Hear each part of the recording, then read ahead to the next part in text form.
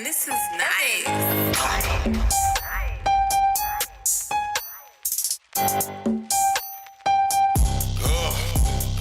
Jumped up and got dead fresh. Slept like I was on bed rest. Last night I had the best sex, and the bitch gave me turkey neck. I think the bitch took a Percocet, cause I can't believe the way she work her neck. Now the dumb bitch said I'm the first to hit. I put a load in her mouth, she the first to spit. Jumped in the whip, then I'm back to business. Been a couple corners just to find the bitch. I do my dirt dolo, I don't ride with witness. Cause these niggas homo, they be lying and snitching. I be tired of these niggas, never let them ride with me, nigga. I don't need a pussy nigga sitting on the side of me, nigga. I need a thick bitch, that's what they gotta be, nigga. Have a nigga feeling like you want the fucking lottery, nigga. I don't want a pussy nigga calling me, nigga. I just want a bitch that wanna swallow me, nigga. But I don't want a bitch that gonna be stalking a nigga. I don't want a bitch that fuck a lot of you, nigga. Cause a lot of you niggas steady be burning these bitches. And I don't have a lot of time to be learning these bitches. They taking turn with these bitches, yeah. I be curving these bitches. I just want a little head, send the word to these bitches. Yeah, we want a little head, send the word to these bitches. Boss, and Crucial K be the Y'all niggas three funny. Like Shout out to the chat. What's good? Grand rising, everybody. Rise and grind. Shout out to Land. Shout out to Dialogue with Me TV. Shout out to my homie, him and McFly. Shout out to Star. Y'all make sure y'all hit that like button on the way in.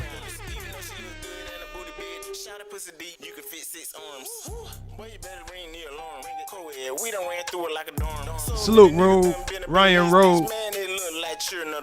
Some of this shit she do not know. Hey, spread them legs like great poop pun. Her booty still big like two big puns. I run up in it, pussy like run for his run. Hey, polo on my feet, bitch, grapefruit. Shout out to the homie Crucial K for the intro music. Pull me a chick, nigga dressed like a monk. I'm gonna try not to hold y'all up too much, but we got some content this morning, and I'm gonna try to do a couple of more videos today.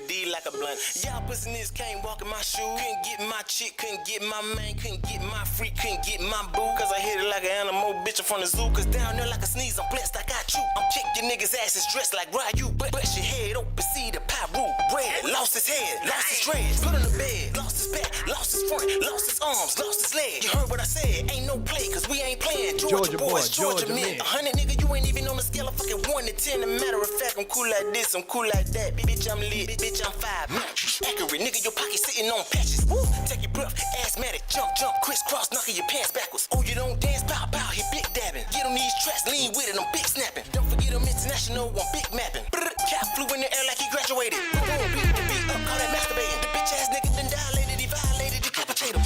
Swag City BTBG.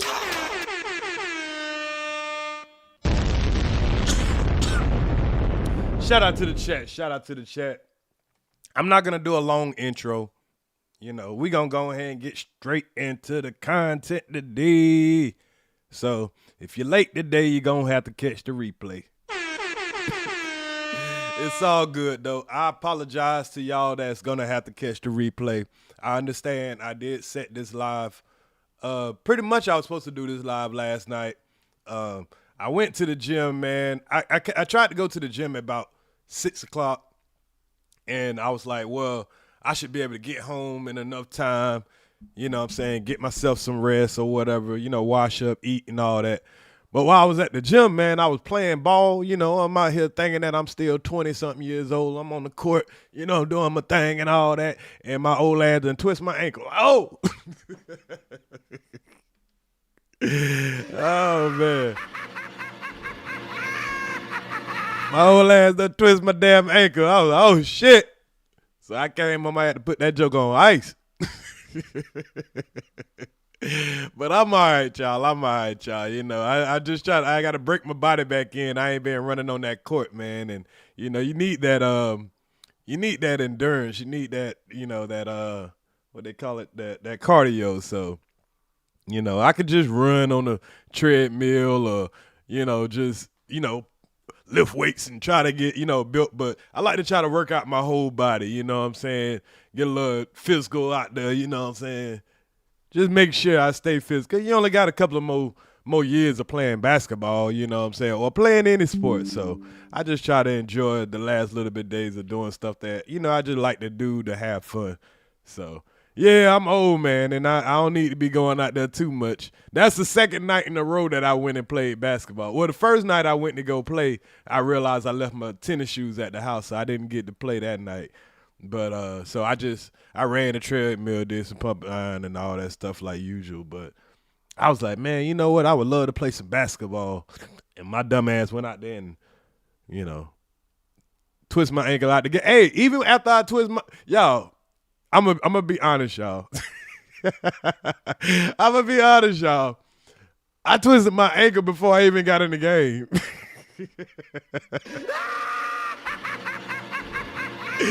I twisted my ankle warming up. How you do some shit like that?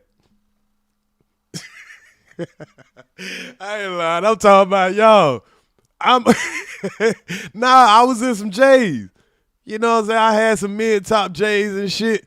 You know what I'm saying? And I spent all this time stretching and everything, rolling my ankle, because I know that if I get hurt, it's going to be around my ankle area. That's the only time I have a little issue or whatever. So I'm popping my ankle, rolling my ankle, making sure, I'm loose and everything.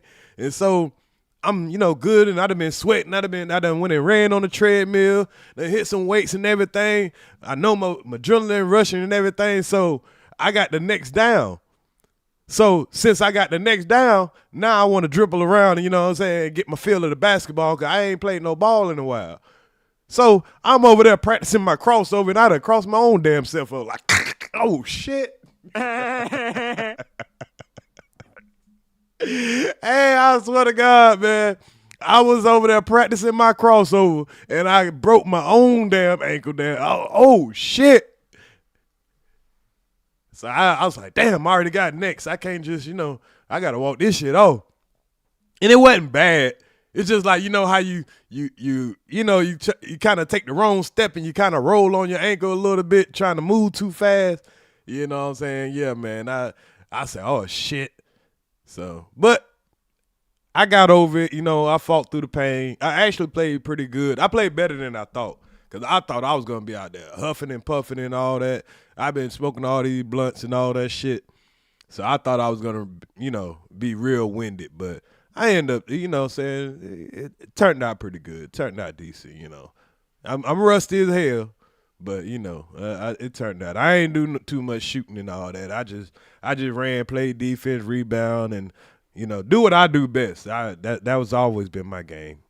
But anyway, man, I just wanted to give a little time for people to come in and BS a little bit. How y'all doing this morning, this early rising? Not this morning, because if you're morning, that's never a good thing. But, if you're rising, salute to you. Salute, daughter Zion. So, we gonna, take a little light this morning. We're gonna start out with this Cory Holcomb situation. I'm pretty sure a lot of y'all have seen the Cory Holcomb show, if you watched the Cory Holcomb show, because a lot of people was expecting to see what the response was gonna be from the last live that we did about Cory Holcomb and the lead attorney. Because the lead attorney, I did a video, I think it was probably like a weekend ago. I've been up since 3:30. I feel you. I'm sorry about that. But about a week ago, we did a live about the lead attorney showing the receipts that he hit up Cory Holcomb's lawyer. Now, if you don't know what it is that lead attorney would have to hit up his lawyer about, just in case you just coming in here for the first time or you haven't been catching the content, we've been doing a little case study, I guess you can say, when it comes to some of these celebrities. And one of the celebrities we've been doing a case study on is Cory Holcomb, as well as Kwame Brown. Because these, and I could say Gilbert Arenas too. Because these are kind of,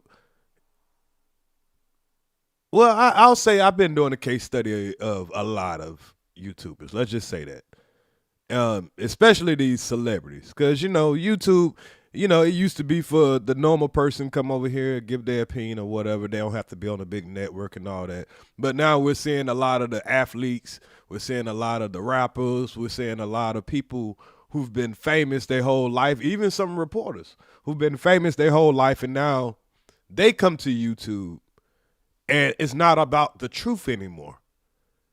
See, one of the good things about a lot of the normal citizens coming over here to YouTube, it's like we'll look at it outside of who pays us. That's how it was, in my opinion. That's how I thought it was until I got into the YouTube game. And now I see a lot of similarities in people's content, depending on the allies, the alliances that they have with other YouTubers. Salute, Iceberg. So, depending on who they cool with is depending on what their opinion would be. I've noticed that. Now, a lot of people, when it comes to their favorite celebrity, they will be okay with one thing. But if they see a normal person on YouTube, they'll try to squash their whole freaking YouTube career. And that's been the case a lot of the times on YouTube that I've seen anyway. But in this case, the lead attorney, he's a guy that has been an attorney for the majority of his career. I think he said he's been an attorney for like 25 years. And he decided to come to YouTube. And as a YouTuber, it's usually you're going to talk about something that you're familiar with. And I think that's the best thing you can do as a YouTuber, and that's stick to what you're familiar with. If you're a person that's familiar with a lot of politics, you might want to talk politics. If you're a person that's a comedian, you're going to come on here and you're going to try to tell jokes. It just, now you can have your audience in front of you and they don't have to come outside the house. They can just, get a preview of what they will, see when when they run into you. If you're a security guard or you've been a security guard for celebrities, you might come on here and tell your experiences of what you've seen over the years. So, the lead attorney, he came to YouTube and his niche has been to just kind of explain law in some aspects. Not necessarily give you law advice because, most attorneys ain't going to give you free law advice for free. I mean, law advice for free.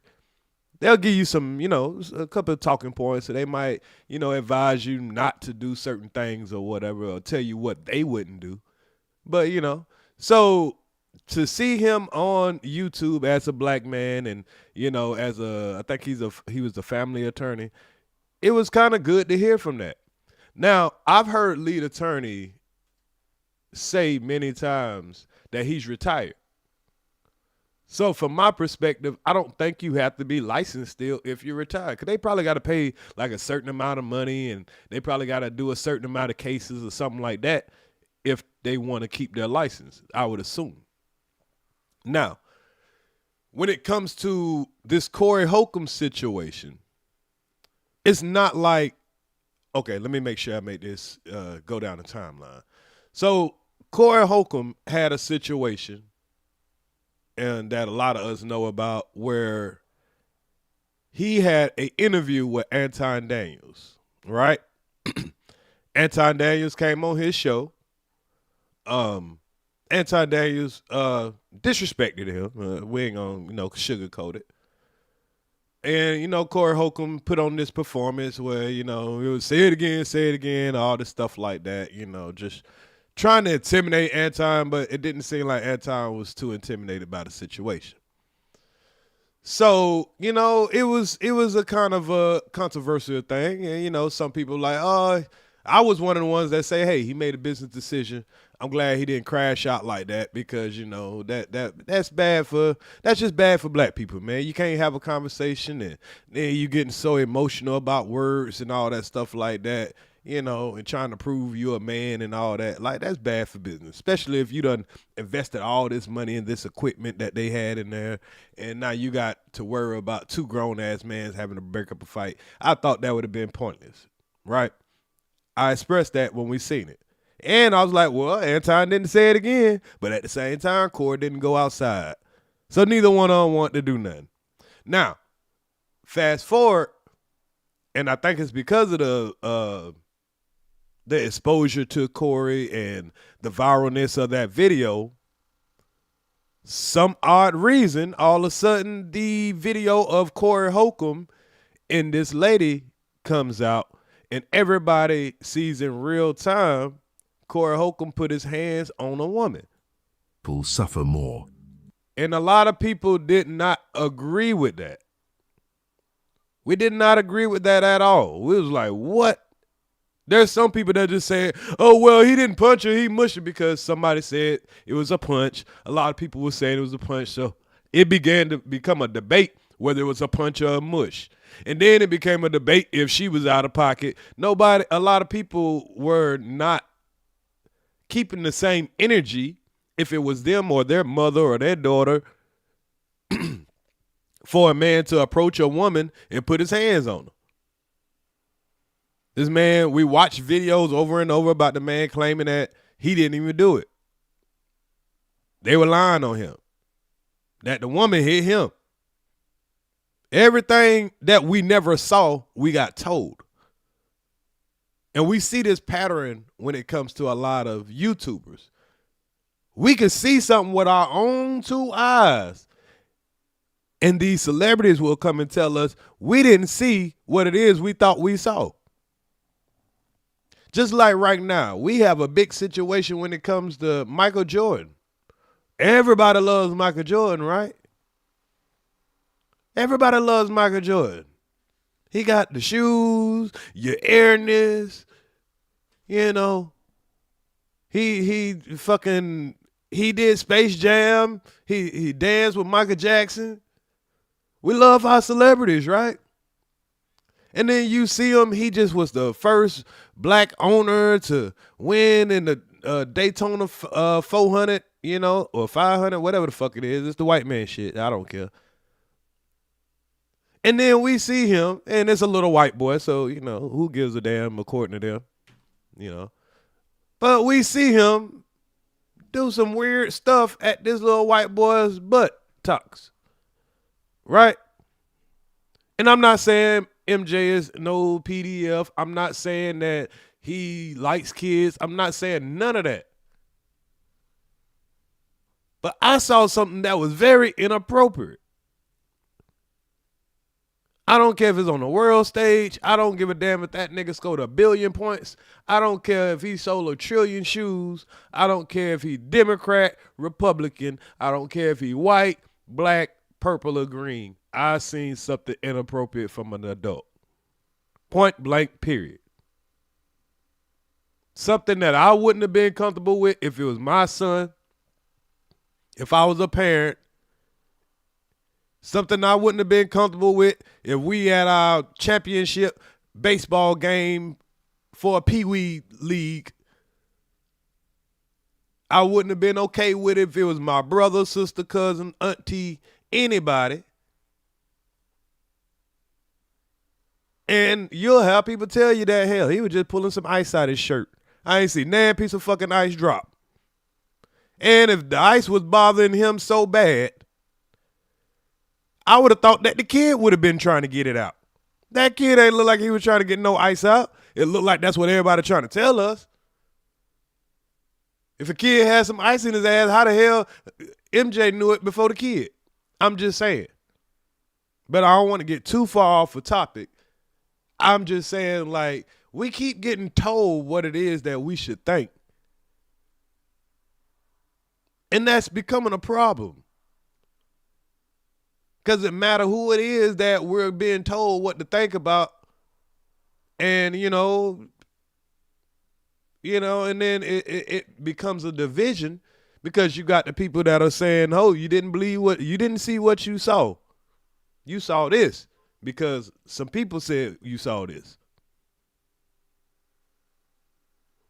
Or, depending on who you like, you didn't see it. So when we saw Corey on 4K, step up, hit this woman, you got a lot of people saying, oh no, he didn't punch her, he mushed her. Oh, this woman has a history of this and that. She was talking reckless. She attacked Corey. We hear everything that these people will tell you, especially the people that don't want to get in trouble. You know what I mean? Of course, they're not gonna take accountability. But if it was your black ass or white ass or whatever color you is in the chat, it would probably be a problem. Now, to the extent of this situation, being that situation happened, and a lot of people were trying to call Corey a woman beater, TLA as a YouTuber and a person that understands the law, he thought that it would be a great idea, him as a lawyer type YouTuber, to bring Corey's lawyer on because he knew Corey wasn't going to come on. And he had no reason to think that it would be a bad idea because him and Corey had done a show together. Well, he's been a guest on Corey's show in the past. You know? But see, when you're dealing with these dudes with these fragile egos, the lead attorney had did a show where he broke down because Corey had showed some videos of Anton's daughter in between that situation that they had. So that was a viral moment also. So lead attorney, as a YouTuber, not as a lawyer, as a YouTuber, he went over his knowledge of what is considered doxing and what is considered illegal, or if Anton actually had a case, if it came down to if he wanted to try to, file some charges or try to sue or anything like that. The lead attorney broke it down very well for even a third grader to understand.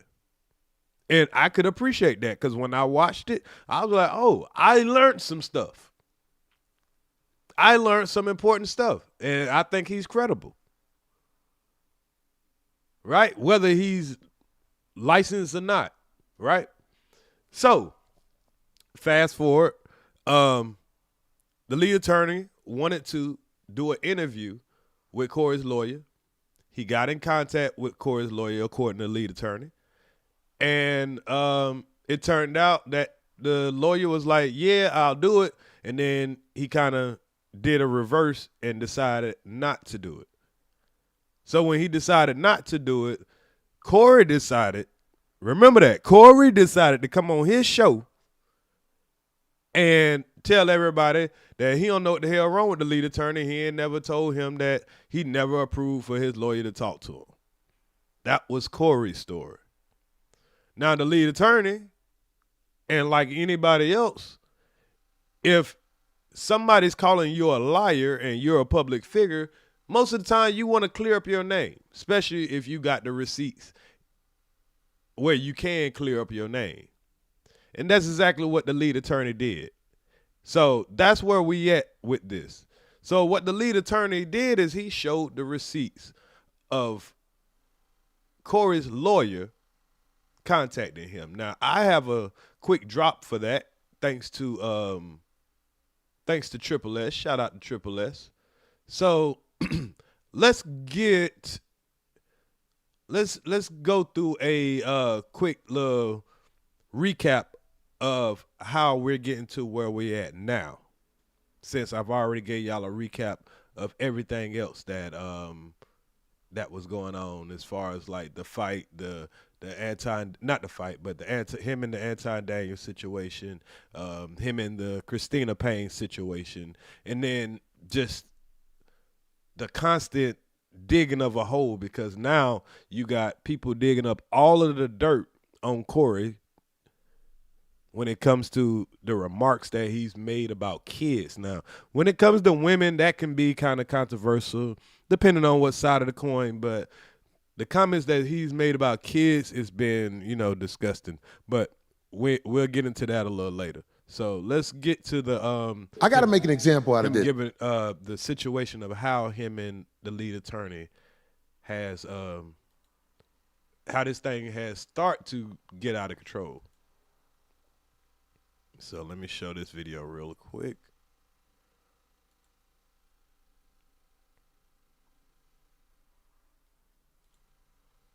I said something against, I got to make an example out of this. I said something against this guy that came up to our show. His name was the lead attorney. I saw him say, oh, Corey said it's okay for me to talk to his lawyer. I did not give him permission to talk to my attorney about nothing, and he said I did. As you just heard, Cory Holcomb is accusing the lead attorney of lying on him. As he states, he never gave permission for his attorney, Derek, to speak with the lead attorney online about his legal situation. The lead attorney has come through with the receipts to confirm he is certainly not lying about the exchange he had with Corey's attorney. If you're up on your show calling me a liar, well, we're gonna get to the bottom of it. Let me show you something right quick, Corey. Do you know who this gentleman is right here, Corey? This is your attorney. After your live stream where you and him talked about the Christina Payne situation, I hit him up. I said, hey, can you come on my channel? Can I interview you? Your attorney gets back to me. What does he say? Let's look down here. He says, good day, counselor, and great hearing from you. Let me check with Corey and I will follow up with you. See, this is exactly what I was talking about. Good attorneys have to check with the clients. And then a day later, he says, I am cleared to speak with you. That means he checked with you, checked with Corey, and now he's cleared to speak with me. Here, he gives me his law firm email address, and he gives me his cell phone number. Now, I, of course, have redacted it all out, but he gives me every way to communicate him to coordinate this interview. After he gives me his law firm address, Corey, I hit him up, I email him. He sends me a follow-up message. What does he say? He says, counsel, we have to pass on the interview because there is a gag order on speaking on the matter with the court, so we have to be a little bit careful. If anything changes, I will contact you. Many thanks. Does he say he has to pass because he's decided he doesn't want to do it? Did he say he has to pass because you've changed your mind about it? You have uncleared the interview? No, he doesn't say that you retracted your permission for the interview. He just says, well, there's a gag order on it, so I can't talk about it. The problem is that he was on your show about the case. The gag order was in place then. Now that's crazy work. That's crazy work. And see, when it comes to dealing with people who don't think for themselves, a lot of people who don't think for themselves, they won't recognize things like that. They won't recognize that, hey, you know, this man's showing them receipts. They're only going off of, hey, who can talk more shit? And that's what we're about to see. He can't say that he didn't know about the gag order because, again, he's supposed to know about your case. But not only that, you mentioned the gag order while he was up there. He heard it straight from your mouth. So even though that gag order had been in place for over a year, he's on your show about it. But now he's saying he can't come on my show about it. To me, it's entirely likely that Corey rescinded his permission for Derek to speak with the lead attorney after he determined that the lead attorney's legal analysis is not always in his favor. Who do you think is lying, Corey or his attorney Derek? Comment below, hit the like button, and subscribe to Scammers, Scoundrels, and Scallywags. Shout out to Scammers, Scoundrels, and Scallywags for making a 19-minute video down to a 3-minute video where we can all digest what just happened. That's what a great editor does. So we see where the issue is. Now, we've been waiting all week to say, and my prediction was that Corey's going to say, hey, that was AI. That wasn't me that approved that.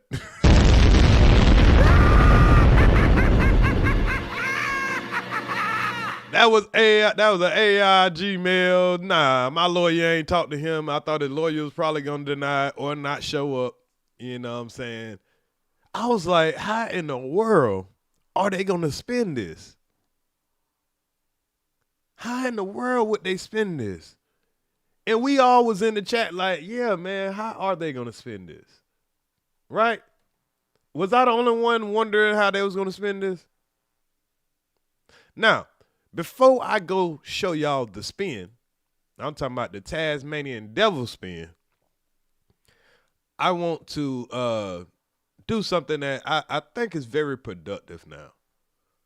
And that's to show y'all from Schopenhauer's philosophy, which is being considered one of the greatest thinkers of mankind, him and Machiavelli. and I know y'all have heard the Machiavelli phrase because, you know, we all love Tupac, right? But many of us don't know who Machiavelli is, but we love Tupac, so we figured that it's somebody very important. And, you know, these are people who study really study behavior. Not like Kwame Brown type, I watch behavior. I'm talking about people who really, and I'm talking about over decades for their life, dedicated their life to studying behavior. And an idiot has been around since mankind has been created. What's good, Lovelace? So let me let y'all see a quick snippet of, you know, the type of behavior that, in my opinion, that we're about to witness right now. But y'all can give y'all opinion also if it's accurate. All right? People suffer more. This wisdom. Take a moment now to subscribe to the channel, leave a like, share this video with someone who needs it. And I'm going to drop the link. I got to remember to drop the link to the videos that I watch, you know, just in case y'all want to see more of the thinking process, more of if this type of stuff doesn't come up in your algorithm, because I watch a lot of philosophers and, you know, just I don't watch just section as much as y'all think. You know, especially if I'm going through life shit, I start listening to more of things that that can help my mindset, and then things that don't benefit my psyche. Sometimes when I'm going to sleep, I turn on philosophy.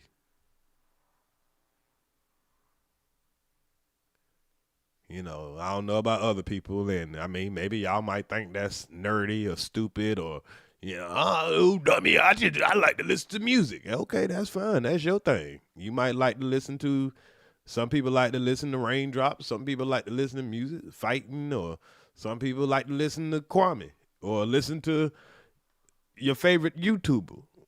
Some people don't listen to anything at all. But I like to listen to things that can help my psyche and help me in the subconscious type of way.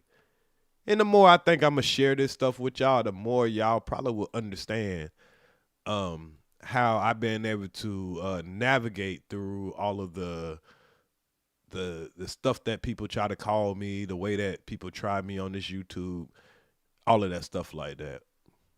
So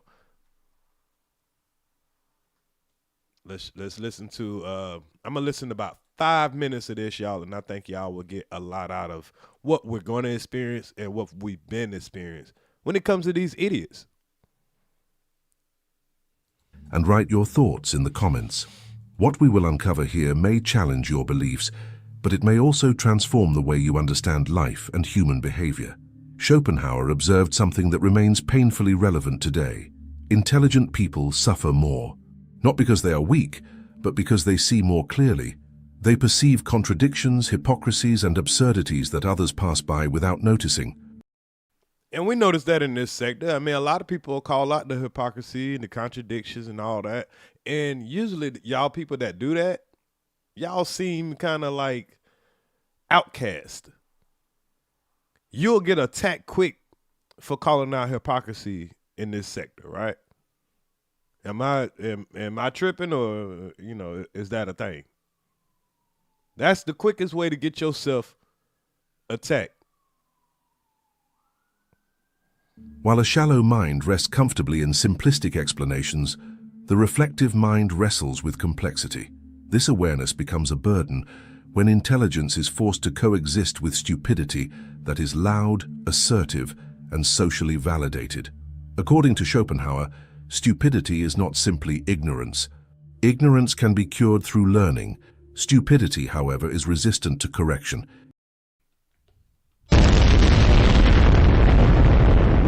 I hope you didn't not pay attention for a second there. See, anybody could be ignorant. You could be ignorant to a fact. You know, you could be ignorant to just somebody, you know, something that you're not already immune to. A lot of us was ignorant to, you know, when we came to YouTube and we see these so-called black brothers that, you know, like the Umar Johnsons and all that. And I'm not saying nothing bad about these brothers, but, you know, they time didn't, you know, over time we start to see through the BS. So we can all be ignorant. But then when you don't learn from the ignorance, now then we talking about stupid. When you don't want the information, when you don't want the facts because you like this person, you don't want to believe. Or you see some information that you just don't want to believe. So you're like, I'm more comfortable, you know. You resist correction. Now, we just saw the lead attorney clearly lay out his case. Now, what do a person do when they're corrected about false information that they put out? Do they double down? Do they just say, oh, you know what? I was wrong. Let's correct this. Learn from it. Or do they just start doing weird shit? It is the inability or unwillingness to think critically, paired with an emotional attachment to one's own opinions. This is why arguing with stupid people feels so draining. They do not seek truth. They seek validation. And when their beliefs are threatened, they respond not with reason, but with aggression, mockery, or moral outrage.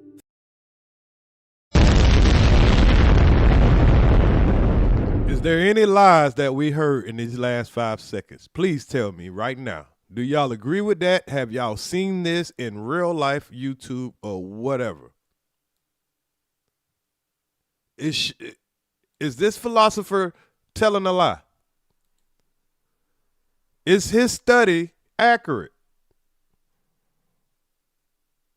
Because if it ain't, I'll stop playing this shit and we could just, you know, get into the ignorant shit if that's what y'all prefer. I would rather, you know, raise the consciousness around here. Can't get out of this sector. This motherfucker is like a trap. So you might as well stay around and raise the consciousness, in my opinion. I tried to leave, but it's hard to leave when motherfuckers keep talking about you and keep your ass in this algorithm. Think about how often you have tried to explain something obvious, logical or well-supported, only to be met with hostility or ridicule. Have you noticed how facts rarely change minds when pride is involved? Schopenhauer warned that facts rarely change minds when emotions are involved. When the ego is involved. It don't matter about no damn facts. How many times have I played that video of Kwame happy as a motherfucker? And then as soon as Gilbert say he got punked in the locker room, he go insane and then blame me and say, I'm mad because I ain't know what I'm talking about. And all of a sudden I'm drunk. How many times we seen Corey? We played the videos. The facts show Corey saying out his own mouth about a little 5-year-old girl sucking on a bottle. Now that means she a whore. We heard him out his own mouth talking about the 15-year-old slide in his bed while he's naked. We heard out his own mouth of him talking about Iceland and the legal consent of sex over there with females is 14 and 13. And he said he enjoyed himself in Iceland. We heard him out his own mouth say young, you know, kid pussy is the best pussy. And some people will say, oh, he's a comedian. He just tell jokes. But a couple of those stories, he said they were real life.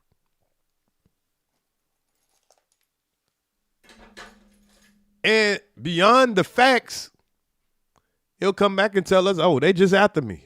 I ain't did nothing. I'm a wholesome man. I'm a man. We watched the man put his hand on a woman, but when a man got in his face, he wanted to give 1,000 warnings. We also got another man right here that's been trying to offer Corey $50,000 to get in the ring and fight him because he dedicated his whole life to protecting women and, you know, PDF files, who he feels like are PDF files, or he's been doing research on, and he feels like Corey is out of pocket, and he would like to beat Corey ass for the whole world. And Corey says he liked that. And we're going to get into what big homie CC said, because we all know, if you don't know him, he's been a bodyguard, security guard for the industry for a lot of big artists and stuff for a long time. He's heavy in the industry. And he's everywhere. And he said he better not even see Corey at a show. He going to have to show him. I'll let y'all hear it when we get to that part. But I'm going to rewind that little part back just again, just so it can digest in y'all head, because I know I talked a little bit too much. So I'm going to let that part digest in y'all head a little bit more. Subscribe to the channel, leave a like, share this video with someone who needs it, and write your thoughts in the comments. What we will uncover here may challenge your beliefs, but it may also transform the way you understand life and human behavior. Schopenhauer observed something that remains painfully relevant today. Intelligent people suffer more, not because they are weak, but because they see more clearly. They perceive contradictions, hypocrisies, and absurdities that others pass by without noticing. While a shallow mind rests comfortably in simplistic explanations, the reflective mind wrestles with complexity. This awareness becomes a burden when intelligence is forced to coexist with stupidity that is loud, assertive, and socially validated. According to Schopenhauer, stupidity is not simply ignorance. Ignorance can be cured through learning. Stupidity, however, is resistant to correction. It is the inability or unwillingness to think critically, paired with an emotional attachment to one's own opinions. This is why arguing with stupid people feels so draining. They do not seek truth. They seek validation.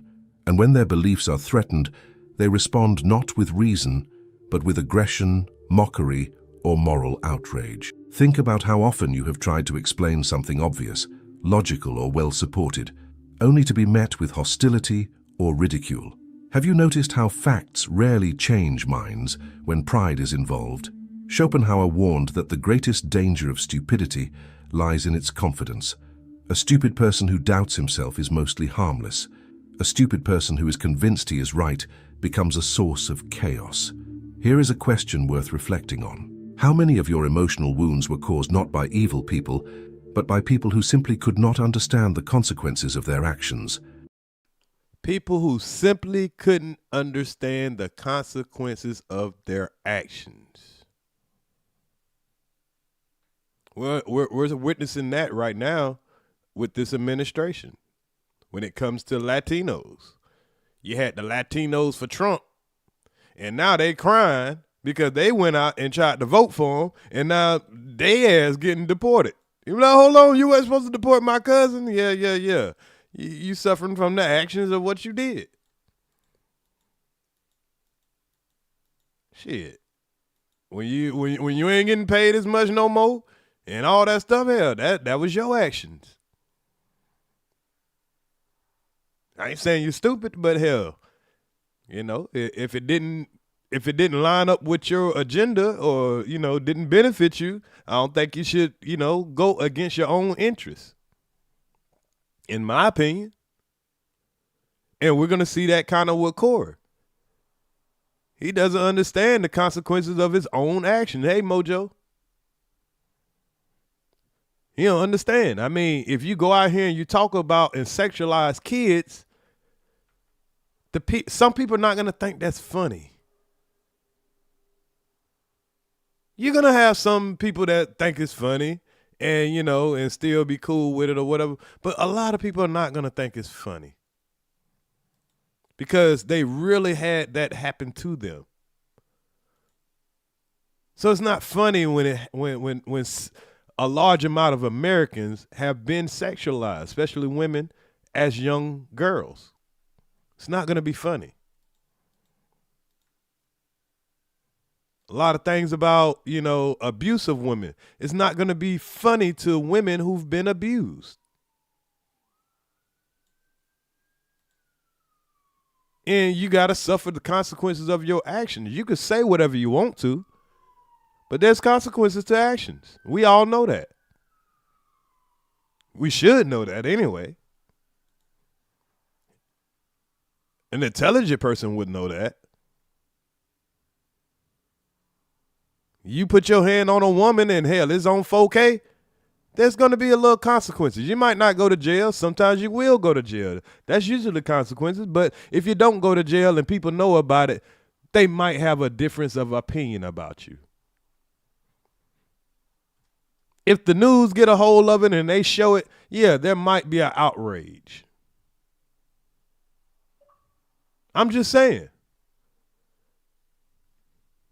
How often have you lowered your standards, silenced your thoughts, or doubted your intelligence just to maintain peace with those who could not meet? Damn, y'all, I wasn't muted, was I? Was I muted? I just noticed something. I hope I ain't just say all that and was muted. You at your level of reasoning. Schopenhauer believed that society often empowers stupidity because it is comforting. Simple ideas are easier to accept. Loud certainty is more attractive than quiet doubt. This creates an environment where intelligent people are pressured to conform, to simplify themselves, to stop asking uncomfortable questions. Over time, this leads to frustration. Yes, this definitely does. I appreciate that, Lovelace. Let me know. I guess I put my mic on mute so fast. I'm like, oh shit, did I mute myself? Was I muted? But anyway, yeah, it's like, and this is the frustrating thing for people who critically think. When you see something and you know you gotta, like, for example, when Beautiful One was talking to Kwame the other day, right? She was clearly trying to say, hey, this ain't about you. This about this man disrespecting me, this and that. And then when a person, you know, try to overlook it and all that, you could tell she got frustrated. But she had to dumb herself down to make somebody feel comfortable. I've done it. We've seen people have to do it all the time. And it is frustrating to an intelligent person. Over time, it's going to lead to frustration, always trying to, you know, walk on eggshells because of somebody's ego. You might have to do it at work.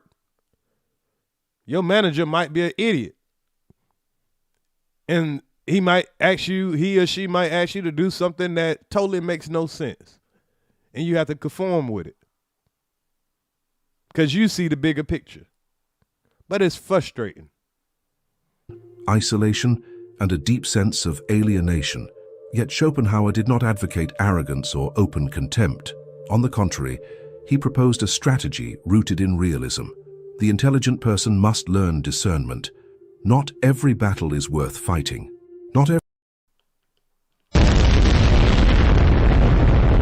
You gotta learn discernment.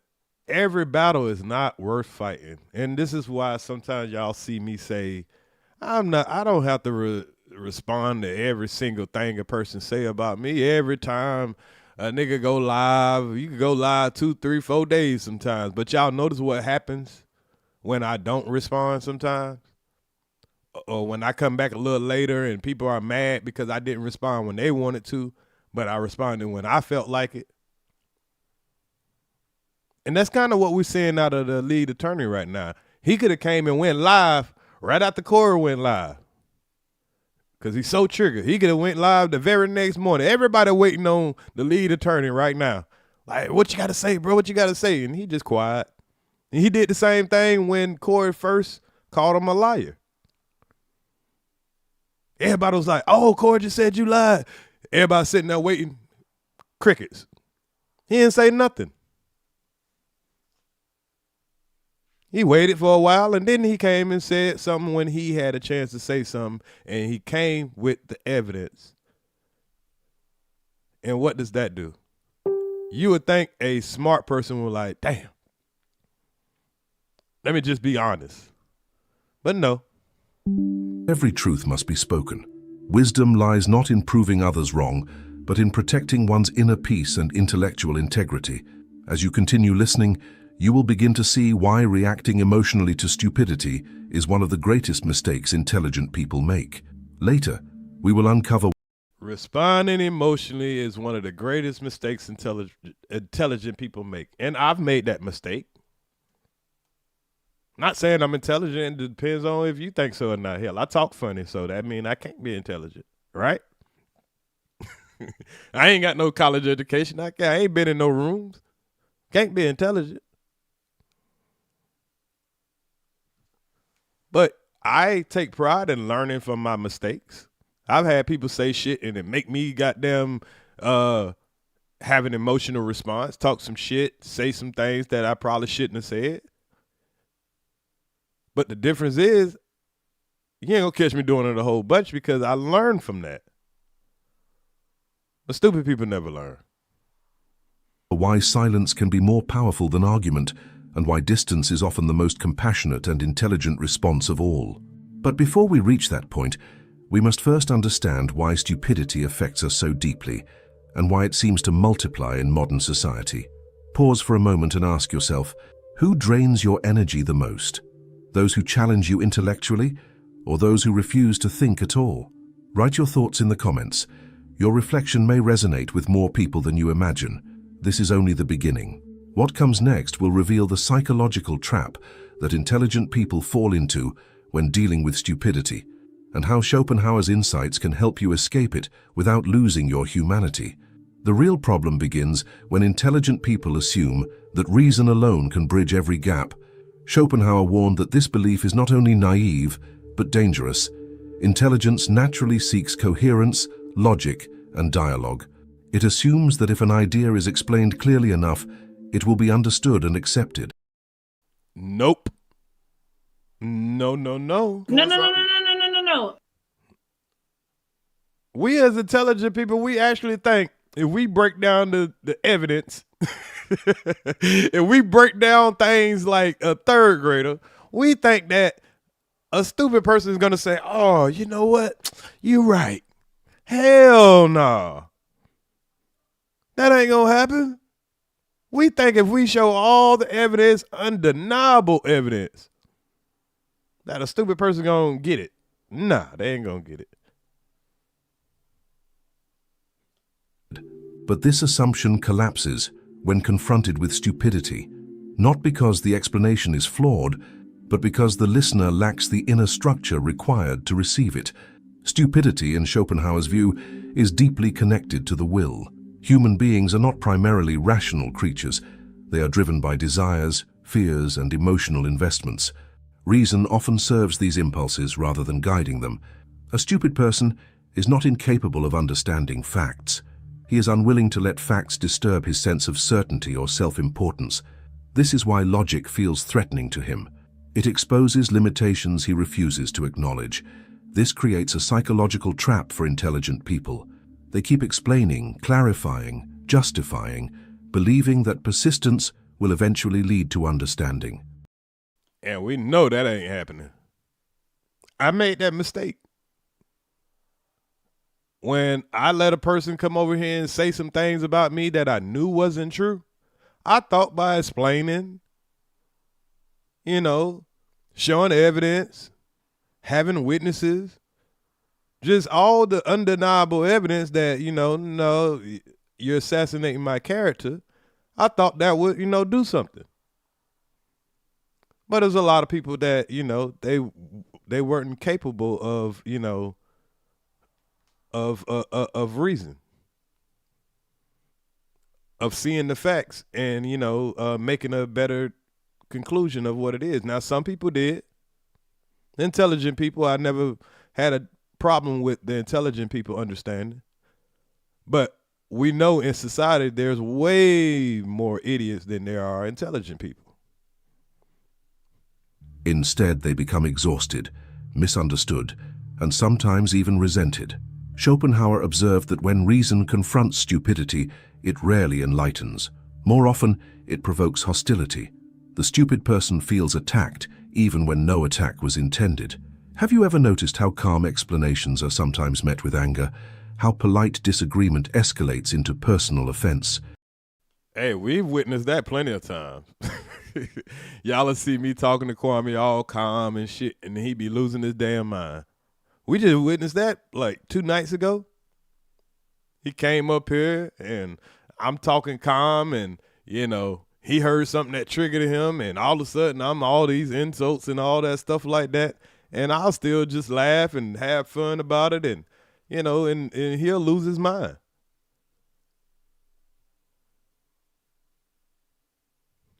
This is not accidental. When a person lacks depth, disagreement feels like humiliation. The intelligent person becomes a mirror reflecting what the other cannot bear to see, and mirrors are often smashed. Schopenhauer believed that one of the greatest mistakes of intelligent individuals is overestimating the rational capacity of others. This overestimation leads to disappointment. Disappointment turns into bitterness. Bitterness slowly corrodes compassion. The tragedy is not that stupidity exists, but that intelligence suffers by expecting too much from it. Another crucial insight from Schopenhauer is that stupidity thrives in groups.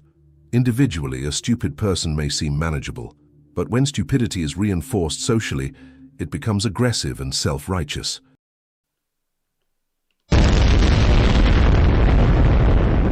Hey man, that stupidity, boy, it thrives in groups. How much powerful it is to see a whole chat, 600 stupid people. Not saying all of them are stupid, but the people that'll be typing and agreeing with stupid shit, you be like, what in the hell is wrong with these people?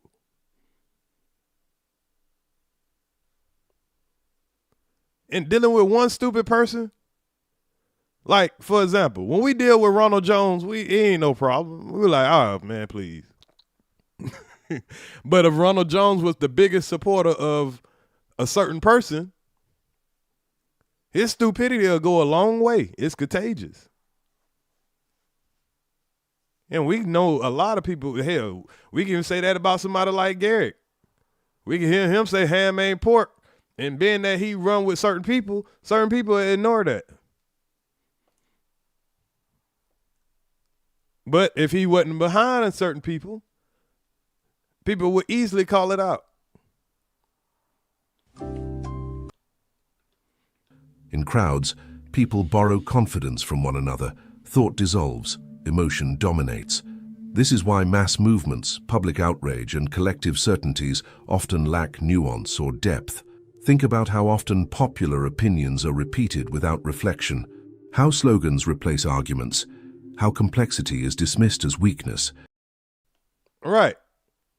When a person say, build that wall, lock her up, it's all about who you like. Go along, get along. We've heard all kind of slogans that people will give people to, reinforce the ignorance. And too much complexity, it confuses people. Like right now, we're breaking down, human behavior. But it's not very easy like, I watch behavior. It's not as simple as that. So a lot of people won't want to see that. They don't want no complex answer. They don't want no evidence. They don't want no psychology. They don't want shit that's been studied and all that. They just want a microwave answer. So it'll explain why you'll see less people in here when we're doing complex things versus if I'm just doing some ignorant shit. Talking shit.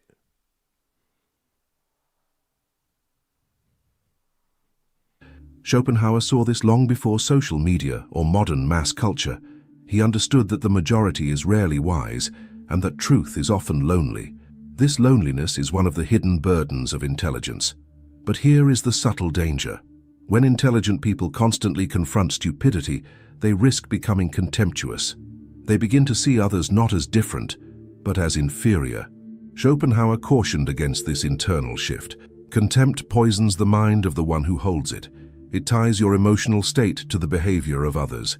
It makes you reactive instead of sovereign. So what is the alternative? If arguing fails, if explaining drains you, and if contempt corrupts you, what remains? Schopenhauer proposed something radical for his time: selective withdrawal. Not isolation from humanity, but conscious distance from unnecessary conflict. Salute, Thaddeus. And that's sometimes you have to do that. Y'all notice sometimes when, a lot of stuff is going on or whatever, you have to, select or withdraw certain things. Withdraw from certain things, sorry.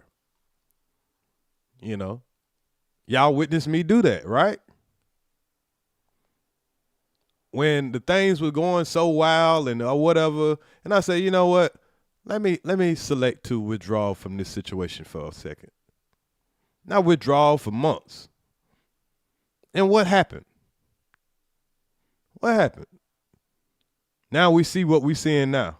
All of that is pretty much ears moving in silence.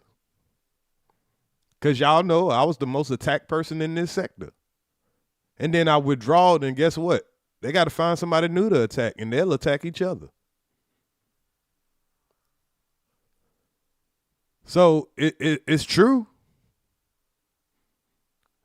Ain't nothing this man saying. It has been. Have y'all seen anything that he's saying right now that you don't agree with? Please say so in the chat. If you see anything that this man said you don't agree with. The intelligent person must choose where to invest attention, energy, and speech. Silence, in this sense, is not weakness. It is strategy. It is the recognition that not every mind is reachable and that your peace is worth more than proving a point.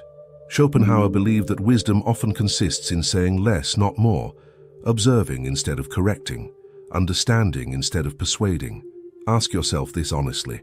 How many arguments did you win but lost peace? How many times did you speak truth and feel emptier afterward?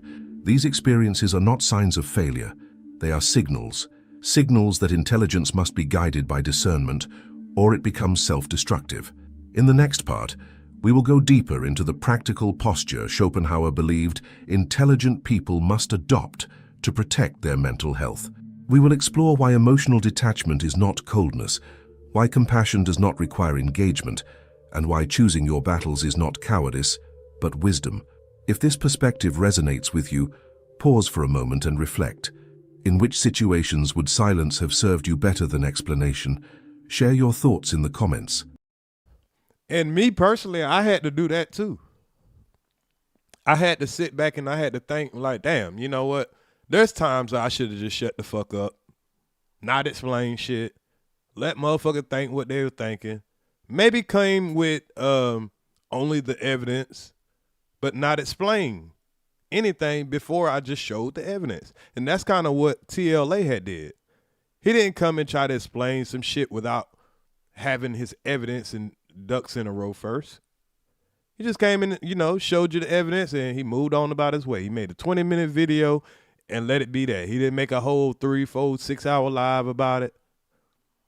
He ain't come right after Corey got done with his show trying to explain and all that stuff, you know. Kevin Samuels used to do it all the time. A lot of the wisest people we've ever seen, they've handled things in this order. And you wonder where they get this from because they're, you know, deep thinkers. They're critical thinkers. At this point, Schopenhauer invites us to confront a difficult but liberating truth. The goal of intelligence is not to correct the world, but to remain intact within it. Many intelligent people exhaust themselves trying to elevate conversations, relationships, and environments that are fundamentally resistant to depth. This effort often comes from a hidden hope that being understood will bring relief, yet Schopenhauer saw that this hope, when misplaced, becomes a source of suffering. One of his most misunderstood ideas is emotional distance. Many assume this means becoming cold, indifferent, or detached from humanity. Schopenhauer meant the opposite. Emotional distance is not the absence of feeling, but the discipline of feeling wisely. It is the ability to care without entangling your inner state with the limitations of others. Stupid people, as Schopenhauer described them, are often governed by impulses rather than reflection. They react rather than respond. When intelligent people emotionally invest in such reactions, they surrender control of their peace. The mistake is not engaging with others, but allowing their irrationality to dictate your emotional rhythm. Think carefully about this. When someone misunderstands you, mocks nuance, or distorts your words, what actually hurts? Is it their opinion or your expectation that they should understand? Schopenhauer believed that suffering often arises not from reality itself, but from the gap between reality and our expectations of it. This insight changes everything.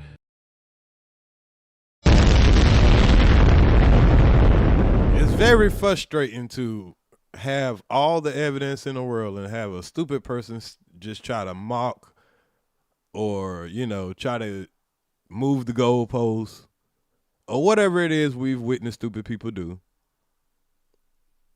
And we realize that there's a gap between reality and, just people, people's emotions. If you no longer expect depth from shallow minds, their behavior loses its power over you. You stop feeling personally attacked by what is impersonal. You stop trying to extract meaning from noise. This is not resignation, it is clarity. Schopenhauer also emphasized solitude as a necessity for intelligent people. Not constant isolation, but regular retreat. The intelligent mind requires silence to recalibrate. In solitude, you're no longer forced to translate your thoughts into simplified forms. You are no longer negotiating your intelligence to be socially acceptable. You're allowed to think fully. He famously wrote that a man can be himself only so long as he is alone. This does not mean rejecting society, but recognizing its limits. Society rewards conformity. It punishes depth that disrupts comfort. And this is why I keep trying to tell, I try to tell certain people this, but, they don't understand what I be saying, And people like, did you hear what Kwame said about you? I'm like, nah, I ain't even watching that shit. Why would I let that get into my psyche? Why would I let somebody's opinion and all of this, all of this stupidity get in my head? Because it would change my perspective. It would make me be like, damn, why they ain't understanding it? Now I'm keep trying to explain this and explain that. I keep getting angry. I got to go live because I want to explain myself. We see that from a lot of people. But you ain't, I ain't doing that shit no more. I fell to it. I'm not saying I'm perfect. I fell to it. But I had to step back, spend some time alone, think, get my thoughts together, and realize what was going on. Intelligent person who never withdraws risks becoming fragmented, constantly adapting to others until he forgets his own voice. Another crucial aspect of dealing with stupidity is recognizing when not to explain yourself. Schopenhauer observed that intelligent people often feel compelled to justify their choices, values, and boundaries. This compulsion arises from a desire for harmony, but justification, when offered to those incapable of understanding, becomes self-betrayal. You do not owe clarity to those who distort. You do not owe explanation to those who listen only to reply. Silence, in these cases, is not avoidance. It is self-respect. Ask yourself something important. How often have you explained your intentions to people who had already decided to misunderstand you? How much energy have you spent defending yourself against projections that were never about you? These moments are invitations to withdraw your energy, not to intensify your effort. Schopenhauer also warned against the subtle seduction of superiority. When intelligence recognizes stupidity, it may feel tempted to dominate it intellectually, to win arguments, to expose flaws, to feel elevated. Every now and then I fall in this category, y'all. I'll get somebody up here that just, we know that, they special. And sometimes I'll get in my bag just to show you how stupid they is. I do that all the time with Kwame. I'm like, man, I can't even pass up this opportunity to show his emotional state. I got to work on that. Temptation is dangerous. It binds your identity to comparison. It keeps you psychologically dependent on those you claim to rise above. True superiority, in Schopenhauer's sense, is independence. It is the ability to remain unmoved by provocation, to walk away without resentment, to observe without contempt. The intelligent person does not need to announce his intelligence. It reveals itself through restraint. As we move closer to the final and most powerful insight, everything begins to converge. Silence, distance, solitude, and restraint are not defenses against stupidity alone. They are tools for preserving clarity in a world that constantly pulls toward distraction and emotional chaos. Before we go further, reflect on this. Where in your life would fewer explanations and stronger boundaries bring peace? Write your thoughts in the comments and note. And I think everybody can do that. Reflect on when you probably should just not even engage with a stupid person. Notice how many others share the same realization. At the deepest level of Schopenhauer's philosophy lies an insight that many intelligent people sense intuitively, but rarely articulate clearly. The true danger of stupidity is not that it surrounds you, but that it can slowly shape you if you are not vigilant. It tempts you into reaction, into constant explanation, into emotional entanglement. Over time, this erodes your clarity, your patience, and eventually your joy. The final lesson is not about others at all. It is about guarding your inner world. Schopenhauer believed that inner peace is the highest form of intelligence, not success, not recognition, not winning debates, but sovereignty over one's own mind. A person who cannot be provoked, who cannot be dragged into pointless conflict, who cannot be forced to explain himself to those unwilling to understand, possesses a rare form of power. This power is invisible, but it is transformative. The intelligent person must learn to recognize patterns. When you see that a conversation never evolves, when the same misunderstandings repeat, when logic is met with emotion again and again, that is not a challenge to overcome. It is a boundary to accept. Wisdom begins where futile effort ends. Schopenhauer did not romanticize humanity. He saw clearly that most people... Yeah, we run into that at work all the time, Thaddeus. You know, I deal with a lot of stupid people at work also. And sometimes you can't ignore them because you got to work with them. And but as intelligent people, sometimes we get caught up in trying to prove reason or, you know, prove our point and thinking that they're going to understand, but they just don't have the equipment to. So sometimes we have to learn how to deal with them. We have to dumb ourselves down just to, you know, comfort them, to get production done. We do it on YouTube. We have to do it in real life. We know we might have we might even have them type of people in our family, brothers, sisters, even mothers and fathers, grandmas. And not saying they're stupid by choice, but, you know, some people, they get raised in certain ideals of things, and, you know, it gets tied to their emotions, and you can't tell them shit. Even if you know better, you've learned different, you can't tell them nothing. So you have to learn to just, you know, agree to disagree sometimes and still love them from a distance. Sometimes we just have to walk on eggshells around them, not say certain things because we know it'll trigger them.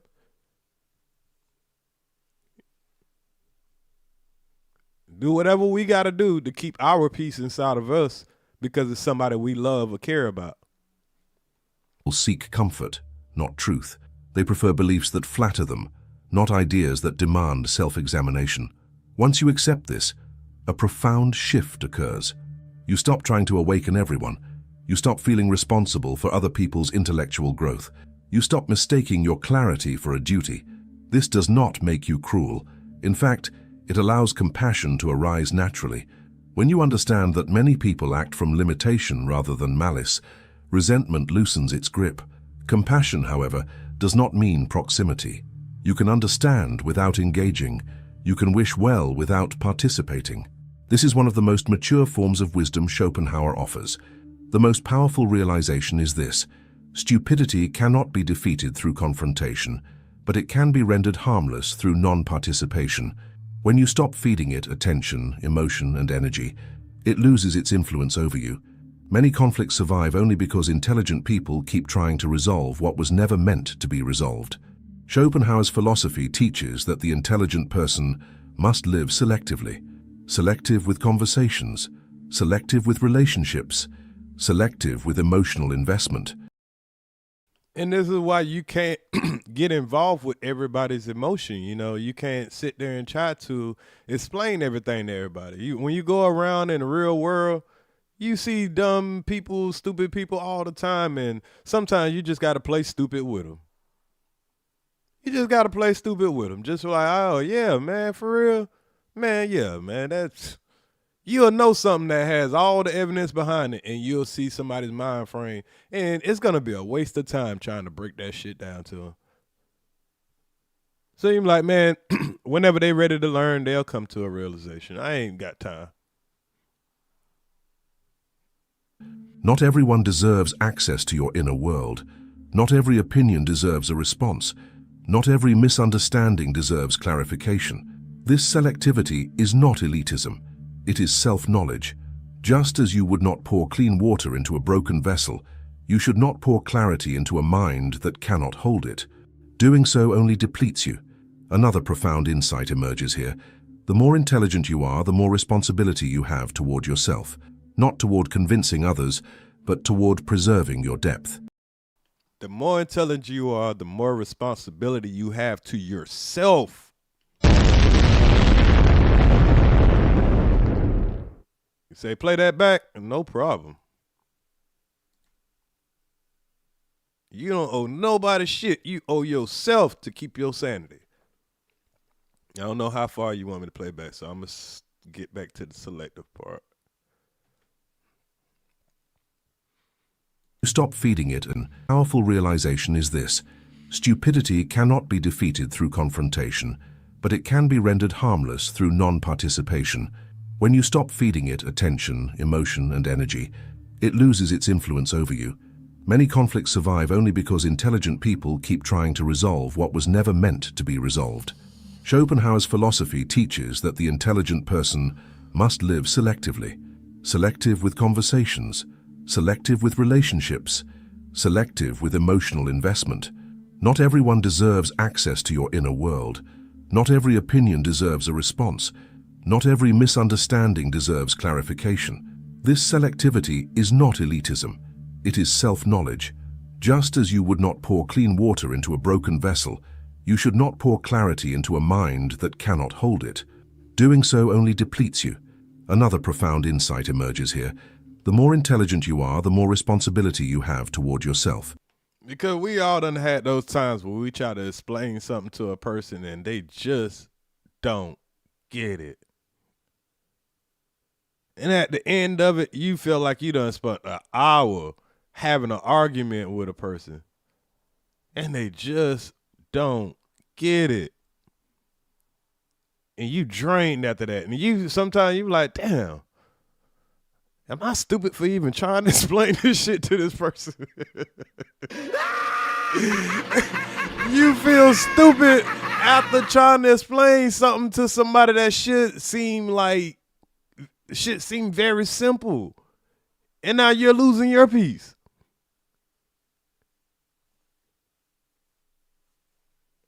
Yeah, and they ain't trying to get it. Yeah, it's like talking to Ronald. If anybody done talk to Ronald on YouTube, y'all know exactly what these people are saying. And you be like, man, maybe he's just trolling. Or maybe he's just stupid. I don't know. Not toward convincing others, but toward preserving your depth. A shallow environment can flatten even the sharpest mind if it is constantly exposed without protection. Schopenhauer. Y'all hear that? The sharpest mind can be shallow. Could be dull. If you keep dealing with these dumb motherfuckers.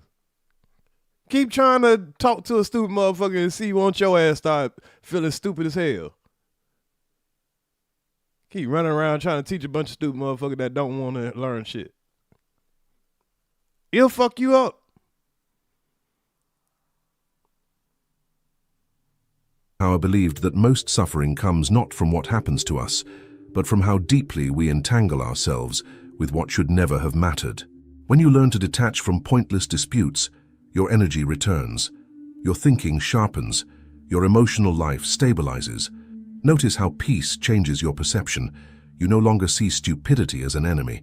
You see it as a condition, one that exists, one that persists, but one that no longer dictates your reactions. This shift is the true victory. Ask yourself this final question. What if your greatest strength was not your intelligence, but your ability to remain undisturbed? What if mastery of life had less to do with control over others and more to do with control over your own attention. Schopenhauer's message is clear. The wise person does not fight the world as it is. He understands it, accepts its limits, and chooses his place within it carefully. He speaks when speech has meaning. He remains silent when silence preserves dignity. He withdraws not out of fear but out of clarity. If this perspective changed the way you see your frustrations, your relationships or yourself, share that realization in the comments. Your insight may help someone else feel less alone in their experience. Remember this, intelligence is not proven by how much you explain, but by how little you need to.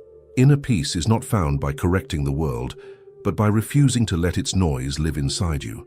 And that is the quiet power Schopenhauer believed every intelligent person must learn to cultivate. As this journey comes to its natural conclusion, Schopenhauer leaves us with a perspective that feels almost paradoxical in a world obsessed with expression. True intelligence does not shout. It does not chase validation. It does not demand to be understood by everyone. It moves quietly, observing patterns, conserving energy, and choosing depth over noise. And this is why you'll see all of the greatest minds move the way that they move. You ain't hear about no whole bunch of fighting from Tesla with what's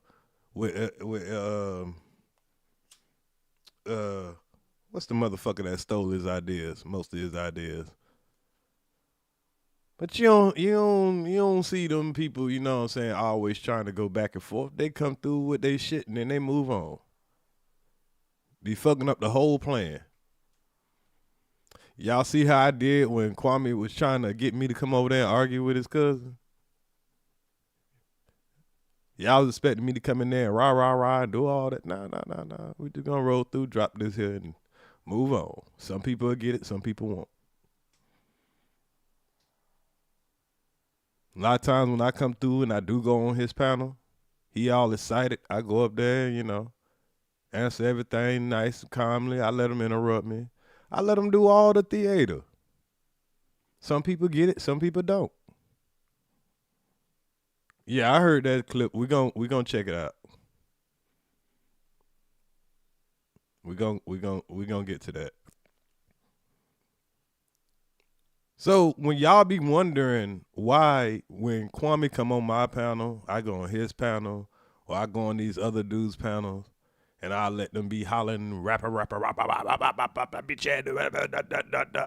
and I just kind of calmly just laugh and let them just crash out. It ain't just cause Earz can't yell and Earz can't joke. Now sometimes I'll roast the shit out of their ass, but it's all fun. It's not actually bothering me.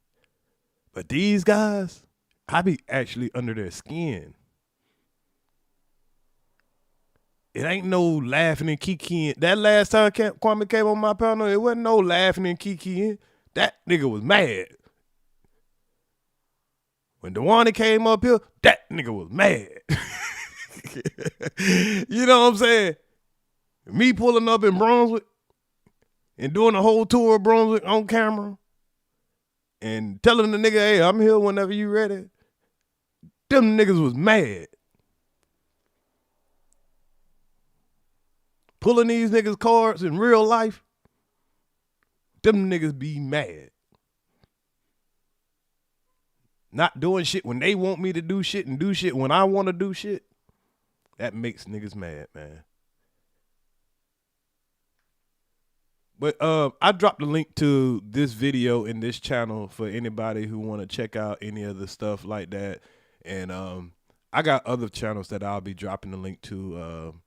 I think I should start implicating a lot more of Schopenhauer's philosophy, because he's, like I say, he's one of the considered greatest minds of human behavior in history. You know what I'm saying? He's recognized as, you know, one of the top studiers of human behavior. So if we're going to watch behavior, I would rather learn what behavior I should be watching. And I would rather learn it from people who studied it. And I can study it also. I think a lot of these guys are case studies. So, you know, and I can just have some references. Stoicism is a great field. I'm going to get more into stoicism. I'm just trying to introduce everything kind of slowly, the things that I like to talk about. Because when I came to YouTube, I came here because I wanted to talk about certain things.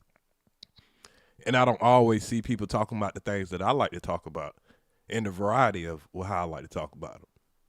I didn't come here to fucking be in the Kwame Brown sector. I was passing through as a YouTuber and networking and figuring, hey, if I network with somebody I've been, I know of from my city, from my neighborhood, and I'm friends with their family and stuff, I thought that was a good idea.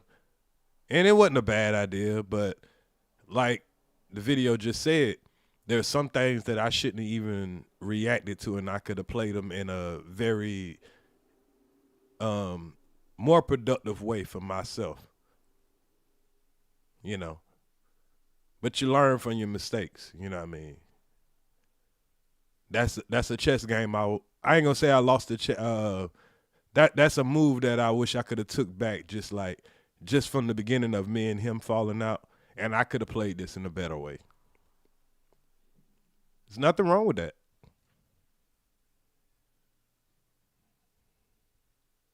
Yeah, we all look for the fuck shit. Cause you gotta be balanced. You need the fuck shit, you know what I'm saying? You need the intelligent conversations. It runs hand in hand. Because how would you know that the intelligent conversations are intelligent conversations if you haven't experienced them for yourself, so you'll know that what people are saying are facts. Because the only way that we can understand these videos is because we've been seeing it in real time, especially in this sector.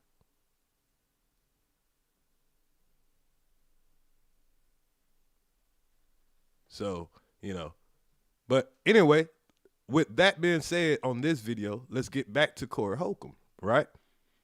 Because I wanted y'all to see that before we got into how he responded to the lead attorney after the lead attorney showed the receipts. And matter of fact, let me show the receipt video one more time, because it's been a kind of a distance in between when I showed it the first time and between all my talking and all that. And if you don't like my talking, this is called content, people, you know, where you give your opinion. You know, yeah, you could play examples of people videos and all that, but you know, I believe in giving a presentation.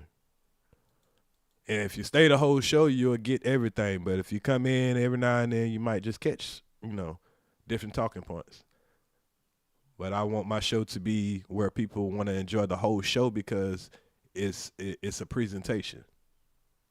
There's a timeline. There's a story to it. That's just how I like to do things. You know, create my own niche. I ain't got to always follow other people's niche. I can take examples from it. But anyway, let's go back to this video real quick before we go to Cory's response. That way everybody is familiar with what we're coming at right now, or what we're going at right now. I got to make an example out of this. I said something against this guy that came up to our show. His name was the lead attorney. I saw him say, "Oh, Corey said it's okay for me to talk to his lawyer. I did not give him permission to talk to my attorney about nothing. And he said I did." As you just heard, Cory Holcomb is accusing the lead attorney of lying on him. As he states, he never gave permission for his attorney, Derek, to speak with the lead attorney online about his legal situation. The lead attorney has come through with the receipts to confirm he is certainly not lying about the exchange he had with Cory's attorney. If you're up on your show calling me a liar, well, we're gonna get to the bottom of it. Let me show you something right quick, Cory. Do you know who this gentleman is right here, Cory? This is your attorney. After your live stream where you and him talked about the Christina Payne situation, I hit him up. I said, "Hey, can you come on my channel? Can I interview you?" Your attorney gets back to me. What does he say? Let's look down here. He says, says, "Good day, counselor, and great hearing from you. Let me check with Corey and I will follow up with you." See, this is exactly what I was talking about. Good attorneys have to check with the clients. And then a day later, he says, "I am cleared to speak with you." That means he checked with you, checked with Corey, and now he's cleared to speak with me. Here, he gives me his law firm email address, and he gives me his cell phone number. Now, I, of course, have redacted it all out, but he gives me every way to communicate him to coordinate this interview. After he gives me his law firm address, Corey, I hit him up, I email him. He sends me a follow-up message. What does he say? He says, "Counsel, we have to pass on the interview because there is a gag order on speaking on the matter with the court, so we have to be a little bit careful. If anything changes, I will contact you. Many thanks." Does he say he has to pass because he's decided he doesn't want to do it? Did he say he has to pass because you've changed your mind about it? You have uncleared the interview? No. He doesn't say that you retracted your permission for the interview. He just says, well, there's a gag order on it, so I can't talk about it. The problem is that he was on your show about the case. The gag order was in place then. He can't say that he didn't know about the gag order because, again, he's supposed to know about your case. But not only that, you mentioned the gag order while he was up there. He heard it straight from your mouth. So even though that gag order had been in place for over a year, he's on your show about it. But now he's saying he can't come on my show about it. To me, it's entirely likely that Corey rescinded his permission for Derek to speak with the lead attorney after he determined that the lead attorney's legal analysis is not always in his favor. Who do you think is lying, Corey or his attorney Derek? Comment below, hit the like button, and subscribe to Scammers, Scoundrels, and Scallywags. Shout out to Triple S. So we didn't go over the whole 20 minutes, but the lead attorney did throw out a couple of shots like, yeah, you got bootleg attorney. That was about the worst he said. You know what I mean? So how would it have been wiser for Cory Holcomb to handle this situation as an intelligent person, as a critical thinker, in my opinion? And y'all can give y'all opinions also in the chat. For one, I agree with King Spectre. Corey annoys me with that, bro. Every time you fall out with somebody, you got to throw dirt at them. And that is a figgity fact. And every time he fall out with somebody, he just throw a whole bunch of homophobic slurs at them. And you be like, come on, bro. Like, come on. Everybody, you got to think of some weird stuff like where the jokes at, bro? You can't roast a nigga head or roast a nigga like how they do this or do that. Like, everything goes to some weird stuff. Like, he's starting to call TLA, what is it? Leading a nigga ass attorney. Like, that ain't even funny.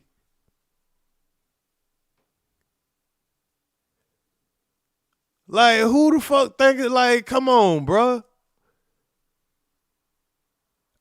I probably would have said some shit like turtle head attorney. Or, you know what I'm saying, milk dud attorney. You know what I'm saying? Or, hell, trap house attorney. You know what I'm saying? Like, I don't know, I ain't a comedian, but I think there would have been something way more funnier that he could have thought of. Everybody got to be some weird, yag stuff when it comes to, Corey, man. And I used to like Corey. The Black Jesus stuff, the, Wildin' Out, even some of his stand-ups. I done went to 2 of Corey's stand-ups.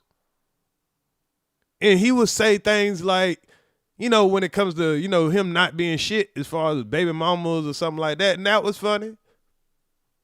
But I never heard him say nothing about no little 5-year-old drinking a bottle and all of these things that, I think is very inappropriate. And while I'm speaking of that, I'm going to show y'all a little slight compilation of the things that I never heard him say, but now that, he pretty much asked for it, but now that the pressure is on,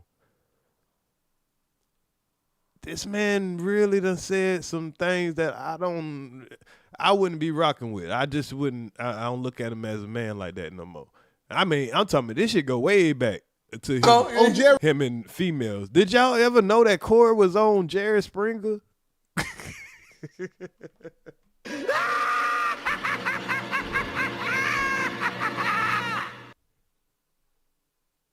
Who knew? This boy here, he just like that. Yeah, with TLA, he got a weird voice. You know, sometimes he do kind of come off a little zesty, you know, but I respect this man's mind. I respect what he do. And I don't think he's, yak. He's just a different type of brother. And I respect it. And I definitely took notes on when he was giving his class on how much money you can make from YouTube and all that. Hell yeah, I was in front attendance for that shit. Cause that gave me a little motivation, boy. Cause he literally broke down how much money he made by how many views he got, and and how it's different with super chats and all that. Like, I got a great understanding that I couldn't find nowhere else when I was starting YouTube, and trust me, it gave me a whole different motivation. And that was before I came to this sector. Or was I over here already? I don't think I had that much smoke like that if I was.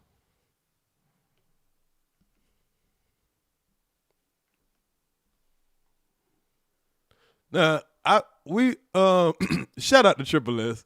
I don't know where the hell she found this video at, but they gonna have a problem with Triple S when she get in the main screen, y'all.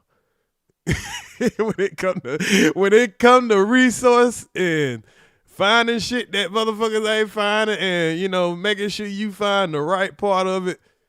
You know what I'm saying? The Lord sent Triple S.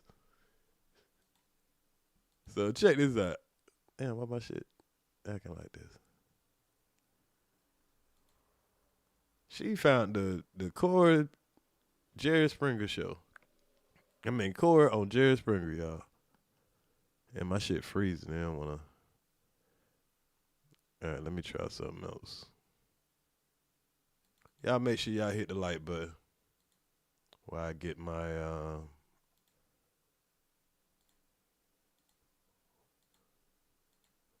screen together.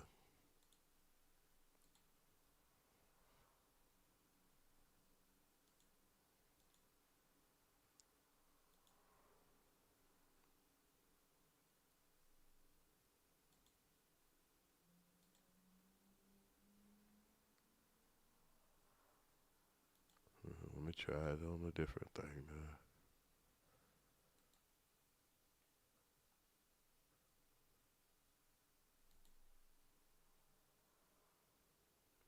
now. One second, y'all. Sorry about that.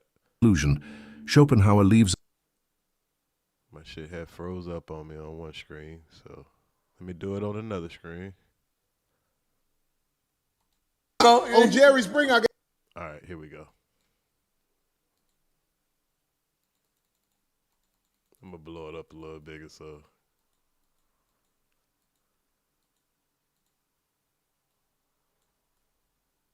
All right, yeah, here go Corey on Jerry Springer, y'all. Y'all remember Jerry Springer? I know y'all old enough. On Jerry Springer, I got in a fight with a stud. Right. Even though that's like a. Still a woman, nigga. He got in fight with a stud. Y'all, this ain't comedy. And then, in my opinion, the stud kind of beat him up. Oh, shit. He couldn't handle the stud, man.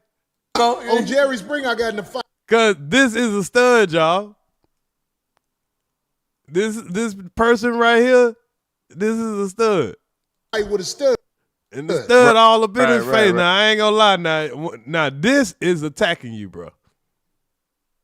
This is attacking you. You got every right to get this stud out your face. Right. Even though. And the stud just pushed you. That's like a. And what? Hey, he about to wrestle with the stud, man. Year was Attractive that? stud. Oh man, and the stud about to knee him dead in his and he got him too. Oh, he got him too, y'all. I know. Oh, see, this is why I think this might have traumatized Corey, and this is why he'll never let a woman get close to him again. Now, this is when a woman attacked you. If I seen this, I'm on Corey's side. Now, you did have one more option. You could have walked the other way. I'm like, man, I ain't about to do this. I ain't about to argue with you. You know, I think that would have been a better option, but you was young. Yeah, you could have just like, man, I ain't even argue with you. Did you actually put hands on her? I wasn't gonna fight that girl.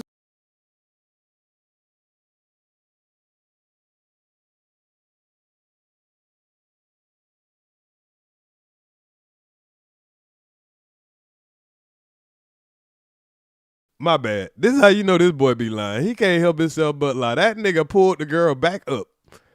I wasn't gonna fight that girl. This boy is incapable of telling the truth. Just say it, boy. I want to beat that little motherfucker ass. She need me in my nuts. Stud. Damn, boy, the stud got him good, boy. And this is why Corey can say, boy, you got a gut punch them motherfucker. You got to get them on out your way. I am not going to let no woman get me again. I know this ain't supposed to be funny, but y'all, I feel bad for him right here, bro. Because this man is forced to have to let a woman, because she thinks she a man, assault him. And I think this shit might have traumatized the kid. I ain't lying. I think this might have traumatized Corey, for real. Did you actually put hands on her? So he could have let her go right here. Watch what Corey do. I wasn't Come here. gonna fight that girl. See, the girl, she gave in to the Jerry Springer madness backstage. She was trying to really please the producers who induce fights. Right. Oh yeah. And I was like, they yo, ain't who's taking it for backstage sure. kicking it? Why you trying to? Man, I would have act like my nuts. I would like, oh my God, y'all let a woman knee me in my nuts. See, I was trying to be a man. I would have had to play the victim on that one. I would have had to play the victim on that one, boy. He could have cleanly got away with being assaulted by a woman right here. To fight me for real. You know what I'm saying? I'm like, you a girl. I could body slam you. Back then you saw my shirt was tucked in and everything. I was like, bitch, I will flip your ass on this motherfucker. See, like he said, back then you see my shirt tucked in, he was on the side. Back then, he probably had respect. I think this traumatized him. And I ain't making no excuse for him. I'm just evaluating the situation. Because he just said back then and he had to stop himself.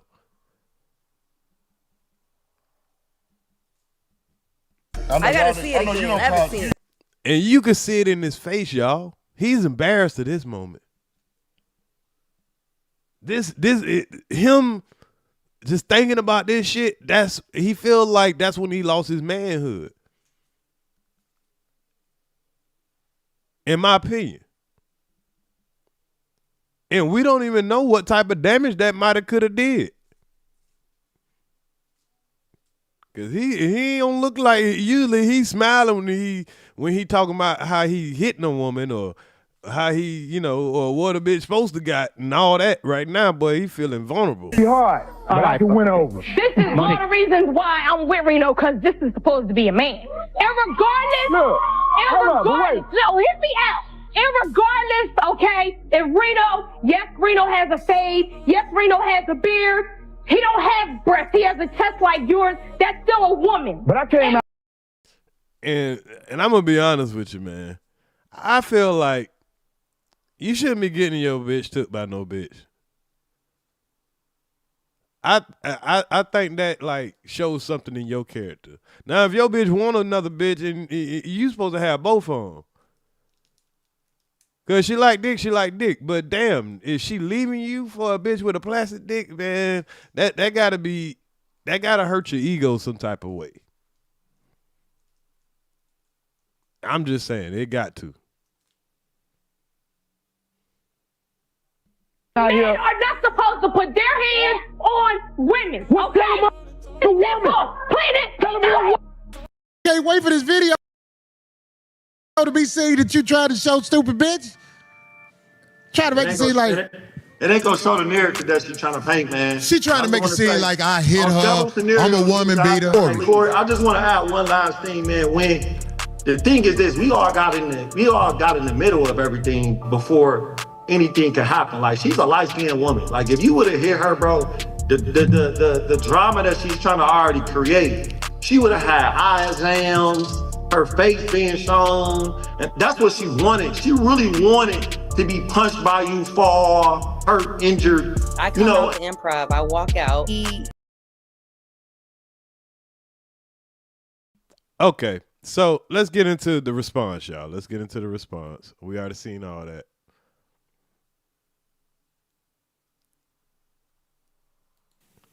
We here? Yo, 5150 made it another week. Oh my God. You know what? We was late this week because I think there's just so much to unfold in this show that God would have it no other way. And I think like this is matter of fact, I'm gonna play one more thing before we get into this. I'm gonna get to this big homie CC situation before we get to this, because the big homie CC situation is not that long. But if y'all familiar with big homie CC, since he saw that video that we just seen, you know, of him putting his hand on that woman and hearing him say the things about the kids, and I think it's more about the things that he said about the kids. Your shoes look like, you know, like these kind of things. a girl in kindergarten who got raped by a porno star. Oh my God. You ever looked at a bitch daughter room who almost grown? Oh, here we go. Oh, Jesus. That's amazing. In 3 weeks, we're going to see this whole episode on SVU. I can't crack any jokes. Unless it was a party. Come here, let me show you how to fuck a bitch. Is Is that a good thing to do? No. Because my son is coming to town this week. He's 16. Should I take him somewhere? No. We got these bathhouses out here. Are you Get serious? his ass washed by a bitch? I don't think At so. 16? No, I don't think so. Unless Just he's relax and let it happen, boy. No, if he was 18, maybe. Fine a little bit. What's that 16-year-old kid look when they getting their ass washed by a Yeah, grown there's bitch? some. Let us scrub you. Or you Wait, stop squirming. does You looking at you, you be like this. Right. He's crying, he's sniffling? Let it happen. Right. Uh-oh. It's all right. Get your dick washed, boy. Process it now, like, wow. Any of the bitches you fuck with, that was foul what you did, but damn. ever walk in on you? Like, they saw you dick or something? Anybody want to talk about that? Wait, what? We just Any of the bitches you fuck with, their kids saw you naked or something? No. Look at Buddy's face. Look at Buddy's face. See, this is one of the things that we've learned about, you know, intelligent people also. People don't try to fight every battle. Some people got to think about their bottom line. A lot of dudes ignored this shit for thinking about their bottom line, and that's like, hey, I'm not going to be the one to throw my career away trying to, and because they already know what people going to do anyway. They're going to justify it. So you ain't going to do nothing but put yourself in the hot water trying to be the, oh yeah, man, I'm the one that spoke out about it. Shit, boy, you ass going to be on that chopping block because certain niggas are good at spinning shit. And certain niggas are working with certain powers. That, hell, nigga, you ain't going to win that battle. Even with the facts and the evidence right there, or the evidence that leads to the facts. No, never. It was an accident, but it happened. Yeah, almost. One of the kids walked in the room, and me and the mama was under the cover naked, and then one of the little girls got under the cover and was like, oh, I was like, yeah. So you know that story is true because most of the stories he telling are true. Because this is an old story he telling back here. This is an old Corey. But he just told that story again. I'm like, oh, well, yeah. What the fuck is he excited about? And he get off of telling this type shit. Oh, shit. In my opinion. I'm in here too. How old was the little girl? Probably about 9. Oh, she wasn't that young. She saw why her mama ain't charging me no rent. 3 or something. What? And niggas say probably about 9. Damn. I was used to the 15-year-old story. This nigga said about 9, and you heard the other nigga say shit. I thought she was like 3 or something. So it's okay. Yeah, 9-year-old. What the fuck it ain't?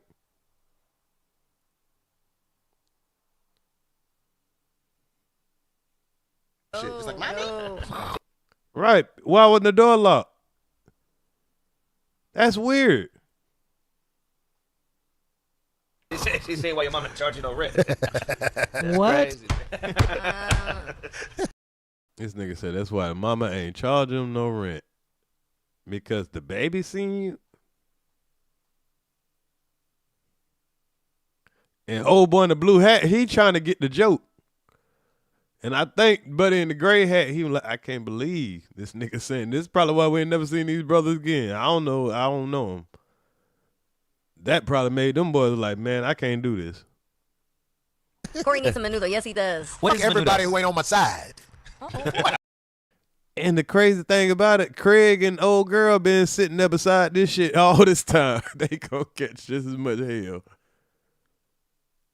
I'm just noticing that because I really ain't watched his shows like that. I just seen his comedy at the Black Jesus, the Wildin' Out, and you know, when I was looking for a show, he was in town a couple of times, so I checked him out. I had no idea this was the content. Damn. It's the drunk What I missed. story side of it. But I want to say to that little 16-year-old girl who was arguing with me, you born to lose, bitch.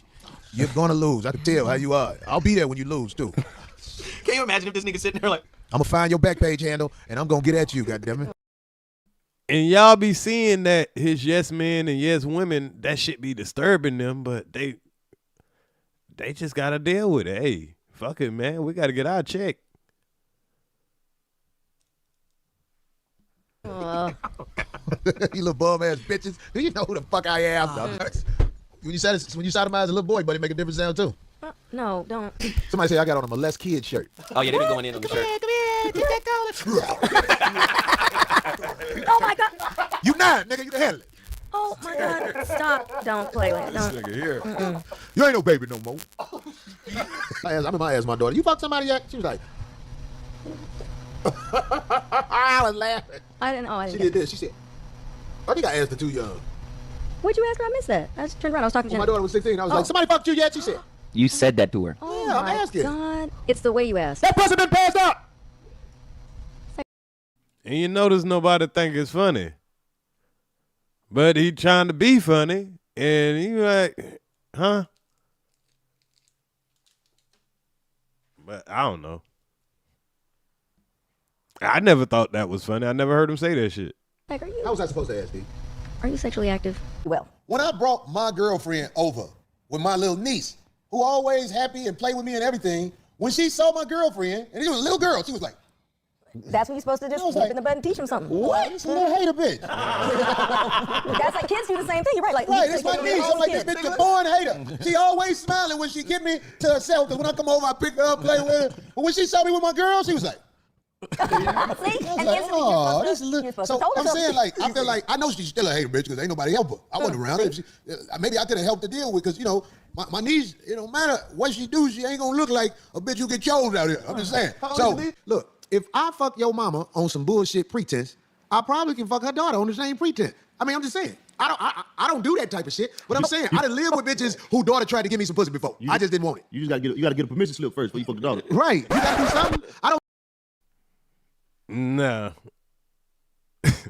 Should we believe that? I mean, come on.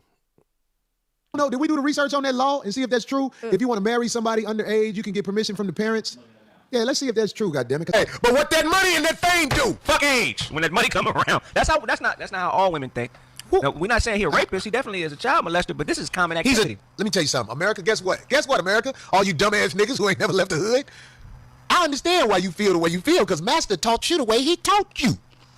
But if you ever leave out the United States of America, you will find out bitches is fair game at all these ages that motherfuckers is talking about right now. A bitch that's been on this earth 15, 16 years.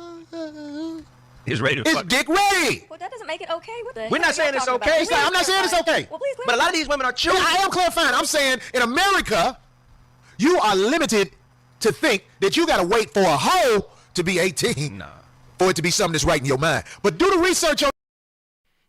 But here's a huge problem with that. Is those ages aren't meant to say, oh, you just want to do it. Because if they want to do it, they're going to mess with the kids their age. And you don't need to do that. Right? And it's not illegal. But they make those ages so the older men can mess with them. And these powerful men can mess with them and not be illegal. And for you to be trying to act like that, you know, that makes them a whore. They wanna go fuck. They wanna be hoes and all that, this and that. No. And he's saying this with serious conviction, like this is just bad for it's bad for our culture, in my opinion. But if people didn't take them serious back then, cool, shit. People didn't listen to it, but obviously people listen to it, and some people are still defending this shit and say, hey, it's just jokes. I get it. Some of it I take as jokes. But some shit I don't. On these other countries and find out when grown niggas can put grown dick in holes. You'll find out. See, me personally, I would never fuck with a bitch who mine ain't developed. Well, that's why they have an age. But wait, let me say this. Okay. Let me say this, D. Do it. In other places of the world, you can. Now, I do listen to language. He say fuck with a bitch. That's different than fuck a bitch. He say he wouldn't fuck with a bitch who mine ain't developed. He didn't say nothing about a body. This is how you got to deal with liars. They're very careful with words, in my opinion. Grow with her. You can mold her mind or whatever y'all gonna do where y'all ain't got the influence of whack-ass United States. Because you understand in the United States of America, a bitch could say you did something, and depending on who the bitch is, that shit'll go. I hear you on that one, but at the same time, the maturity factor, see, I think you like the fact that in those countries they can marry somebody like that because they don't know what they're doing. You just said that these girls Who don't know what they're doing? Those girls that young, so the guy's gonna, you just said they can grow together. You already know what you're talking about. So hey, I know some people where the dude had to get permission to get married to the daughter, and they are still together. It worked. That's an exception. Kobe did it. Yeah, Vanessa was underage. Yeah, that's true. Kobe did it. High school, yeah. Elvis did it. Oh, shit. Now, this is when truth meets comedy. And depending on who you are, if you don't like it, now we're nitpicking. Y'all, I'm reacting to this video along with y'all. I seen it. I seen like the first 2 minutes and I was like, oh, this is a good one. Now, can anybody confirm that? I'm not sure. I wasn't like a huge Kobe fan like that. I felt like he was a replica of Michael Jordan, in my opinion. But I do respect Kobe. I respect Kobe more for him speaking multiple languages than like the basketball part of it. Yeah, Jay-Z. We know, okay, 1721, cool. So he's not accurate. He just saying like, but you could do that in America though. Why he saying Kobe did it then? Hold on, let me listen some more. A lot. This ain't no new shit. Somebody say surviving iced tea. Oh, there was nothing. Believe me, I was there. Shit, when I was 12, my first bitch was 18, and I enjoyed it. You were 12. I was 12, and I went back damn near every day for a year. We would watch Ricky Lake. She would stroke me off, and I'd smash. You just said her name? What we talking about? My new shit. Yeah. To steal together, it worked. I know what they doing. Factors. You did something, and depending on who the bitch is, that shit'll go. I hear you on that one, but at the same time, the maturity factor. See, I think you like the fact that in those countries they can marry somebody like that because they don't know what they're doing. You just said that these girls Who don't know what they're doing? Those girls that young, so the guy's gonna. You just said they can grow together. You already know what you're talking about. So Hey, I know some people. I know some people where the dude had to get permission to get married to the daughter, Right. and they are still together. It worked. That's an exception. Kobe did it. Yeah, Vanessa was underage. Yeah, that's true. Kobe did In it. high school, yeah. Elvis did it a lot. This ain't no new shit. Somebody say surviving iced tea. Oh, there was nothing. Believe me, I was there. Shit, when I was 12, my first bitch was 18, and I enjoyed it. I think that was just for California law, though. If she's 17, yeah. Because every state, age of consent ain't different. I mean, ain't, whatever. And, yeah. So he could have been more specific, but he wanted to group somebody in there that he could feel okay with what he was saying and, pretty much manipulate the crowd. There's a difference between that age in your early 20s and then 17, a woman that has the maturity level of it. You know what I'm saying? Then it is a person that ain't even fucking got to middle school yet. Or I ain't even got, you know what I'm saying? I ain't even did a year of high school. Or even if you said it was back in the days, a person that ain't even probably got their damn or just getting their first period. That's just weird. So he's conflating the situations from, by state laws and what is appropriate or not. Like, I hate when people do that. And try to throw Kobe in there. I don't know the age difference or whatever. And like I say, whatever it was, it wasn't the gap of what he's talking about. We're talking about 13, 14, 15, 16. You were 12. I was 12, and I went back damn near every day for a year. We would watch Ricky Lake. She would stroke me off, and I'd smash. You just said her name? What we talking about in other countries, Mark, is, and Mark, listen, and Darlene, you don't have to be on this planet 18 years before you can do what the fuck you want to do. In other countries, you can be on this planet for 14, 13, 15 years. And see, those the ages that goddamn well. Damn well. Because the people that are snatching them up are these fucking 40, 50, 60-year-old motherfucking men. And that's just nasty. Okay, cool. I didn't know, I never got into Kobe's personal business. I just looked at him as a basketball player. He was good. He was great. But I wasn't the biggest fan of him. I wasn't even the biggest fan of Michael Jordan. That's why sometimes I can give a non-biased opinion. I mean, of course, everybody loved Jordan, some kind of way, but he wasn't like my idol or nothing like that.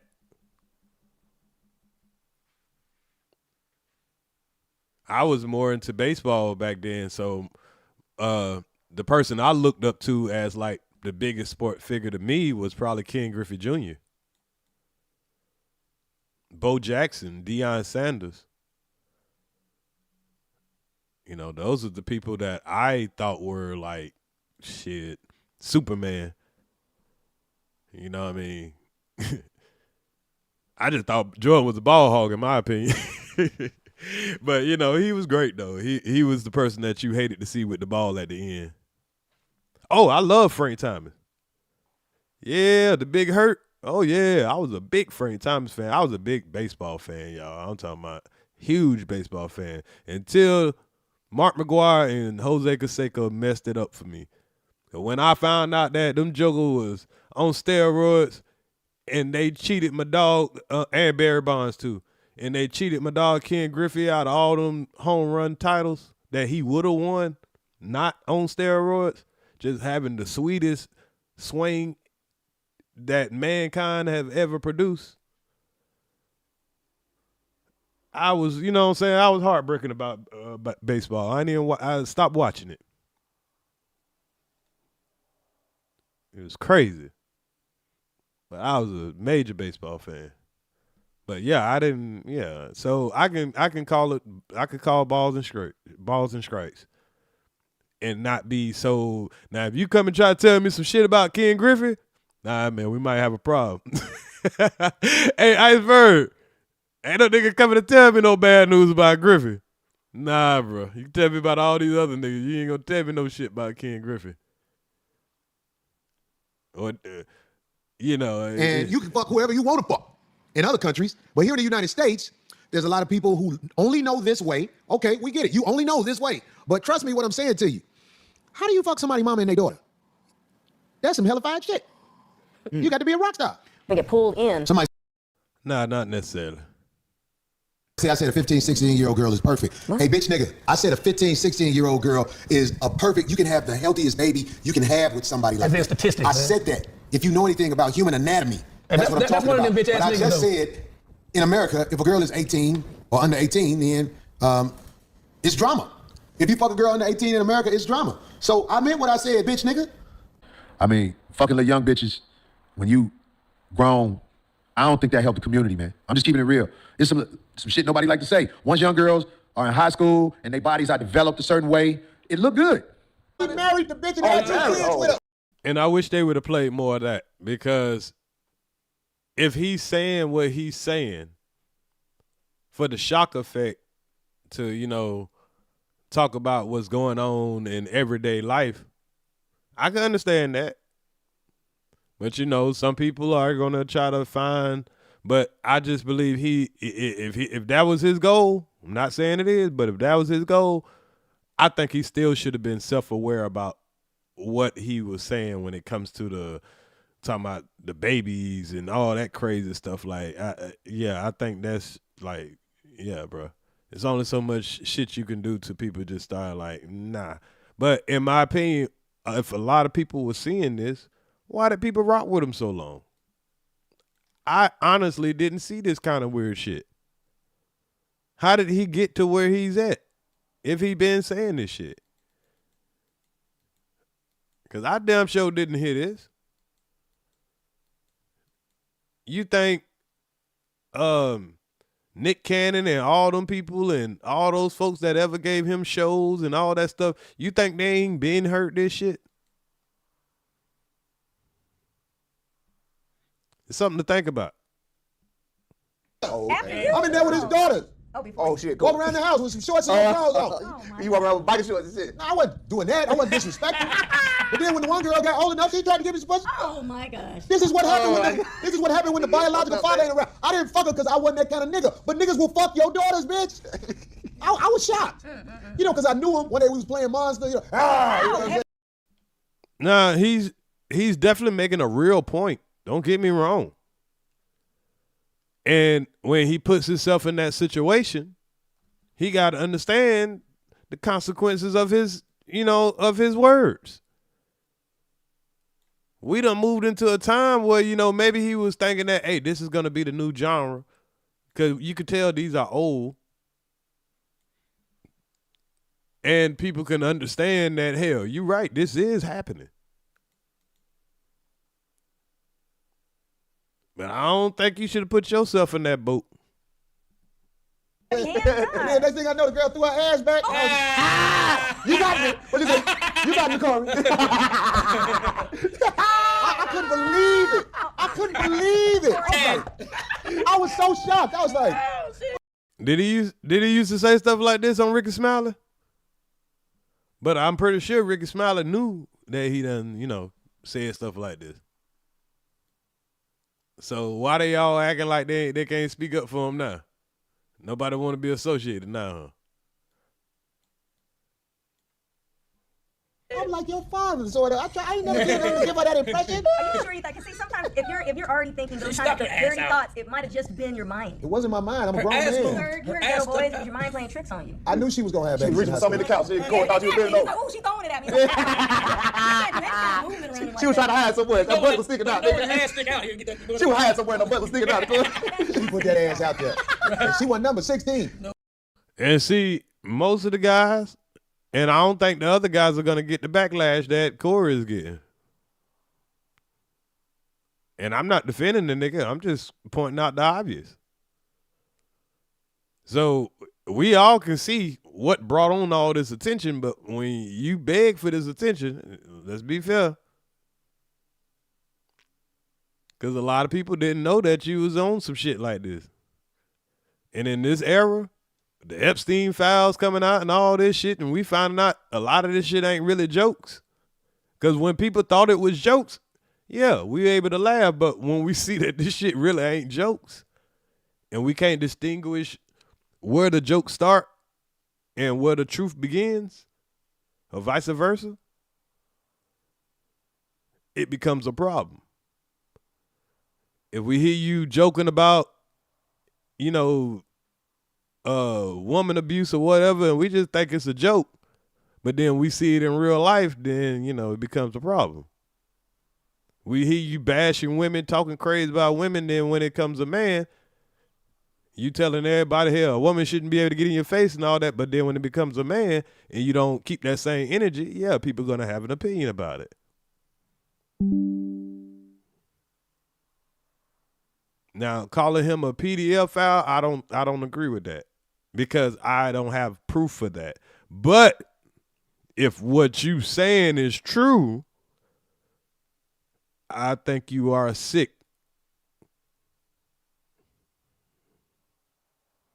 And you might need to just cool out on that shit. I don't respect your gangster no more. I mean, that's nothing personal. I'm just saying. I mean, I don't want to get beat up or jumped about it. I'm just saying, bro. Like, if you want to prove you tough, bro, it ain't hitting on the women, bro. And you'll take the fade with big homie CC, and that's what we're about to check out in a second. Oh, man. I was like, whoa, hold on. I just saw that. Corey, tell me the whole story, y'all. I'm telling you the whole story. I'm going to tell you where I fucked up. Oh, I thought you said where I fucked up. I ain't fuck that girl. I ain't that kind of nigga. I ain't that kind of nigga. Yeah. I told her mama. Yeah. What I didn't know what else to do. I'm like, oh my God. I was like, she tried to, I told her exactly what happened. Her booty popped out on me. Man, that girl couldn't stand me after that. It was war in the house. Oh, man, you done ruined your father-daughter relationship because you went fuck. Father, stepfather. She was really jealous of her. Then when old boy came over again, I was like, let me tell you about your daughter. Nigga, you ain't like a bitch. Now, I think this is a real story. And I think that he, learned a life lesson. And that's probably what happened. So just as much as we can believe the weird stories, hell, you could believe the ones where he really didn't get out of line and he told the mama, because it could happen. It never happened to me, but that could happen if you date the women with, of teenage daughters. That's why I definitely stay away from them. Shit. So he talked about a unique situation. Y'all women better keep your kids away from niggas and they of that age. Talking about you looking for a man and bringing them around teenage girls. And these niggas ain't got no fucking self-control. So he's speaking some real shit. The problem is we don't know if he's speaking of the way he's speaking when you say one got under the cover with you and you just got excited. Now then that's when our antenna started going up. So bringing awareness to some shit is one thing, but then, you're including yourself. That's why I like your daughter came from. I didn't see the little home. Come together now. There's people out here who know this to be true. Oh my God. Somebody say Corey Kelly. Somebody say Corey playing bars. Right. I used to chase him around the house back then. I used to do my Freddy Krueger shit. Well, she played with the other. It was two more. One day I was playing with her. And I didn't, I played with him, so I didn't realize it was just me and her in the house. I was going on. Hold on, here. Put that ass out. I was like, nigga. I was like, hold on, man. What the fuck just happened? Oh my God. So you did this and I ass poke. No, I always get right under the neck, under here. My brother, this big swole motherfucker, right? Yeah. And he got weakness. If you touch his neck, he be like that.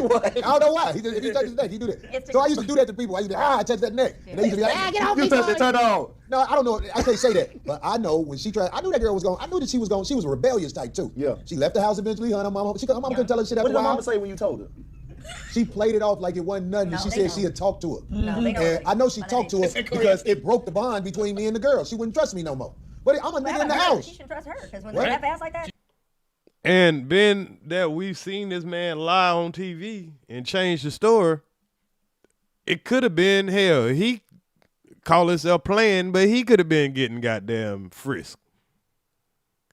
And he knew she was gonna tell, so he beat her to the punch. I'm just saying, I just think of things on both sides of the coin. Because we see how he flipped the story about what he did with old girl, and it was on camera. So this situation wasn't on camera. Do you think what he's saying really happened? I'm just saying.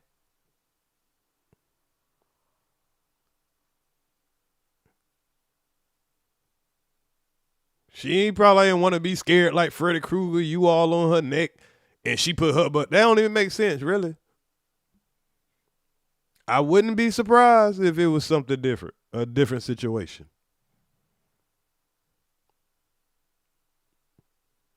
From seeing somebody that blatantly lied until we saw the video. So how many times will he get away with that without us seeing a video? That's all I'm saying. Not saying he did it. Not saying he does. I'm just saying. She should have trusted you. That you said something. Corey, she thought y'all playing hide and go get it. Well, maybe she thought it. Maybe if she was 18 or something. Just kidding. You saying you 54, fucking somebody 34. That's not nasty. It's a grown But it was person. nasty when I did it. Oh, When I no, got a 22. 16-year-old girl popping his booty out talking about that's different. No, this is a grown Again, man. I was 34. 20-something. Okay, so you were still a grown man? Yeah, but I was still 20-something. Okay, but what's so... I know what you're trying to do, Corey. I'm saying I was I know 20-something. what you're trying to do. When I'm 20-something, I'm still young. But me... That means I only needed, needed... when I was 20-something, I only needed 4-5 hours sleep. It's so what? I be up at it, hooping everything. That's a grown-ass man, 34. Come on. And we're just... No. We're not talking about somebody being grown or not. We're talking about, listen, this is the truth. When you have an older man and a younger woman, it's a lot different than an older woman and a younger man. Right. That nigga was a pedophile. That motherfucker was cold-blooded with a killer. He ain't fuck her? No, In the book, he fucked the shit out of her. Did he? Well, he didn't fuck her in the movie. Well, so how old that's was she? about it. That's the most shit that I get in trouble for saying. Because they already gonna be like, oh, Corey talk about killing bitches. Hey, all I'm saying is protecting your assets. But what I'm saying is, Oh, my God, here we go. hey, if a bitch is 16 years old, all I'm saying is there are a lot of countries where pogo sticking in 16-year-old pussy is not illegal. That's all I'm saying. Wow. I got a 16-year-old daughter. You got a 16-year-old daughter? Right. Now, let me tell you something. I went to University of Alabama and did a show. And this bitch was 18. Look at your face. Okay. Yeah, but look at your age, the age difference. I was almost 18 when I met my ex, and he was 26. He was 26? Tracy? Mm-hmm. Yeah. I got a 16. Taxes. So, and we can see that, you know, a lot of the guys, they won't say nothing unless it hits home. You see what that dude say? I got a 16-year-old. He wasn't hearing that shit. Corey had to switch that shit up real fast.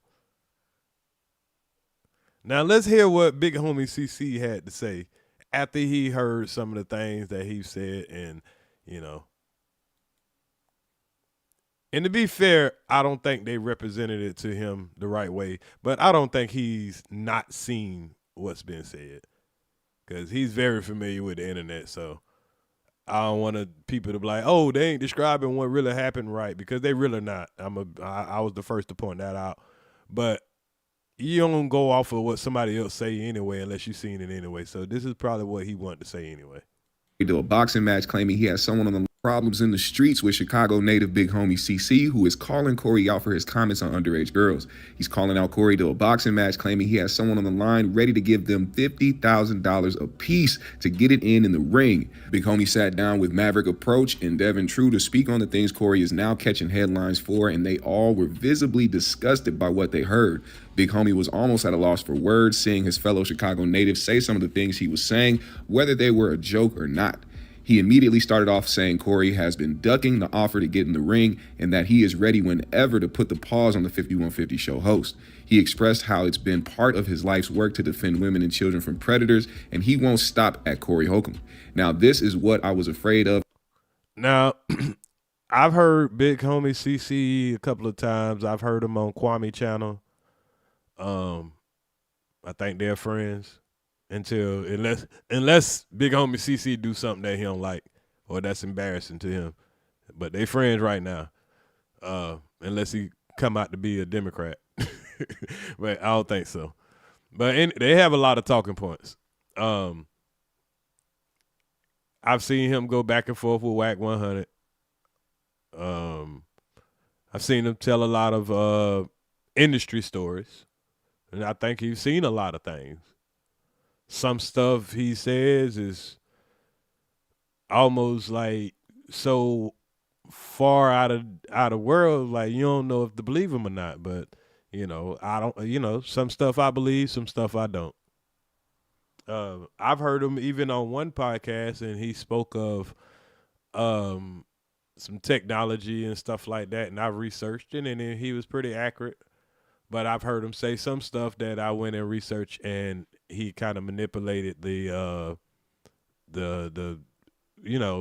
point of it. So once I see that somebody's willing to manipulate people to, drive a point sometimes or agenda sometimes, I just always research behind people, man, because sometimes they'll tell you the truth and then you'll believe everything they say. Then they can slip in all the bullshit. It's part of 48 laws of power. And a lot of these people understand that. Keep people talking about you. More people will trust you if you give them a strong truth. Then you start coming with the bullshit and they don't even question it. And they get comfortable and they allow you to start thinking for them. We seen that process through a lot of YouTubers, correct? Of happening when it comes to the shock jock style of comedy, because once you become a bigger name in this industry, more people who don't know your style of comedy or the way you talk, period, will take most of the things that you say literal and hold it against you. Speaking on children in a way that is disturbing will always put people on edge who don't find it to be a joking matter. And in this current climate we are in with the Epstein files. And I think that is a big point that he's making right there. People who suffered through this stuff for real, as far as the victims, even if you don't consider them a victim, the jokes aren't funny. People who can sympathize with the victims, the jokes aren't funny. And some people, they don't have daughters, they don't have kids, or they have the opposite of something like that, or, and they can probably try to see the humor in it, or they just, it's something that they like to hear. And if that's the audience he want, fine. But in this climate, I don't think it's a big, I don't think it's a smart thing to do. And if you're talented enough to, be a comedian, I think you can, reinvent yourself and talk about things that's not so cringeworthy. I mean, a out of the world joke every now and then, hey, it ain't gonna kill nothing. But just to only be your content or to only be your joking standpoint, it's the most disgusting stuff. I mean, maybe he thought that strategy would work, but a lot of people don't think it's funny. And folks being really against. Salute Brittany Smith. Predators in that way. This was bad timing for Corey's old comments about young girls to resurface. Now, we don't have the proof that Corey is ducking a fade with big homie CC, but there might be a good chance he addresses it tonight on the 5150 show. Which he didn't. He talked about lead attorney. He talked about, all this crazy stuff that we about to get into. But nah, he didn't address this.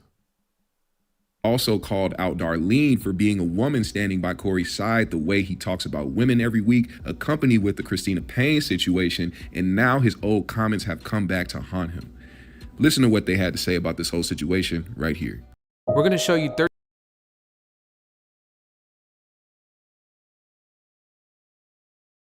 Y'all make sure y'all hit the like button on your way in. So let's check it out what big homie CC had to say about the situation.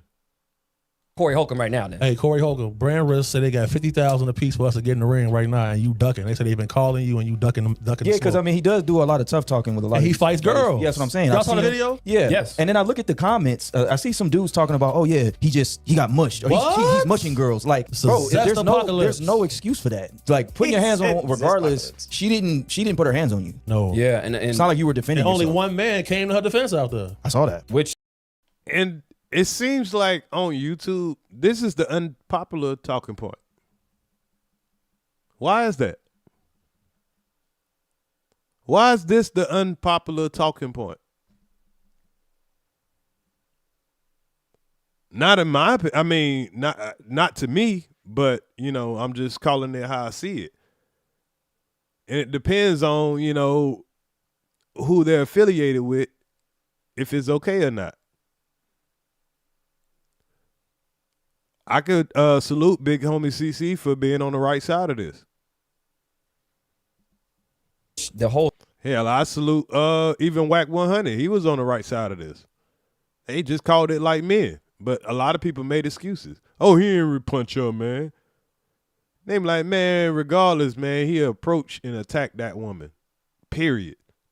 And a man got in his face and he didn't do that. Period. Ain't no more really, you know, all the other shit is bullshit. The way he talking and sexualizing kids, that's wrong, period.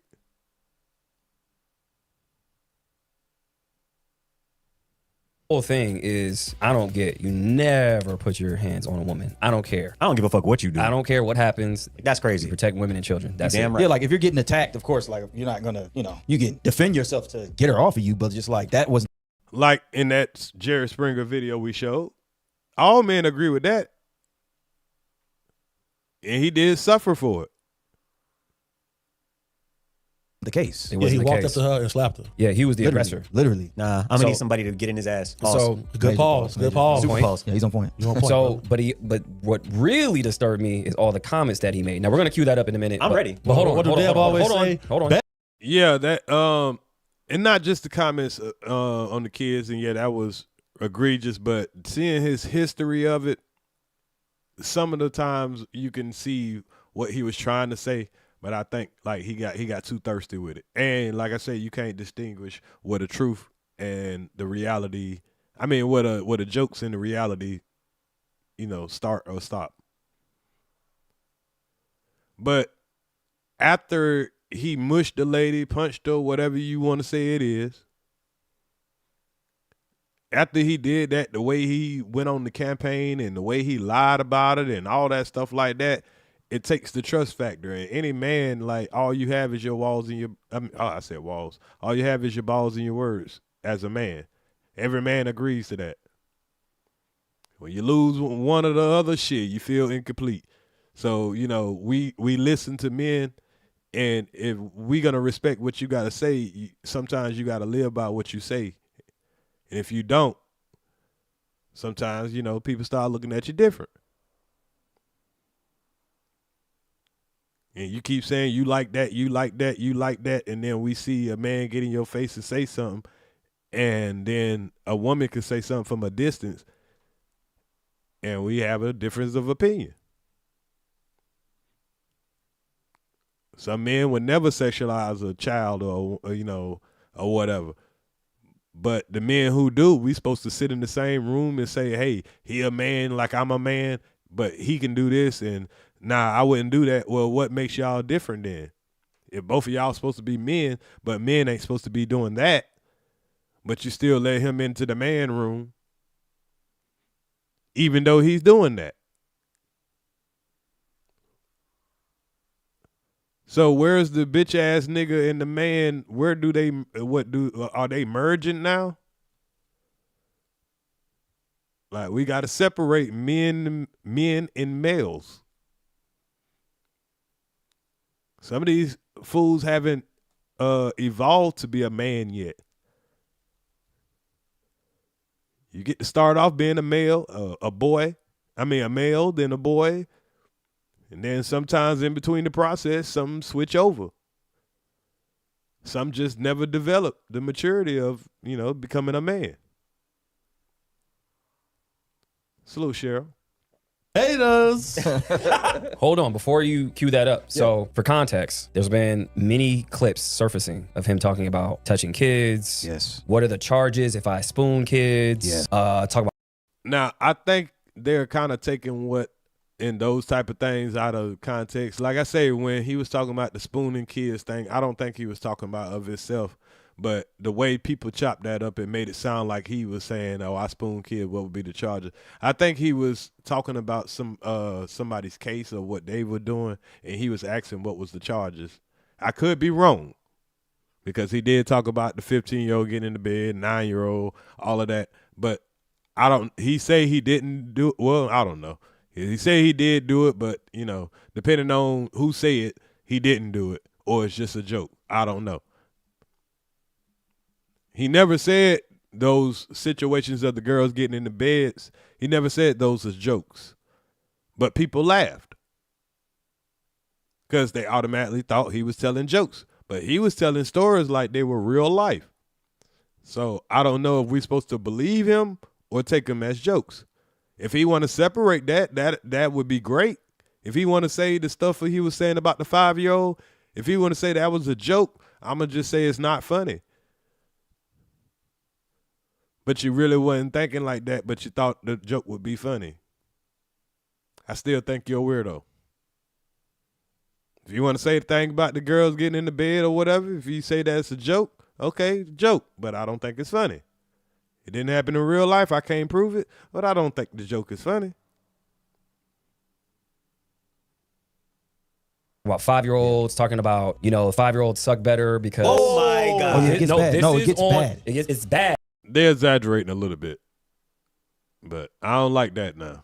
But it's Epstein bad. Yeah, it's on record. There's no joke. Nothing funny about nothing it. funny. You're goofy, and you're a piece of shit, bro. And it's a problem. It's a real problem. It's a real problem. That's crazy. And if we can have smoke for Epstein and all these other people on the files, we can definitely have somebody walking around right now having the same smoke for them who has a platform talking about kids. Oh, I got time today. Yeah, for sure. We all got an issue with that. I have nieces and nephews. Yeah. Facts. People in here have kids. Me? So he has it looks like, I'll say allegedly. Okay. I mean, how we perceived it, yes. But how he actually said it, they are exaggerating a little bit. He didn't say that they suck better. He did say kids have better vagina or whatever. Nah, he did say that, but I don't remember. And I've looked at a lot of the clips. I could be wrong, but I don't remember him saying they suck better. And not in those words. So I'd rather them be accurate because what he said is bad enough. That's all I'm saying. Okay, if he did, my bad. If I missed that one, but I've seen a lot of them. I just never heard the suck better. I heard the fuck better, but not the suck better. So I could be wrong. I'm here for correction too. Okay. It looks like he is a pedo, allegedly. I hate to say allegedly because where there's smoke, there's fire. Like he's saying this on record. There's nothing funny about this. He's shit. saying this on record. Now, What you're prompted goofy. him? Is this a clip of this? Yeah, cue that up. Do you want the Cory Holcomb? Yeah. Cue that up so everybody can see. Hold on. We can hear it through here. I dedicated my life to this shit. Bro. Yeah. So we're gonna cue that up real quick. Let me find the right shit. Yeah. Take your time. Yeah. But this is out of control. All right. And the BH man does not play. Bro, Neither do we. I'd have been shot up over this shit, man. This is crazy. And these people have platforms. Oh, niggas. All right. This is crazy. Yeah. What are we talking about in 2026? And the Epstein files just So dropped. this man said 5-year-olds suck better. Yes. He's talking. He says that.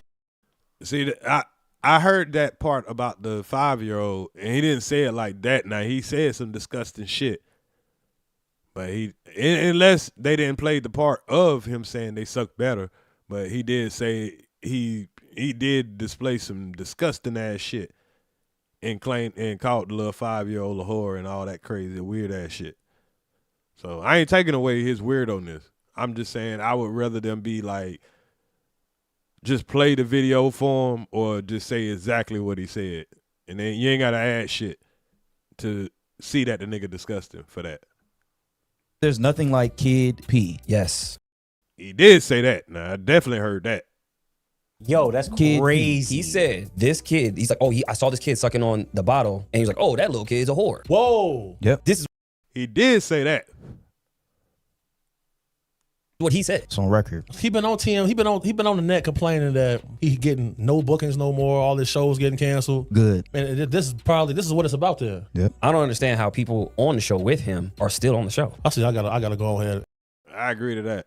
and Got him. The laws, like the age of consent is lower there. I think it's like 15 or 16. Yeah. He said he got away with some in Iceland. He said it. He was like, I had a good time in Iceland. Yeah. He said I got a good time. he got away. He didn't necessarily say he got away, but I mean, that's what you can interpret that as. You know what I'm saying? Yeah, because he said he's talking about it. He's talking about it. That shit sounds crazy. He went over there and said, "Oh, I had a good time in Iceland," and that's what it was. And he's talking about this. Now that's directly what he said. That's what I'm saying. Like, just say what he said and play it. Like, you ain't gotta add shit to say this nigga nasty as fuck. In my opinion. It's on the platform. Where they do that at? Well, not for long because you just made the Maverick approach, so you just got smoked. Yeah, so, yeah. I don't want anybody booking him for sure, and nobody should be going on his platform for sure. It should be a definite boycott and a call to action to hold this man accountable for his words and his actions. Because to sexually reference a child in any form or fashion, completely unacceptable. There's no need for it. And for him to say, I 100 times 100 agree with that. There's no room for it. Like, when do we draw the line? Like, all right, bro, that shit ain't comedy. Because it ain't funny. Say, call him Corey Kelly. You know, I went to Providence St. Mel Grammar School, and the girl that's in the tape that R. Kelly was urinating on was in my class. Wow. So, you know, and then like my uncle, Keith Williams, the pastor at Cornerstone Christian Fellowship, you know, he was his personal pastor. And they was falling out about some of his views on things like that. So, you know, this is somebody I spent time around. You know, I've been around him a lot. I never liked the dude. But to hear Corey Holcomb sharing certain sentiments like that, I think it's irresponsible, it's asinine, and the damage is already irreversible, and he needs to be held accountable. Yeah. Hey, and some people feel like that. I feel like that too. And I ain't saying you got to hold them accountable by, you know, doing any harm to them or whatever. I don't see people who should be, you know, accepting that type of bullshit in our community. Like, that, it is harmful to the community. It's harmful just for people to think that shit is even funny. I mean, I can't tell you what's funny or not, but hell, I don't find it funny.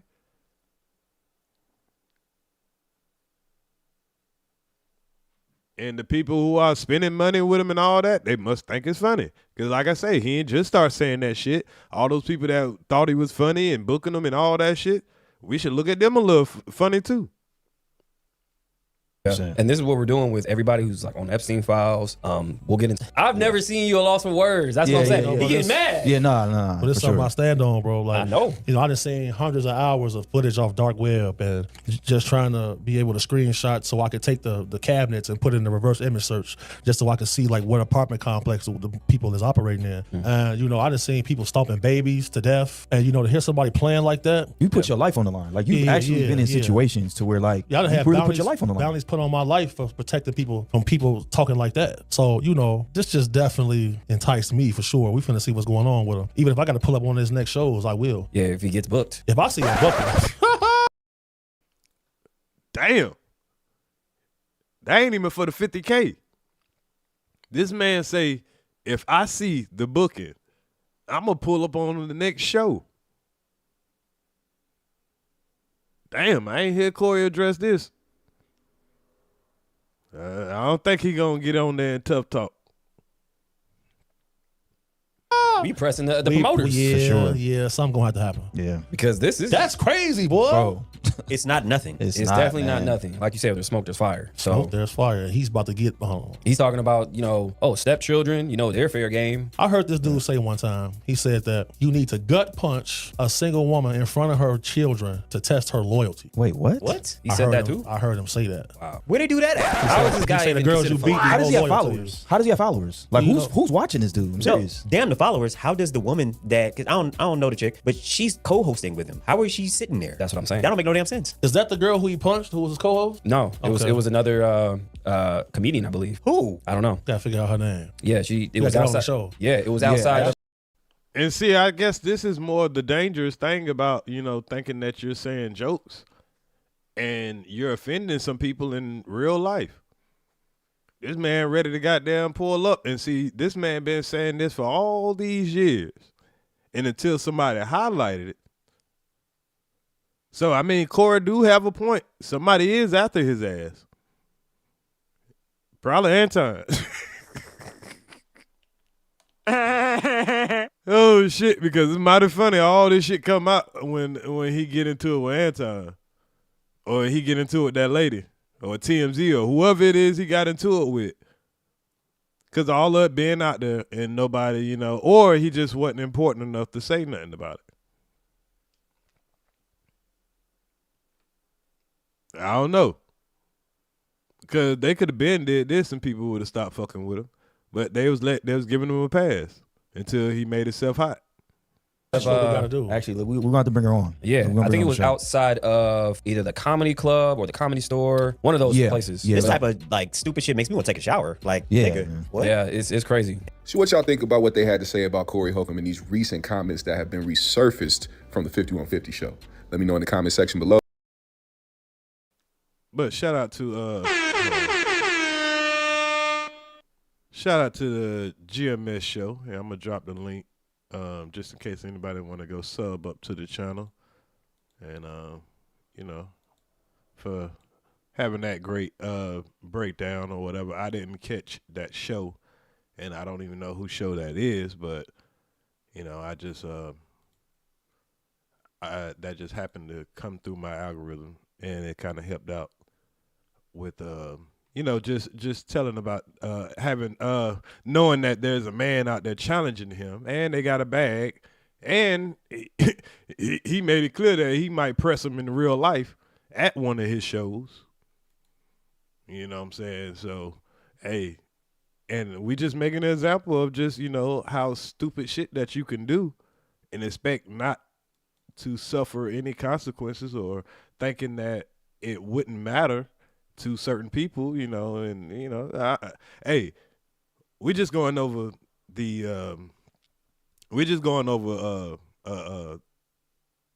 these learning points. You can take what you want to out of it. Let's just leave it at that. So, Cory Holcomb goes live every Tuesday night, and like I say, the topic has been with him, the lead attorney, what the lead attorney had to say. And what everybody's been talking about, which has been his comments on the children. He's still having TMZ, you know, stalking him, I guess. But let's see what he has to say about the lead attorney. Now, do I need to play the lead attorney part one more time? And this time we about to go over the reaction to Cory Holcomb show, and this will be the last part of this this live. I just wanted to get that big homie CC part out, you know, just to let y'all know that there's guys out there challenging him. So if you hear him talking tough in this damn video, there's somebody out there want that smoke. Play it one more time? I got you. No problem. I figured I should, because I know people come in at different times and stuff like that. So before we get into that part, let's make sure everybody know what this video is going to be concerning. And thanks to Scammers, Scandals, and Scalawags, we have a 3 I got to make an example out of it. We have a 3-minute video instead of having to watch the 20-minute video of pretty much what's going on.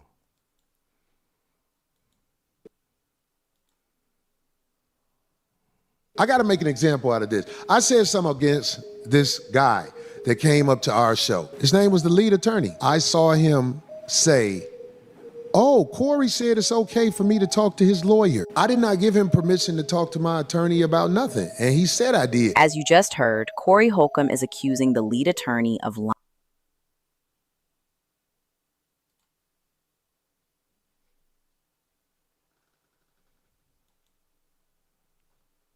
Sorry about that, y'all. Getting a little internet lag, I guess.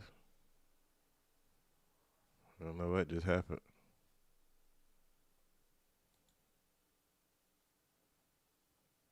I got to make an example out of this. I said something against this guy that came up to our show. His name was the lead attorney. I saw him say, "Oh, Corey said it's okay for me to talk to his lawyer." I did not give him permission to talk to my attorney about nothing, and he said I did. As you just heard, Cory Holcomb is accusing the lead attorney of lying on him. As he states, he never gave permission for his attorney, Derek, to speak with the lead attorney online about his legal situation. The lead attorney has come through with the receipts to confirm he is certainly not lying about the exchange he had with Corey's attorney. If you're up on your show calling me a liar, well, we're gonna get to the bottom of it. Let me show you something right quick, Corey. Do you know who this gentleman is right here, Corey?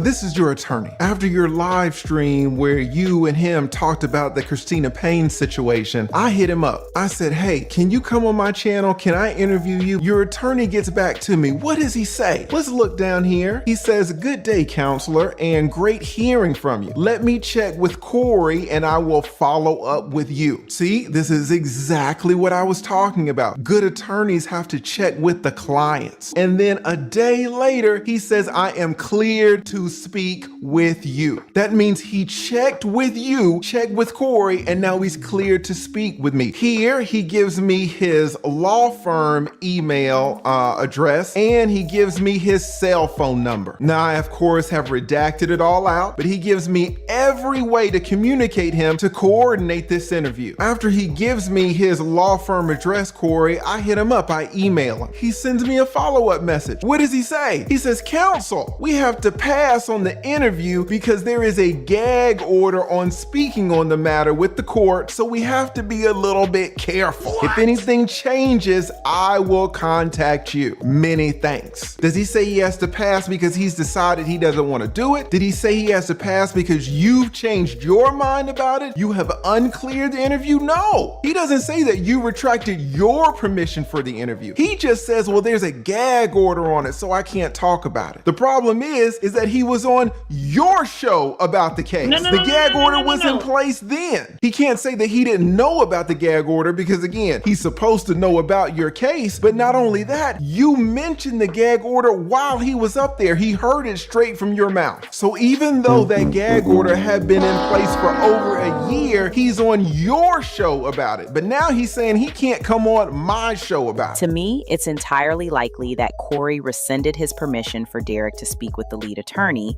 after he determined that the lead attorney's legal analysis is not always in his favor. Who do you think is lying, Corey or his attorney Derek? Comment below, hit the like button, and subscribe to Scammers, Scoundrels, and Scallywags. Shout out to Triple S. Now let's go to the response of that situation.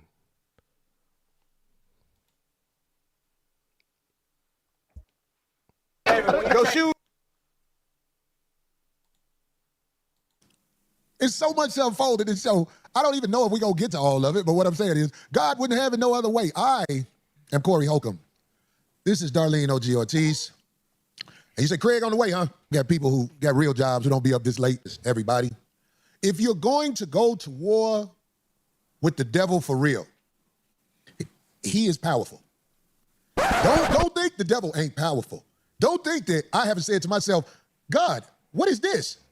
Well, why is it happening like this? But I always believed that God has a higher plan for me. And man, when we've been checking out this psychology of, a certain human behavior, what did we learn? Class? Anybody in the class want to tell me what have we learned in the study of this human behavior that we've been going over in the last couple of videos?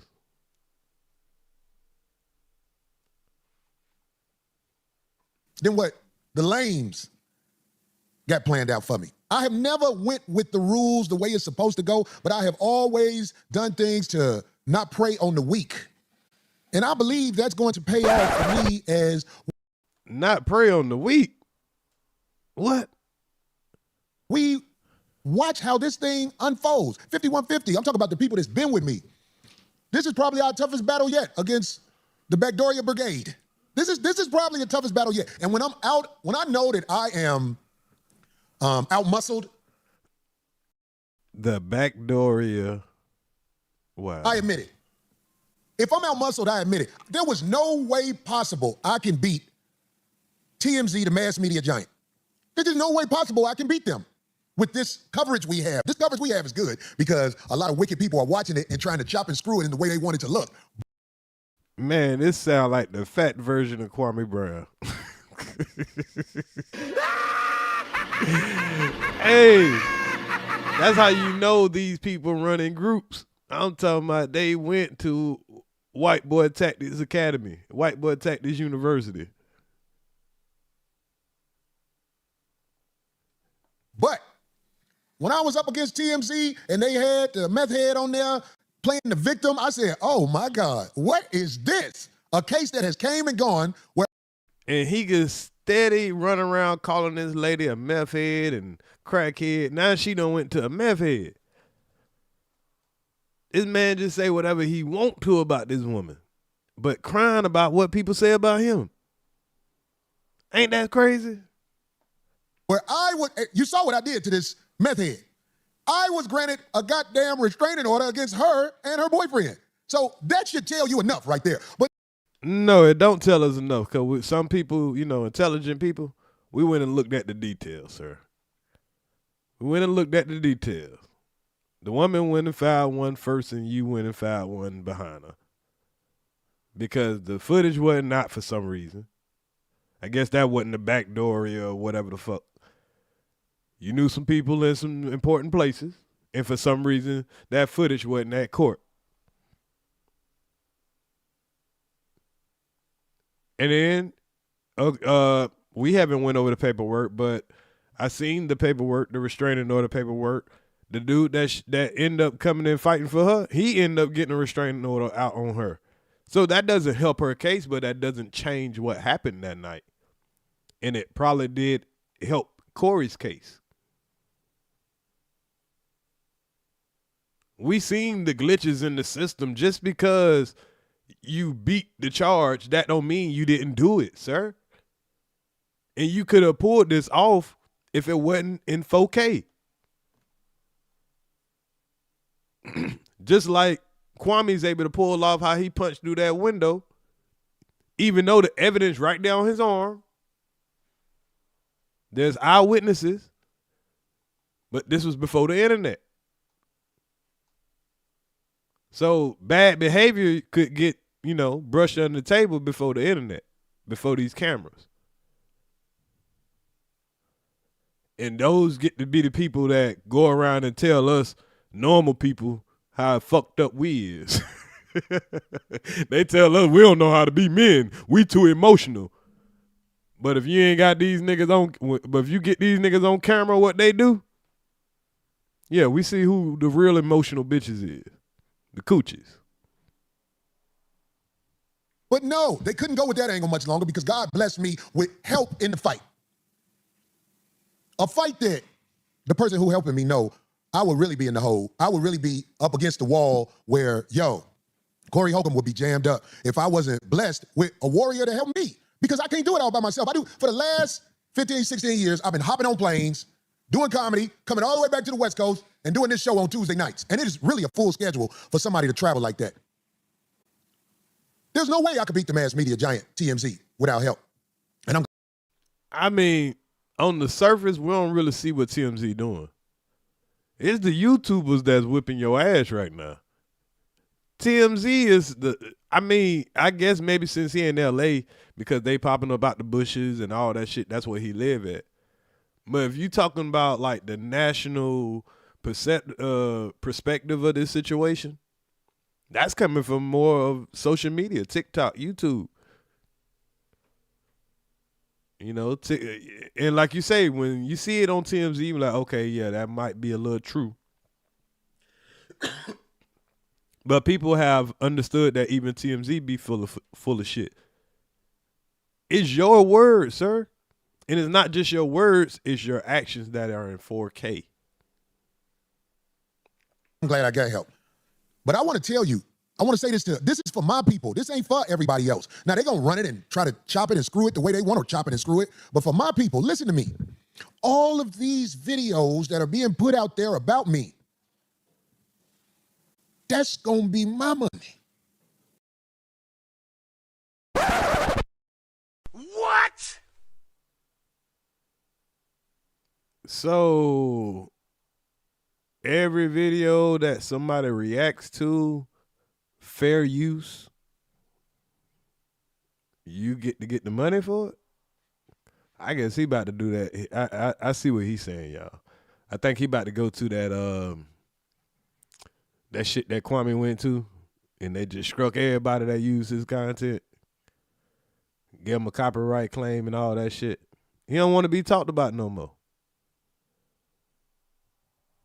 Now, how can that backfire? Because we the ones keeping him alive talking shit, whether we talking shit or talking good. He don't want people to tell their honest opinion because the majority of the people just don't agree with the shit. You wanted TMZ, you wanted the attention, now you got it.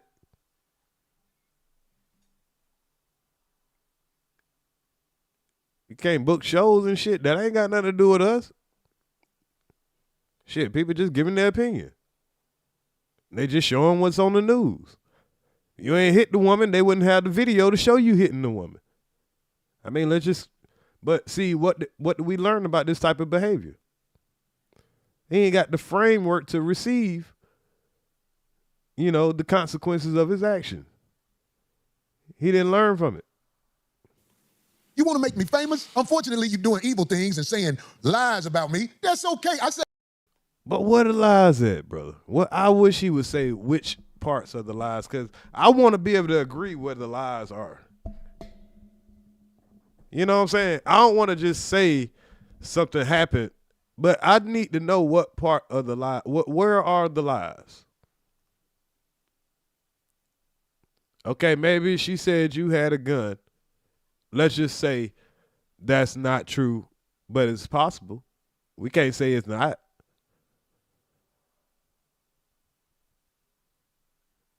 But if that's the only thing, like, we saw the video though. Quarter labs. Yeah, that's what it's called. Quarter labs. Yeah, I might have to take this video down. But this is fair use though. We giving our honest reaction.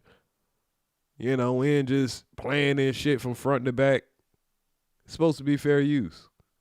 But this man is such in his feelings about, people's opinion. If you don't think great about him, he ain't had no problem when everybody was talking great about him. People just don't like to see men attack women or like to hear comedy about kids. But that was what got you to where you at, and nobody had a problem until now. So I do agree with you. There's something fishy going on. There's something fishy going on. Because you got a whole bunch of opportunity with saying those same jokes and nobody had a problem. I haven't heard them. But, you know what I'm saying? Even if I'd have did a video about it, nobody wouldn't have gave a fuck.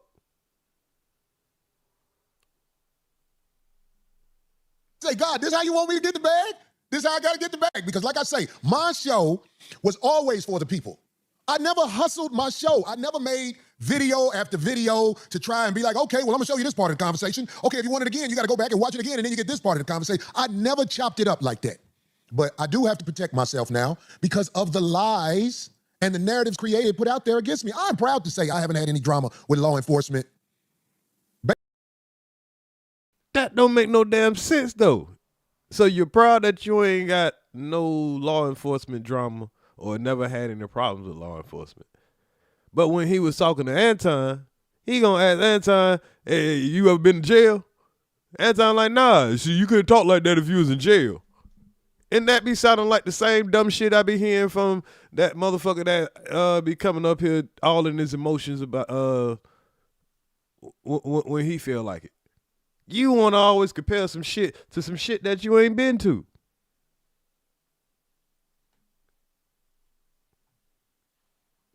Basically, as I've been an adult. When I was young, I had a shoplifting charge. Me and my guys, we thought we could steal, but I realized this ain't gonna be my life. So what I'm trying to get at is this, because I'm gonna bring my man on. The liars are so in power. The wicked is so in power.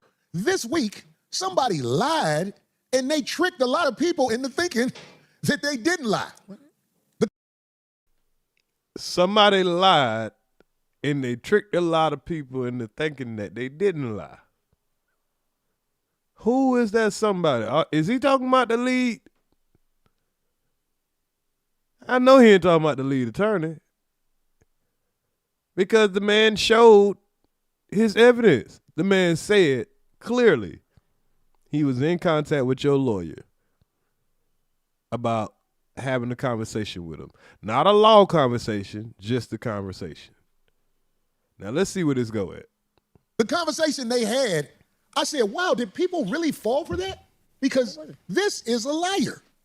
This man lied, and then I'm not a lawyer, but in court, that conversation he had with the people, I'm talking about leading a nigga-ass law. Leading a nigga-ass law. That conversation he had with people would only work with the feeble minds. So you decide to come out here and insult and further push a lie of an attorney? I have not seen or talked to lead in a nigga-ass law since. Yeah, he's talking about how everybody else about to pay for this channel and all that shit. I wouldn't be surprised if this shit get clapped. And I'm hoping I'm not hoping on him. I'm not, or whatever. I would like him to keep this content coming. I hope they let him stay. But you're playing with fire right now, Corey, on your large channel, sir. And when it happened, he's gonna play victim.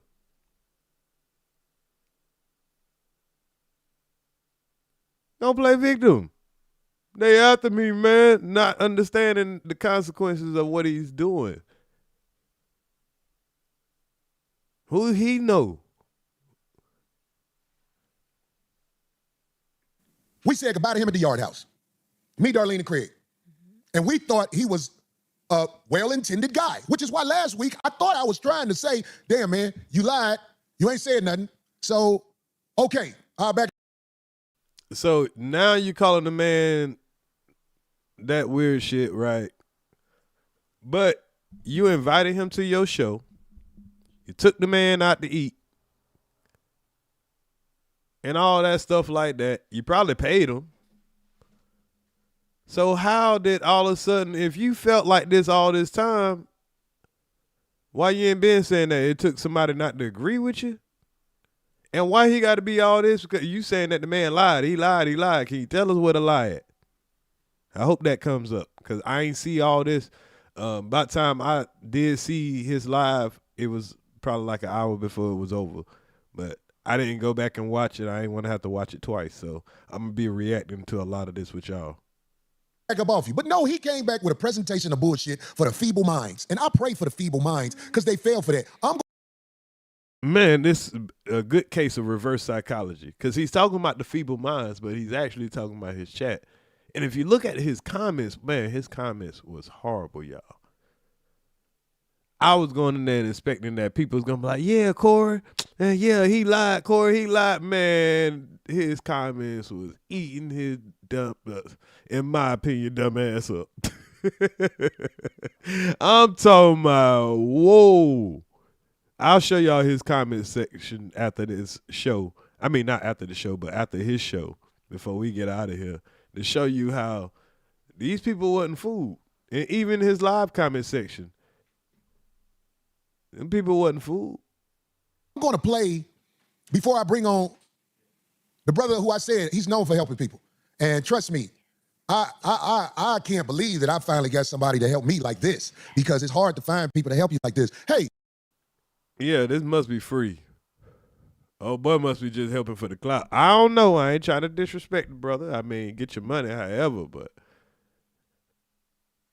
it must be a big old bag in this on the backside. He must be about to start a channel.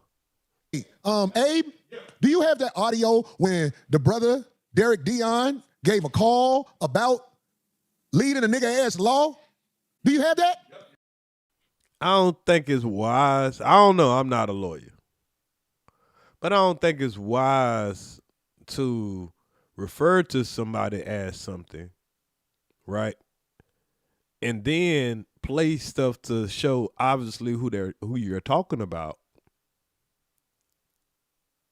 And it be in a lot of things you say are defamation, like, and that person practice law. I don't think this is wise. I mean, I could be wrong. What y'all think? Is this wise? I don't know. Maybe I'm dumb as fuck. I don't know. My attorney called about this situation just to check something as thorough people would do. This is just a small chunk of what we have found with this guy right here. This is a farce. But can you play that video when, yeah, play the video when Derek called about dude. Okay, so I like evidence. So he's going to play the video of, I guess, when old boy called about TLA, I think. Membership, Rachel speaking. Yes, Rachel. My name is Attorney Derek D, and I'm an attorney licensed down here in Houston, Texas. And I wanted to refer one of my friends to a divorce attorney in Atlanta, but I wanted to check his membership status first. Okay, what's the name? His name is Jameson, Jameson, Corey with a C, and last name Campbell, Campbell. Now, why do you think they just did that?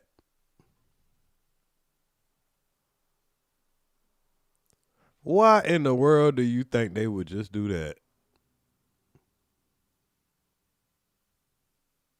Slick, ain't it? Ain't they slick? I don't think it's not one person on YouTube that knew this man's real name. Yeah, why he chewing that gum like that? That's why I went on and took that off of the screen so y'all wouldn't be distracted. I need you to focus, Lovelace. Why would the man play the video of this man calling and saying this man's government name, knowing that people on YouTube don't know this man's government name? Okay, Mr. Jameson Campbell is currently on inactive status. Y'all heard that shit? Yeah, we heard it. So what's the relevance? What's the relevance of the man shit being inactive? Because he wasn't going there to get no legal advice. And like he was trying to be your attorney. He's a divorce attorney. He don't handle goddamn criminal trials of niggas hitting women and shit. There should have been all he knows is the law, and he don't even like teach the law on his channel. All he does is react to videos and teach people about stuff that's, about the law, like show you the research and stuff like that.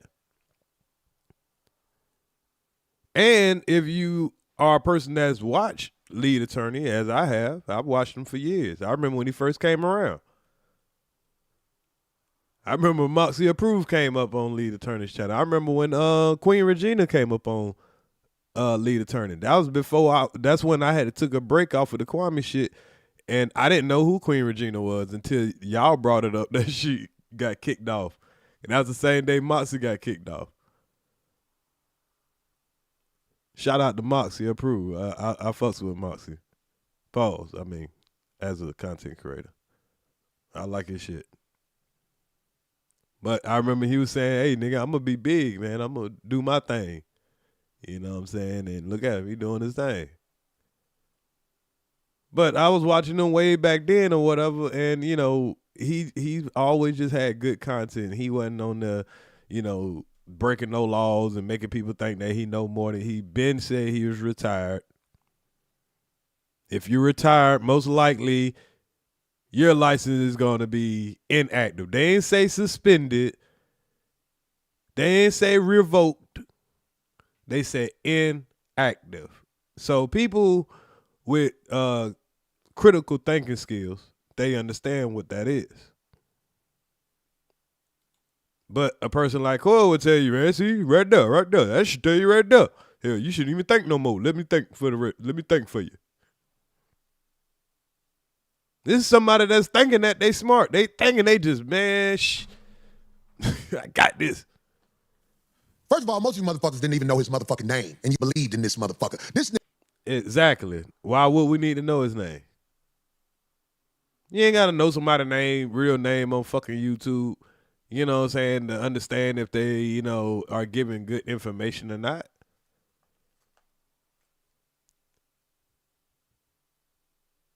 Like, there's plenty of people on here that have nicknames, and I don't gotta fucking know their name to fucking see if they believable or not. If they show the research, I don't give a fuck what their name is.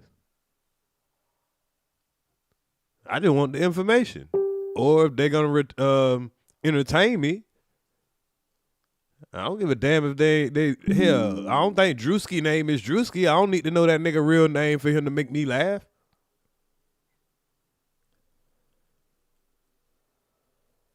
Like, that's crazy.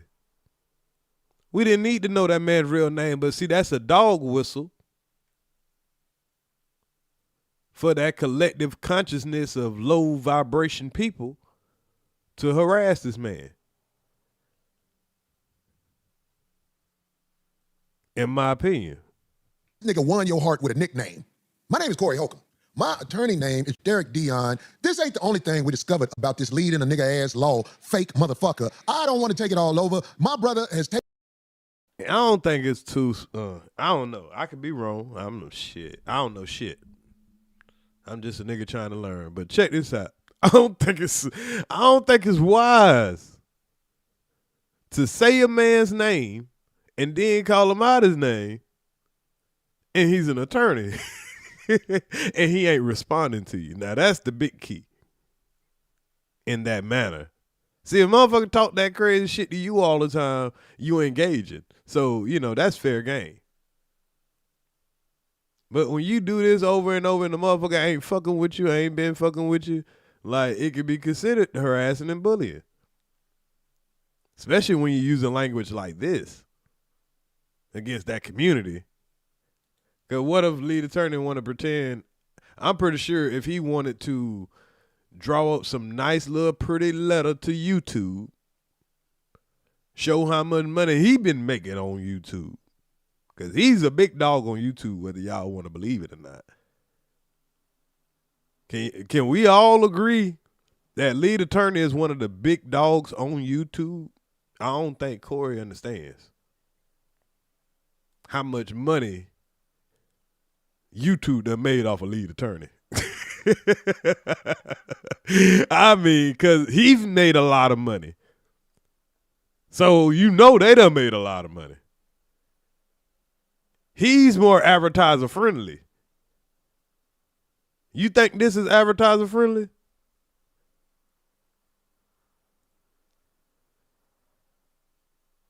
I bet he can write up a nice, pretty professional letter and put together a series of videos and all that, man.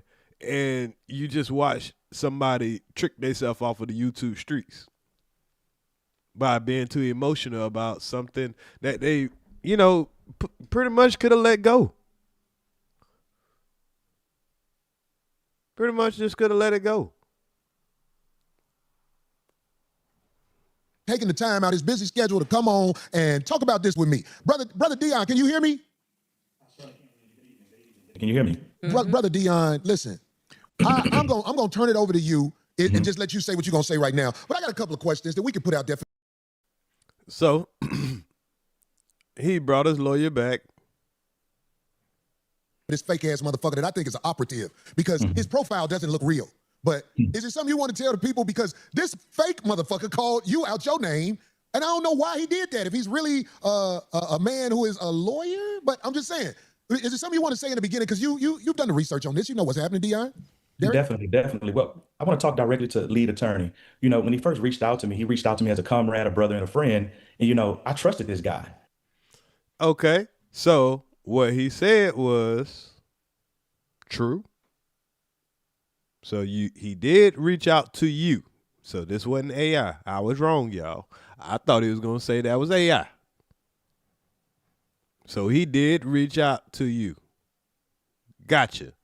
Now, I need y'all to tell me, how did he lie about your attorney, who is this guy right here that you're doubling down, that is your attorney, that he had the right guy. I need you to tell us, like third graders, how is it that he accepted and you didn't know? But you're saying you did know. So he did tell you that he reached out to him. So we clear on that. Let's find out where the lie at. I never thought that he would use me for content. See, I'm a real trial lawyer. I'm not a YouTube lawyer. I don't understand how this whole content works. You didn't think he was going to use you for content. Hold on. So he hit you up as the lead attorney. He didn't hit you up as his real name. I don't know. I got to check. I think he might have did. But he sent him the email. He talked the lawyer talk. And he said he wanted to talk about the Corey case on your side. And I'm 100% sure you had to know that this man was a YouTuber. Because he's saying, will you come on my show? He's playing I ain't know nothing about content game. He asked you to ask Corey. Did you ask Corey? If you look at my YouTube page, I have 2 subscribers. He has 600,000. Now, when he first reached out to me, I didn't know that he had a relationship with Corey at first. I didn't know he was on Corey's show. So he really was backdooring Corey to try to get me on his show to do this interview. And how? So when you initially talked to him, you never knew that he'd been on your show. So you telling me when you asked Corey, Corey didn't say, hey, he was on my show. And that could have stopped you right there in your tracks when you said, when he asked you, hey, can you get back, when you said, hey, I'm going to get with Corey to see if it's okay. So Corey would have automatically told you, yeah, he's been on the show. I ain't no lawyer, but damn. See, that make you think that you see what's happening right now, intelligent people? Did y'all remember what we learned earlier about this study case? You see what they doing to us right now? You see what they doing to critical thinkers right now? They making us think that something wrong with us for critically thinking. For saying, bro, that don't make no damn sense. But everybody else say it do, so all right, we'll go along with it. Huh? We'll get to the whole part of whether Corey gave me consent or not at the end of this. But no, at the end of this, why not get to that point at the beginning of this? Who says, hey, we'll get to if he gave me consent or not? Well, nigga, that's the whole point. What the fuck?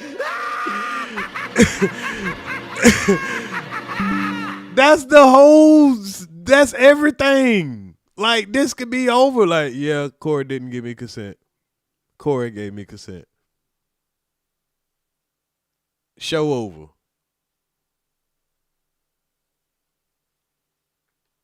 But first, I want to talk about lead attorney.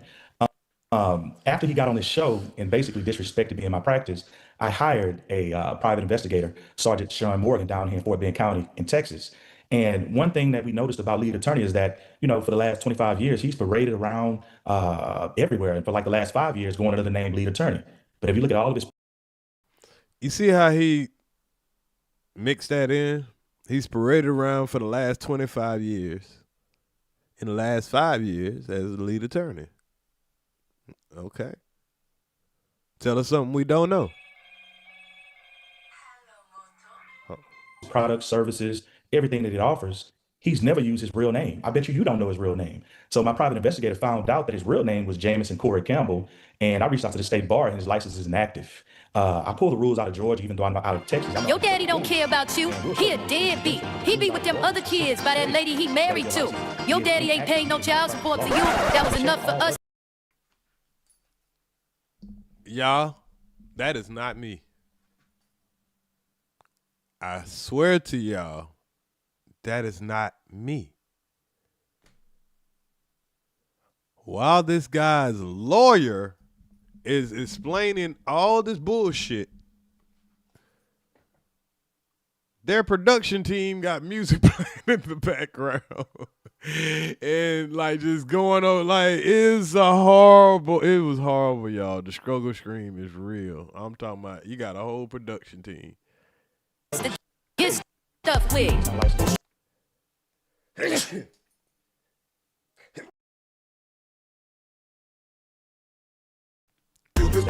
And I'm gonna skip past it a little bit because that song might be copyrighted. I don't want to get a strike for the song. It might be a little slick move that they pulling, so people won't, you know. So I'm gonna skip it a little bit. But yeah, you can't even hear what the dude is saying because Corey's song start playing. Everybody's in the chat like, what the hell? Come on with the audio issues. People like, man, you got to get it together, bro. What the? People are saying both Corey and this ambulance chaser are clowns. They look like two women gossiping. Like, people in the chat killing them. He said, this is a recorded video. 5150 Nation support. Yeah, you'll get one supporter, but 25 or 5 years. A lot of haters in the comments. But they was, man, this man comment section was hell. Boy, I'm going to show it to y'all in a minute. DJ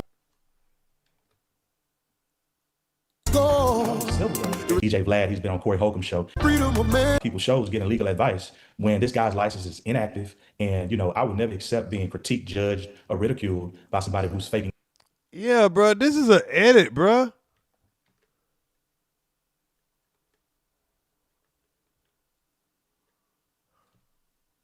DJ Vlad, he's been on Corey Holcomb show. He's been on a lot of people's shows getting legal advice when this guy's license is inactive. And, you know, I would never accept being critiqued, judged, or ridiculed by somebody who's faking as a lawyer. Oh, shit. So he's saying he's not going to address if Corey gave him permission or not, which is the whole premises of the whole thing. And he's not going to, and what he's going to do is go and put this man's info and say he's never went by his real name. Well, that's a part of YouTube. That's a part of YouTube. Everybody don't go on here and tell a whole bunch of strangers their real name if they're not practicing anymore. The man came on, and it's unfortunate, but I know, as he probably would know, as a lawyer, and me as the section, the sector of the Kwame Brown sector lawyer. Y'all know they say I went to lawyer in school, but but one thing I know as the sector lawyer, right? You don't want to be saying some stuff that we can see on video. That like when the evidence is on video, it's kind of like hard to dispute, right? The man said, you know, if you got a bootleg lawyer, I mean, that's not really disrespecting your practice, but if this man said, if you're telling him that it's okay to have a sit-down talk, but then you change around and said there's a gag order, but you spoke on your own channel about the gag order, and now instead of you addressing whether he said about you lying or him lying, you're on here to tell people on YouTube that since he hasn't given a bunch of strangers his real name, because he's been retired for 5 years, like he's, you know, made it clear, and his law license is inactive, and I think you will have to prove that he's been giving people legal advice. Just because he called himself the lead attorney, that doesn't mean he's been on here giving people directly legal advice. So you will have to prove that, sir. And that's just coming from my lawyer school advice, y'all. I don't know.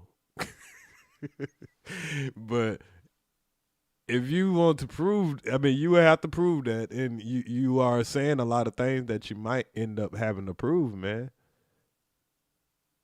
I think you might be in the quicksand right now. Man, I definitely understand. I didn't even want to bring you in this mess online because it's a war against me. And he found a slick way to jump in this war because YouTube, Derek, is based off popularity, whether it's... And there we go. Y'all see how they operate? They try to switch it on. Hey, he the one, he found a slick way to do this for popularity. No, sir, the man let it go, and then you came on another time and said, the reason I think he didn't say nothing, because he knew I was right. He knew I this and that. You tried to further along slander a man's reputation. And you forced the man to show the receipts. And now here you go again, trying to slander the man's reputation and not addressing what it is, what the issue was. You're moving the goalposts and you're doxing his information. You putting out something that wasn't on YouTube.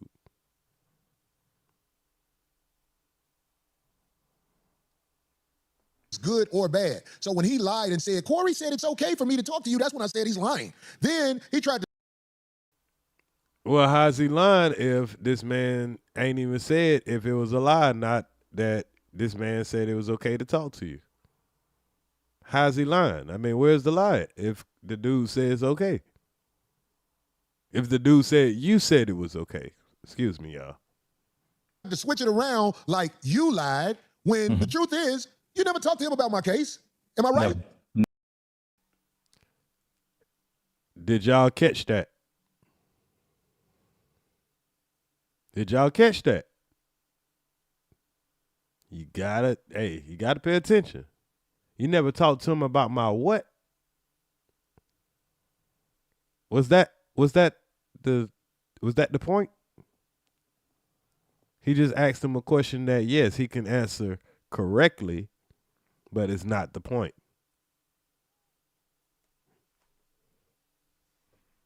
I might not talk good, but I listen damn good. Yeah, I might not talk good, but I listen damn good. And said, Corey said it's okay for me to talk to you. That's when I said he's lying. Then he tried to switch it around like you lied when the truth is, you never talked to him about my case. Am I right? Never talked to him about your case. See, the thing is that when he reached out to me, I was a little hesitant because his email. He might ain't talked to him, but y'all had communication. Is talking and having communication the same thing, people?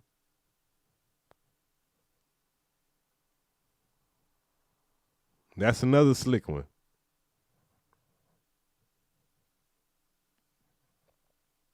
I can have communication with you without talking to you, right? It's that word salad, or AKA that food salad.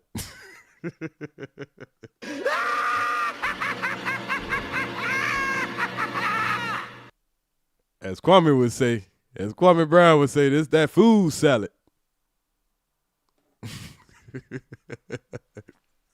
Or within his email, signature block, there was no legal name. There was no. But no, you can communicate with somebody without talking to them. I can do sign language and communicate with you. I can tap on, if you know it, I can make certain taps to make you to communicate with you. Do head movements. And eye communication. They do it all the time in the military. Send you an email. I can send you a text. I can send you a fax. There's a lot of ways to communicate. But talking, that's specific. That's on the phone or that's straight up. So you got to watch the wordplay. Office address. There was no office phone number. There was no office email. He emailed me from a Gmail account. I mean, I was just a little hesitant to deal with this guy because, I didn't know anything about him. I wanted to vet him. But all you had to do is you say you talked to Corey, though. All you had to do is say, Corey, there's a guy named the legal attorney, and he wants to have a conversation with me on your show. Is that okay? And he's going to talk about the case, but, I know what we can talk about and what we can't talk about. Or he could have said immediately, Nah, I can't come on your show because there's a gag order on talking about the situation. That would have been like the top smartest thing that I would have thought a lawyer would have did. Now, me personally, being the dumb nigga that I am, I probably would have, just said, yeah, let me talk to Corey and let me, and led you on to the last day and then say, nah, I can't do it. That's just me because I ain't got no experience. But I would have thought like the top lawyer would have been like, yep, nah, this gag order. I know my client's case. And we ain't going to talk about the shit because we ain't going to make it. Or he might have decided, it probably would have been a good idea to go give some positive press to somebody that, has a trustworthy platform like the lead attorney. Could have been good PR, in my opinion. He might have could have swayed a couple of people. I'm a trial lawyer, right? I've closed out 1,088 cases, 50 appeals. My cases have been in law books as binding authority. So I don't just go on popularity. I'm going to look into this guy, vet him, and check him out. And I was hesitant from the beginning. But, with him being an African-American lawyer, I'm seeing he has a big following. I'm like, this guy is legit. But because he lacked so many things, I was very hesitant. But being an African-American lawyer, but you say you ain't know nothing about him, but all he could do is just, y'all ain't even, if you didn't know who he was, how you knew he was African-American? If all you had was a text and somebody reaching out to you, you didn't know he was on Corey or shit, you never seen this channel, you don't know who this guy is, and he's talking about a show, so I don't know how you missed that part. I mean, I'm just a little old dummy, but I mean, there's questions that I like to ask as a dummy because I like to learn.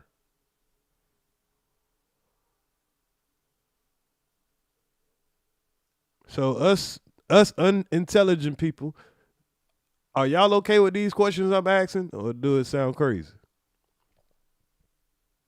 How you know he's African American if you never heard of him, and if Corey is your client and you ask Corey about it, how do you not know anything about him? Because he could have definitely filled in any questions you had the minute you mentioned him, because he had a previous show with him where they went out to eat all type of shit.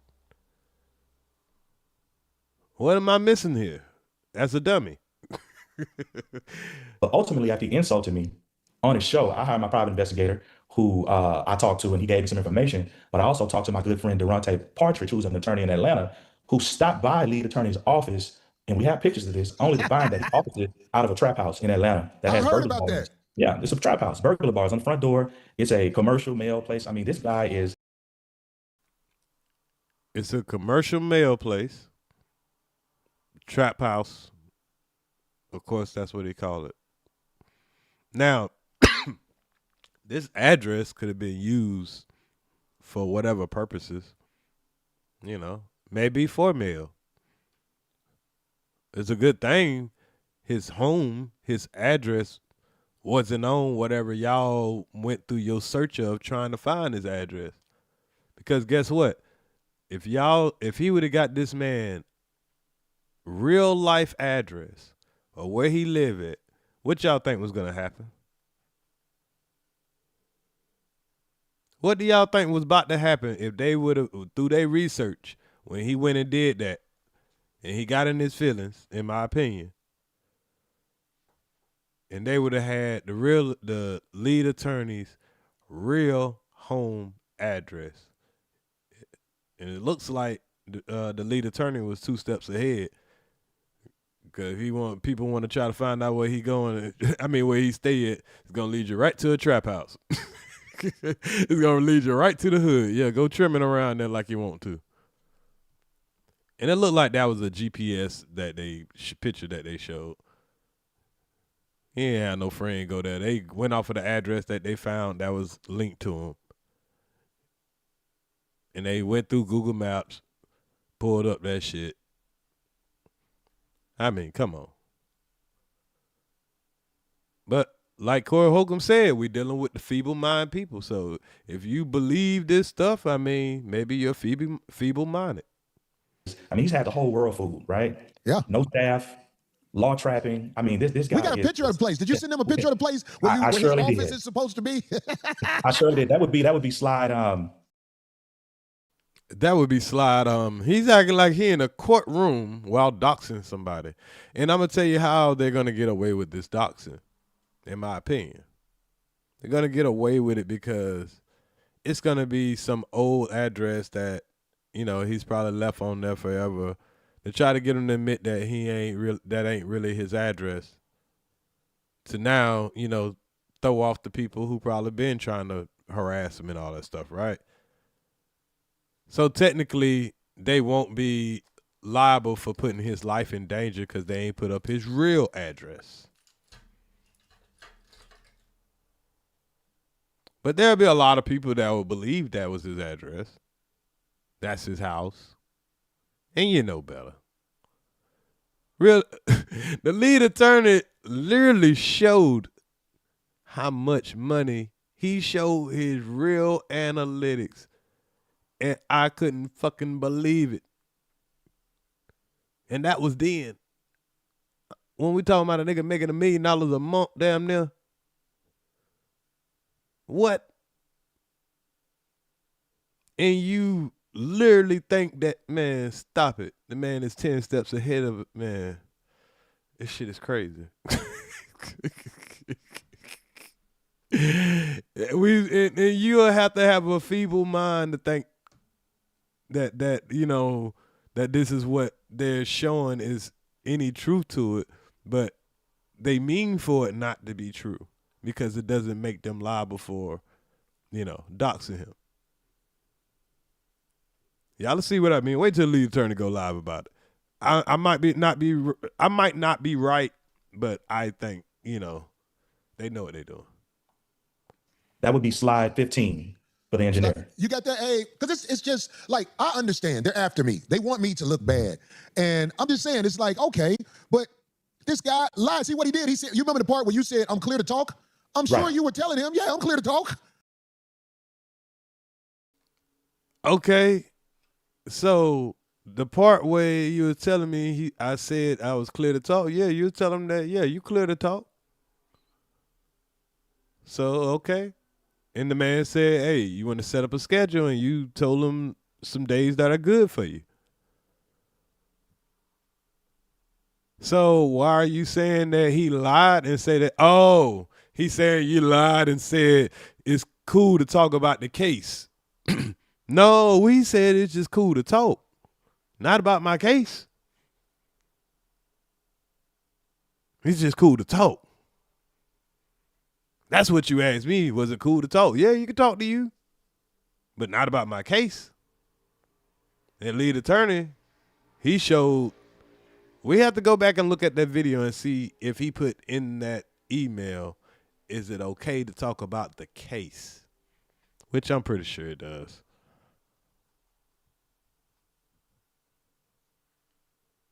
Right. What Well, about it? I will break that entire story down. So when he reached out to me, I said, hey, I need to speak to Corey first to see if I'm clear to speak about this. So if you just want to talk, if it ain't about the case, then here, you could have just talked. In my opinion.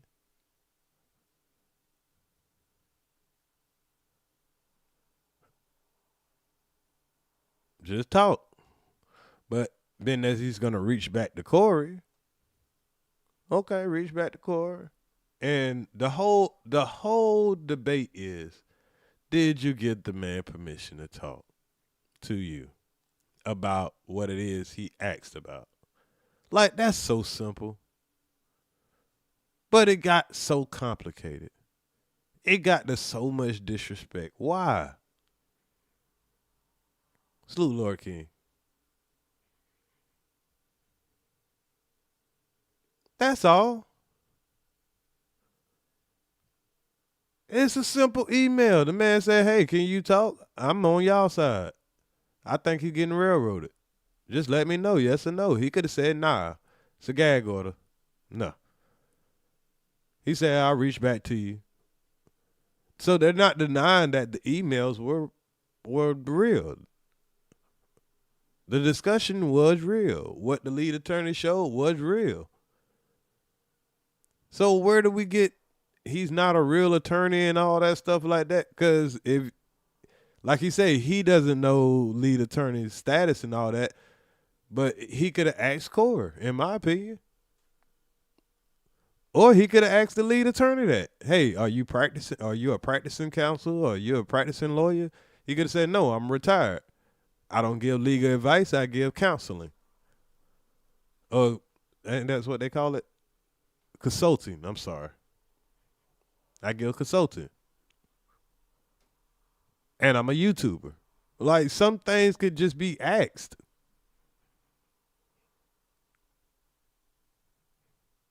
Like, and now it goes to, I got to tell the whole internet his real name. He's not a real lawyer because he didn't give y'all real internet people his real name, and he's giving y'all legal advice. And you didn't do your research and see that the man's not giving legal advice, and the people that he talks to, whatever, outside of YouTube is consulting. And I'm pretty sure you know what that is, but if you're going to say that the man is doing something, I'm pretty sure you as a lawyer would know that you need to be able to prove that. I'm not a lawyer. I just went to fake lawyer school, and I know that. Ultimately learned that he had been on your show. You talked to him. You guys were good friends. I'm like, oh, okay. And he's telling me that, hey, I want to support Corey. Oh, I'm clear for that. You're a good guy. You've been on the show, et cetera, et cetera. Corey's a very busy man. I'm a very busy man. You have to go through the ranks to get to Corey sometimes. So no, Corey did not clear me to talk to him. But at the same. So Corey did not clear you to talk to him. Where the butt come from?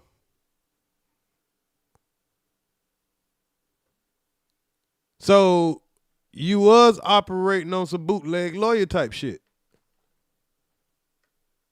You exonerating Corey pretty much right now. Right? Am I right, y'all? Is he not saying that Corey did not give him permission to, and now he's saying, but why is there a but? Because the email said that you was going to do it. And then you said, there was a gag order. Same time, this guy's saying that he's a friendly guy, and he's saying he's here to support Corey, and I know what to say on a lawyer's show and what not to say, and anything I'm going to say is just going to help Corey. So I didn't think it was a big deal. But this guy, he took that to say that I did something unethical. Unethical would be I settled Corey's case without his permission.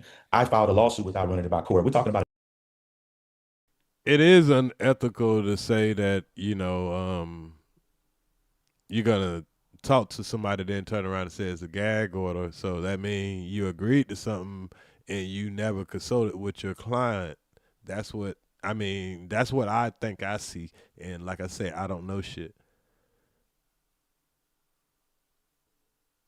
But from just the average dummy perspective, A news interview, right? Lawyers get on the news at the drop of a dime every freaking day. It's not a big deal. But when you're dealing with this YouTube guy, he's going to take something small, right? Just to get clicks, likes, comments, and subscribes. Oh, they always blame it on that, y'all. Oh, you just need some clicks, likes, comments, and subscribe. You mean the highest paid super chat getting dude on YouTube? He needs some clicks, likes, man, please. They don't know that man channel very well. Man, they don't know that man channel very well. And that, that's just something that that's a quick go-to for everybody. You just want some clicks, likes, and subscribes. Yeah. But at the end of the day, But he wasn't the one that went on multiple weeks about the same shit, trying to make him out to be a liar. Now y'all feelings are hurt because the man had to prove he wasn't a liar. And I guess because he used the word bootleg lawyer. This guy's engaging in the unauthorized practice of the law, which is. I'm being sarcastic, Lovelace. Dang, don't get your feelings hurt. We can't be intelligent, so we got to be the dummies. Yeah. If you pay attention and you look at, if you look at the complex details and all that stuff, Why your dumb ass doing all that, paying attention and looking into details and looking at evidence and shit? We need something microwave. Know how long it take to look at evidence? To break stuff down and, think about what really happened that you seen with your own 2 eyes and your own 2 ears. And filter out what somebody try to tell you what you saw. You like, is that what I saw? Damn. I thought I saw. Oh, okay. Okay, yeah. They just told you what to think. Damn, I ain't know I saw that. Oh, shit. Huh? Oh, shit. Okay, damn. I'm tripping because I thought I saw you hit a woman. I thought I saw you go mush a woman. That woman came and mushed you. Man, what the hell was my eyes? Fucking stupid ass eyes. I thought I heard you say a little 5-year-old girl was a hoe. She had a bottle in her mouth and the only thing stopped her is whatever that weird stuff. I thought I heard that. These stupid ass ears.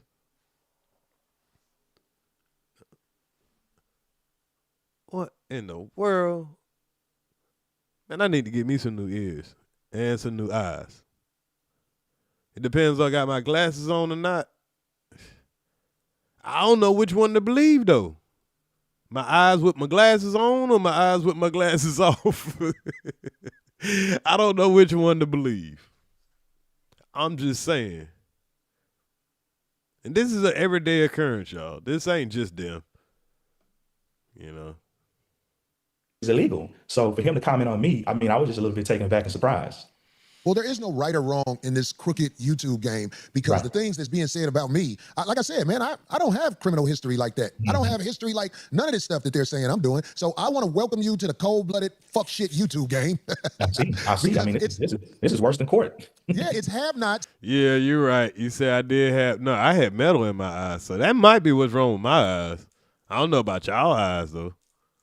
Yeah, I've got metal in my eyes twice. So I almost went blind the second time. So yeah, that might be what's wrong.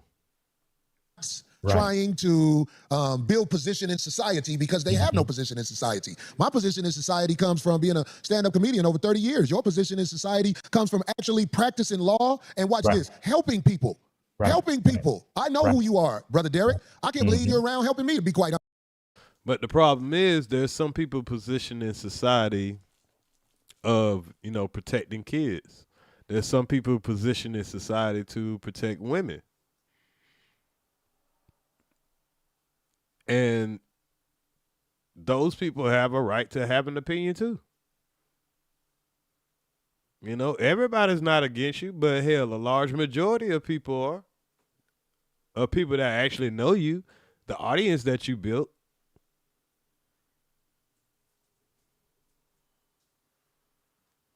Honest, I'm glad you're around helping me. And now they got a picture of this. This is a mailbox place where it's supposed to be his office. How much does he charge? It's a mailbox place. So they telling you the truth, but at the same time, they trying to make you think it in their head, make you think there's something funny about having an alternate house, a mailbox place that's the size of a house. Damn, I'm all over the place. I smoked too much of this gas. So he got a house for mail. They got burglar bars, all that stuff. And there's supposed to be a joke behind this. Let's see. It looks like they're doxing him, but they're really not. They're doxing his mailbox. Yeah, if you want to catch this nigga, go over here and catch him when he's about to get his mail. How much does he pay a month for this office? $7.98. Shit. Do I supposed to be Is it funny? He say he's paying $7.98 for this mailbox. Cool. That's a bargain for me. Keep my mail from coming to my house and keep myself from having to put my business on YouTube because I got niggas trying to dox me. Shit, that's a bargain to me. He got a mailbox for $7.98, perpetrating like he's. Listen, if you could read those signs that are up there, I encourage you to screenshot that and read those signs. This guy is fooling so many out of Trap House. How? If that's just where he gets mail at. He's trying to make it like he lived there. So he wants you to think a dude that made $1 million a month that showed the evidence, right? He living in that trap house, or that's his office. And it could be shit. Even if that's just your office of where you do your content at. All you need is your backdrop and your equipment and all of that stuff in there, right? You ain't got to have it at your house. So that's his office, and it's a business, and it's generating $1 million a damn month. Only a fool would be laughing at that. So what? He's supposed to have the best top rise, high rise office downtown Atlanta, paying $10,000 a month, and all he need is a camera and all his bells and whistles and a backdrop. Probably let his editor stay there for free or some shit. No, that shows me how much of a genius he is. Shit. You spending $7.98, if that's what he's saying, that's his studio. But I believe it's just somewhere he received his mail. But even if it was his studio, where's the joke? You can't take away those numbers. Anybody can go look at them numbers. It ain't from no damn AdSense. It's because of the people that donate to him.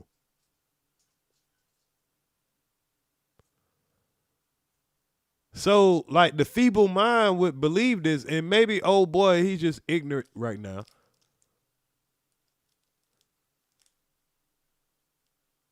Maybe he just ignorant right now.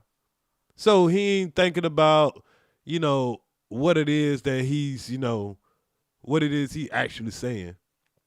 Because he's ignorant to YouTube. He don't know who this guy is. He's looking at it from a lawyer standpoint.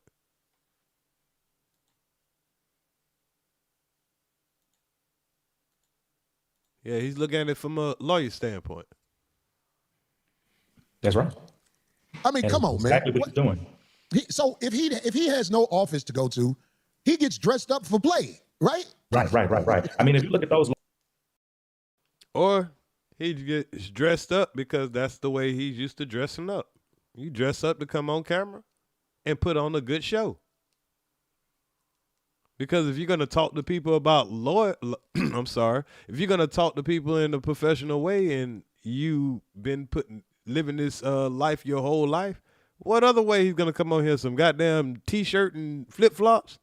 Come on here at 40, 60 years old with your hat to the side and a leather jacket, chains and shit? No, I expect a lawyer to look, a retired lawyer to still look like, a distinguished gentleman. The same way I expect this guy here that's a lawyer. Even if he's not at work, he's still going to be in a suit. That's, that's the lawyer look. And if he's a consultant, I expect him to look like a consultant.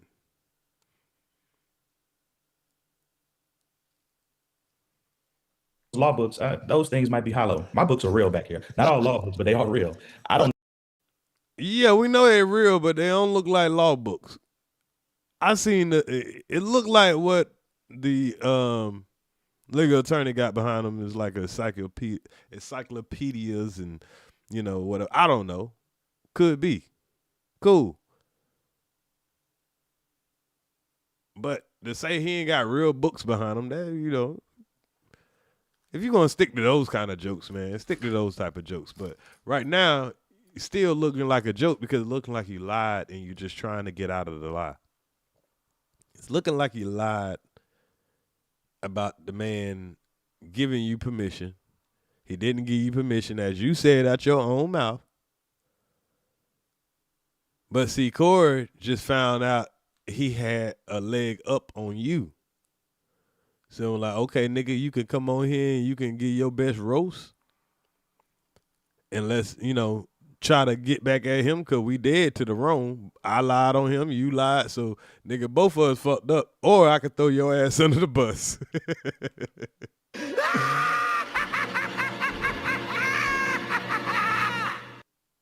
Yeah, I could throw your ass up under the bus and come on here and, you know, tell everybody how much you lied and told this man you could have a conversation about me. But it would have made Corey look bad too, because Corey then came up there and, you know, said all that stuff and told you how much he loved this guy and how much he's saving his life and all that.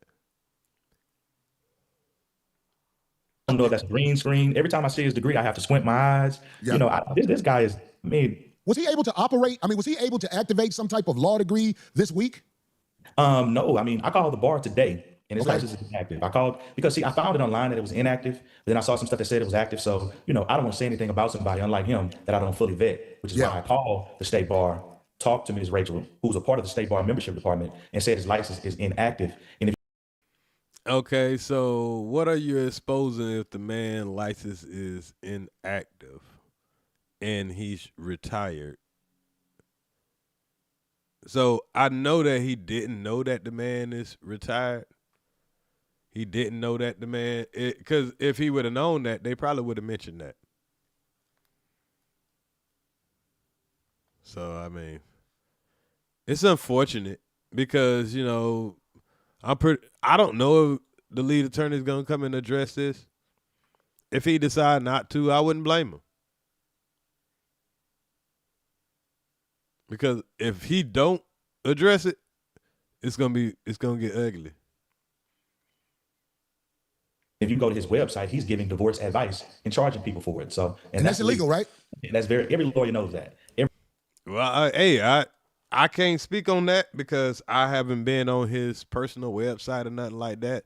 But if this guy is right about what he's saying, if you go on his site and he's giving people divorce advice,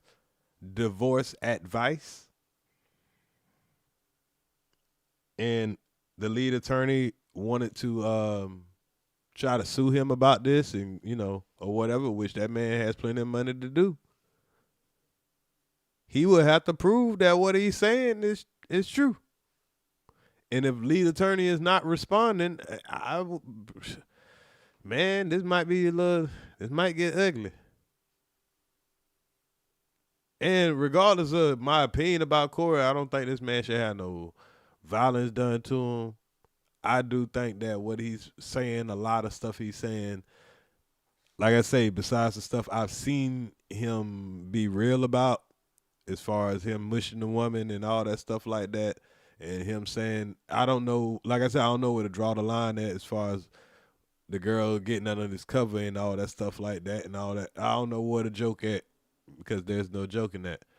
But I don't need somebody else to tell me how to feel about any of that shit. I never heard it before. And it's just as strange to me to hear the not heard it before and all of a sudden I'm hearing it now. And all the jobs and stuff that people gave him in the past, knowing that's how he talked. So why they got a problem now? Or why they making it surface now? So yeah, there is something going on, but I'm not saying I feel sorry for the nigga because you the one did it. You the one did it. When that videotape disappeared at that comedy club, it was all good. But you done pissed somebody off. That don't mean you ain't do it, but they were just covering it up for you at one point. So just because it was covered up, that don't mean you didn't do it. But just because it wasn't highlighted and pushed around where people could actually see what the hell you been talking about. And people like me start thinking a little more complex and start saying, well, why was everybody cool with it? The people that was putting you in the spotlight, they didn't have you saying that when you was in the spotlight, but that was your come up. That's what everybody thought was funny. So, hey, it is what it is. Every lawyer knows that that is the unauthorized practice of law, and that is what he's doing. And, I'm curious as to his response, because I have all of the evidence here. I have a binder with 30 pieces of exhibits, not receipts. We don't say receipts in court. We say exhibits. So, well, you ain't in court, buddy. You're on YouTube. You're on YouTube. We say receipts on YouTube. I'm just being honest. The lead attorney is a YouTuber. He is a retired attorney. Now, if you can say his license has been inactive for more than 5 years, now then you might have some, some legs to stand on. Like, yeah, he was practicing, his last couple of years and he was inactive. But you telling us somebody is inactive after they're retired. Now, if you're saying that he's giving people legal advice from his website, charging them a lot of money and all that stuff, okay, that's just your accusation. You would have to prove that to us. I can go off your face value of it, but being that we kind of already done caught you in a lie, I can't just take your face value. Sorry, sir. Because we already done, the man showed receipts, as we call them on YouTube. We're not in court. So we ain't got to call it exhibits. We call it receipts. And it showed that you gave the man permission to talk to you, and then you backed out, said because of gag order, which everybody cool with it, but you can't be mad at the man for making an assessment that either you lied or Corey lied. Or not Corey lied. Corey didn't give you permission. I'm sorry. Corey didn't give you permission and you was going to do it without his permission. Or you saying you didn't even need his permission because you ain't going to talk about nothing wild, but you told him that you had to check with Corey, but you never checked with Corey and you was scheduling it. And then you came back and said, nah, I can't talk about it because of the gag order. And now you want to push the narrative that the lead attorney is not credible for this situation alone, which is, like that man say, he take his reputation very seriously. And I don't blame him. I don't blame him. And you trying to, in my opinion, he's trying to reach and grab somebody, man, right now. He got to make y'all laugh about somebody. Cause this shit is sinking fast. And I don't know what he wants from the audience. Do he want us to, well, I know what he wants from, do he want us to just like ignore everything and say, hey, it's them, it's the media, yeah, we see what the media is doing, but that don't mean you ain't do it. They just highlighting it.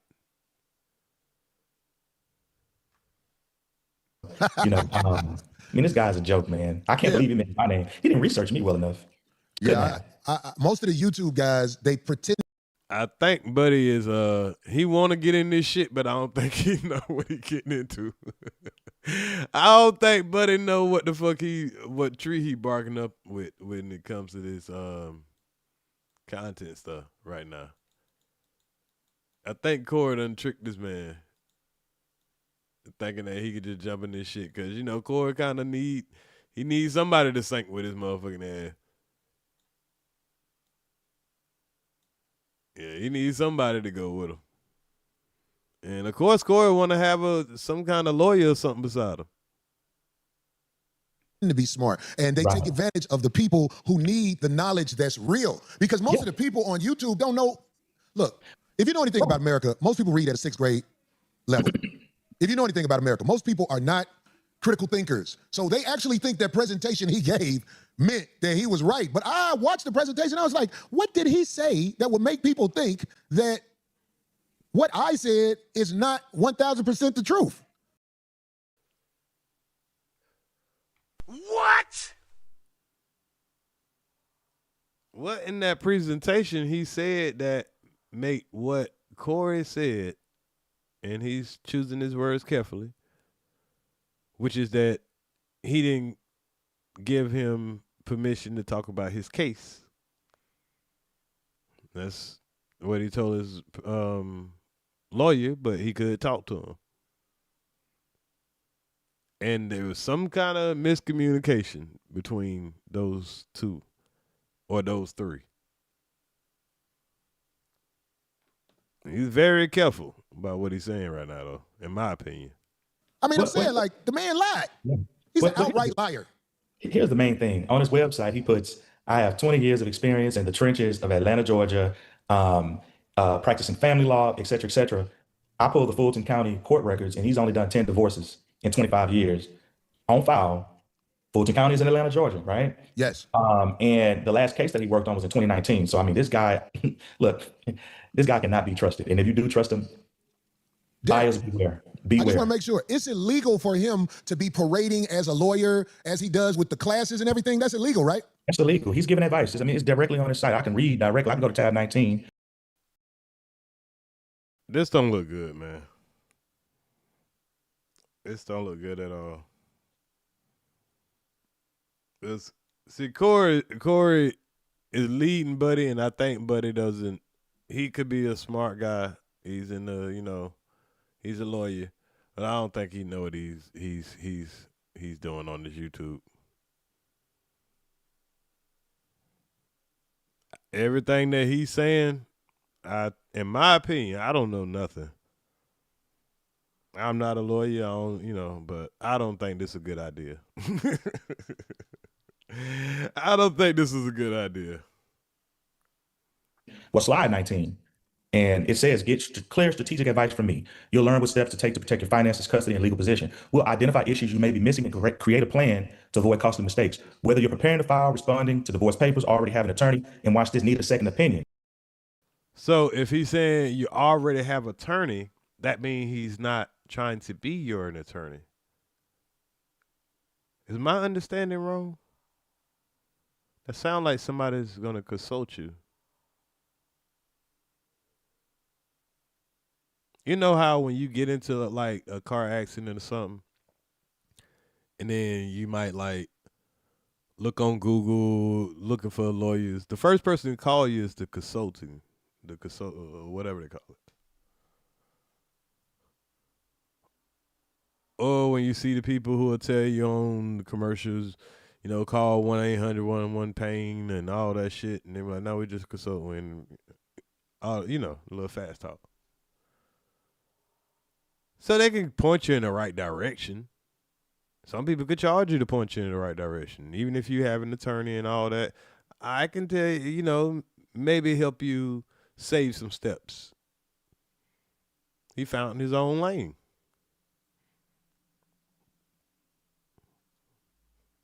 Now, if you get a second opinion, you're giving a second opinion as a lawyer. Or in the middle of a case by yourself, this confidential session gives you the clarity and direction you need. So this guy is practicing law. Y'all, again, this is not me, y'all. This is their shit, their audio work. Here's the dangerous part about it.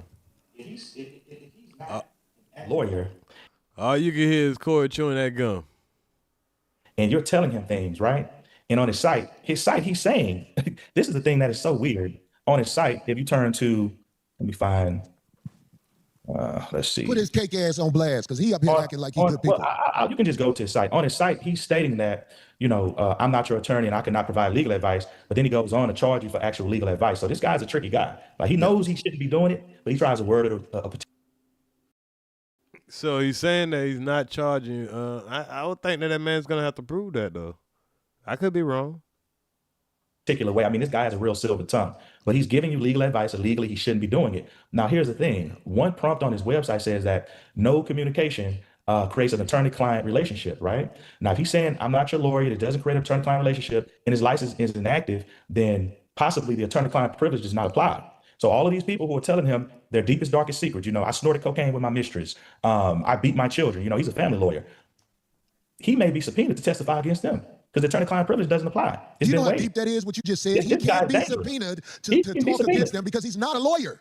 He's not a lawyer. Wow. That's in his web. Wow. Yeah, just pull something out your ass. Just pull just a scenario. I mean, how you know he don't tell people, hey, don't tell me nothing personal or whatever. I'm just your consultant. I'm pretty sure that might be in the fine print too. Website says it. It says it. And that's the thing. This guy's a dangerous guy. He needs to be stopped. He shouldn't be worried about me in an interview. He should be worried about the illegal things that he's doing. And he knows that. This is why his name has been hidden all this time. Well, I believe I think he's got operative written all over him. I was looking that guy up and down when he was up here, and it was like, yo, okay. Because I was talking to him, that's when I was going through something with my divorce. And I asked him about it, and I could tell his hesitation that he didn't want to talk about it too much. But I didn't think. I don't think that's smart. So you telling even a person that he's cool with, somebody that just spent money with him, when you asked him about your own divorce, he didn't even try to give you legal advice.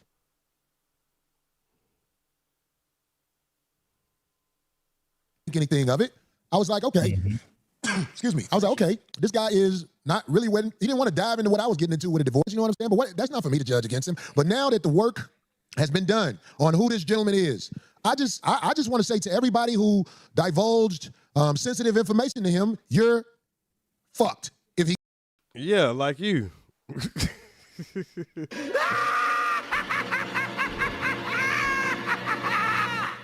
See now, if the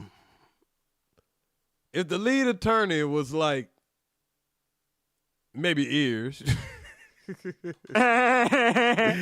or one of us over here in this sector, we probably would start putting out the motherfucking goddamn the information that you done been saying, nigga.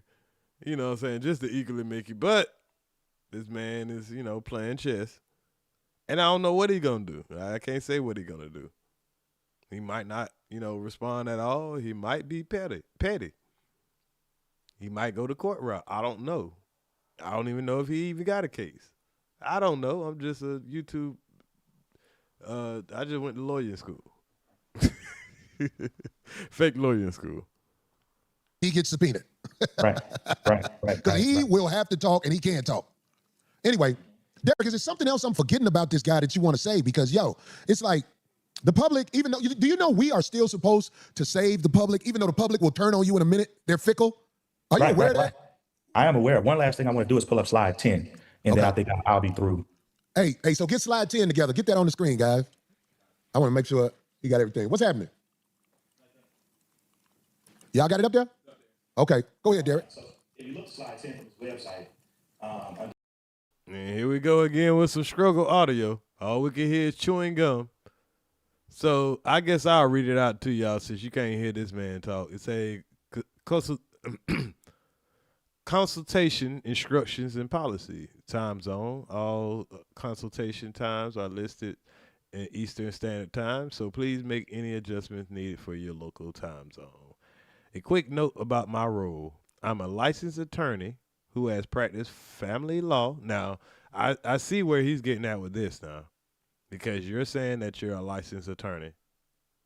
Now, that can be a in my opinion, like I say, I don't know shit.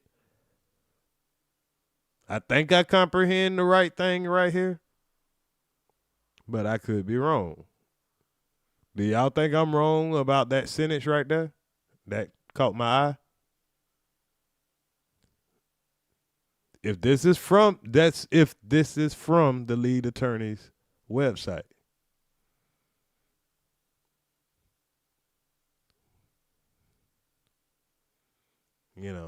We don't know if this is from his website or not. It could be, if it's true, it is misleading. And if the spot is hot, that could be, you know, something that's, you know, but I don't know. I'm telling y'all, I don't know. I'm just calling it down the middle. I'm a licensed attorney who has practiced family law in Atlanta, Georgia for over 20 years. While I bring all of that experience to our consultation, I'm not your attorney, and I cannot provide legal advice. Instead, what I offer is legal information, coaching, and strategic guidance based on decades of experience. By booking this consultation, you're confirming that you understand and agree to these terms. Like I say, the only thing I see in there wrong is I'm a licensed attorney if he's inactive. But I don't know if you have to, you know, disclose that. Because he's licensed, it's just not active. So, I mean, technically,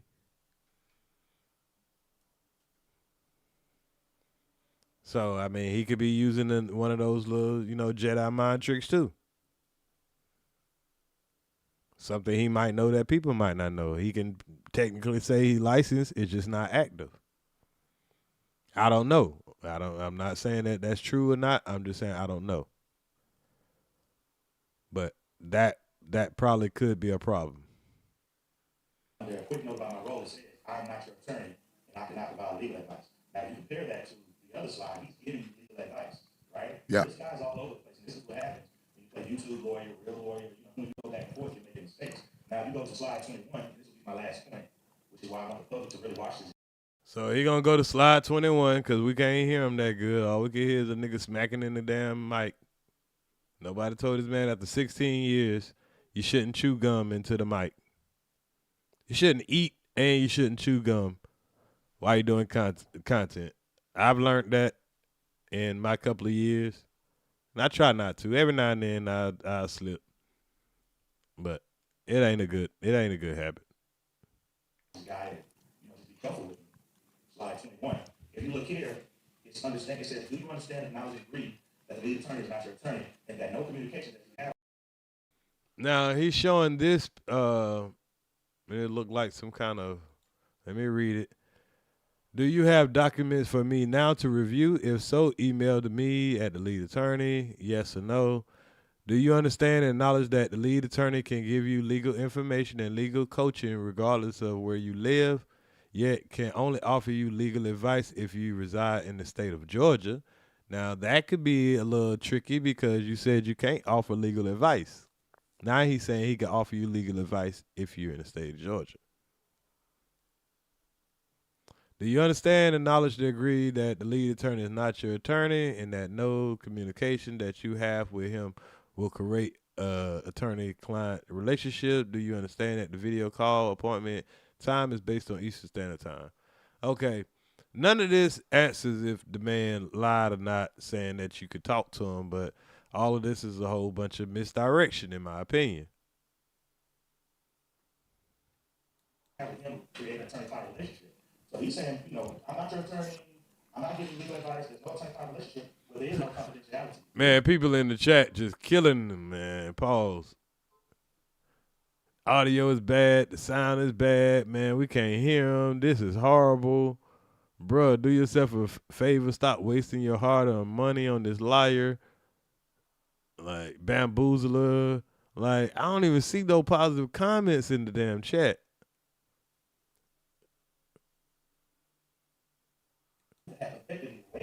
Attorney-client privilege. So if you're telling this guy anything, he could be subpoenaed to talk. He could be deposed. Be careful with this guy. This guy, let me tell you. Some people don't know what attorney-client privilege is. Do you want to explain it? Right. So when you go to your doctor, okay, there's a HIPAA laws and doctor-client privilege. So if you tell that doctor you have some, maybe a venereal disease, that doctor can't tell anybody that you have a venereal disease, right? Because there's a doctor-client privilege, there are HIPAA laws. Same thing with a lawyer. I've represented 1,088 people. I have a lot of secrets. When a client can come and tell me, hey, I did the worst thing in the world, I can't go and tell anybody that, right?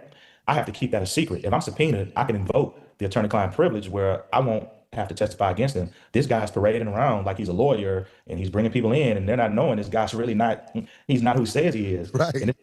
And so But we're literally reading him make people sign to say, I cannot be your attorney. I'm not your attorney. There's no attorney-client privilege. It's like you're showing us something and then you're telling us something else, and we just like, I don't know. I'm trying to be stupid enough. It just ain't working.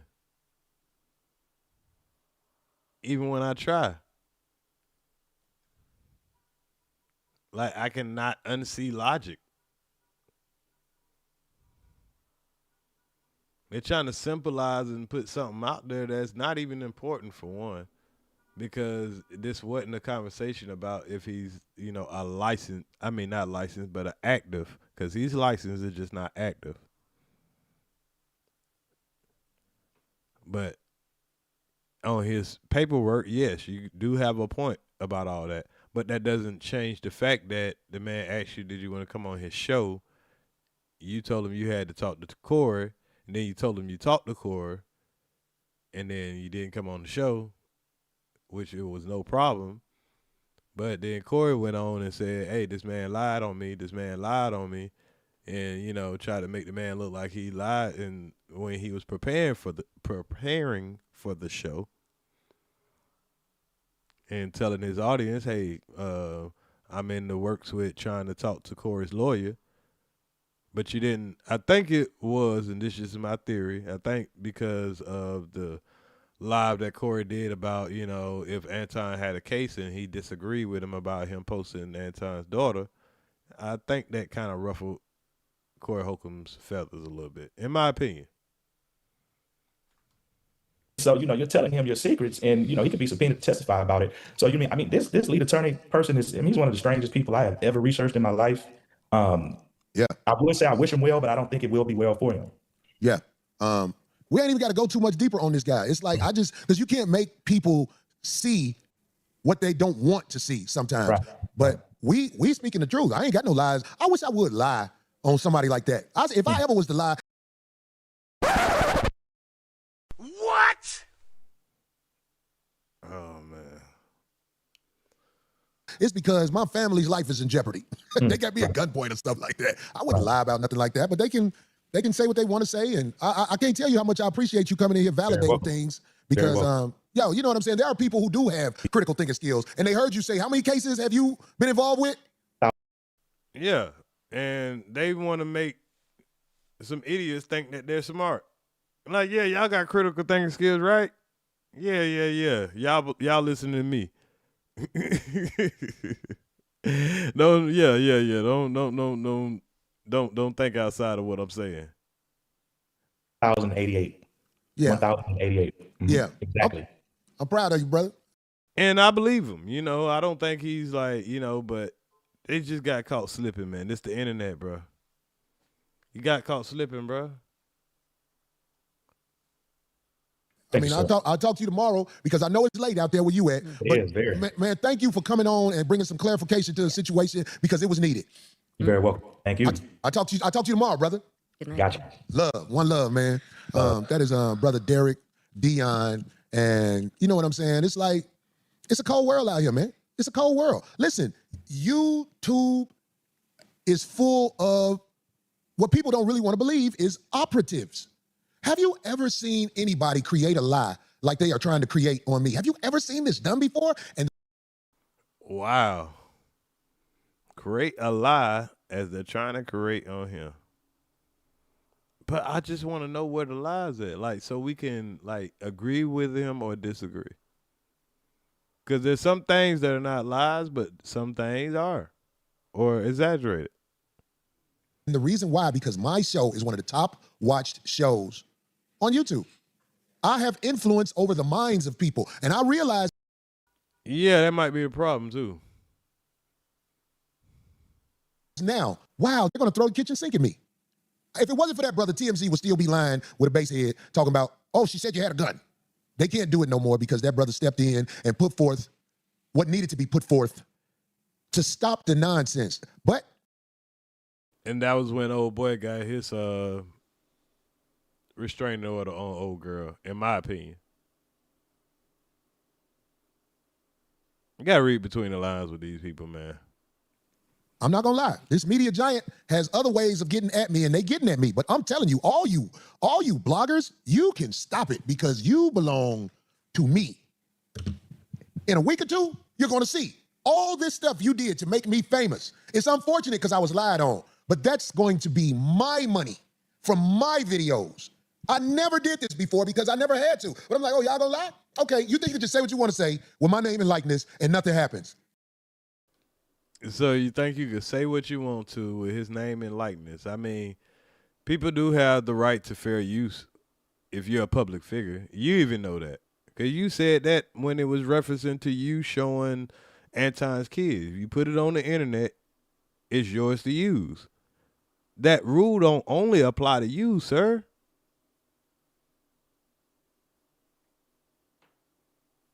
This is strange.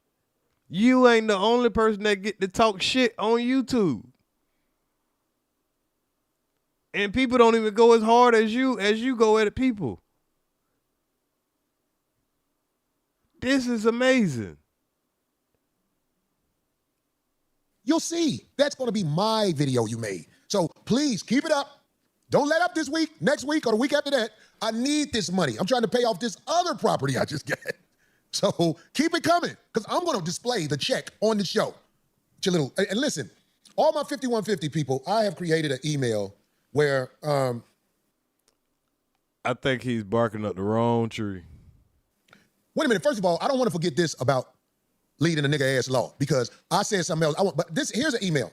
Listen, the email is 5150submit@gmail.com. 5150submit@gmail.com. All of these bloggers that you see lying about Cory Holcomb and the way he does things, because I've been doing these jokes for a long time, and I live a real good life doing these jokes. So you can say whatever you want to say about me and the jokes I crack. Okay? But if you see these bloggers and they have a significant following, I would say at least 500 or more. Really, I want more than that. Matter of fact. Oh shit, well I'm safe, y'all.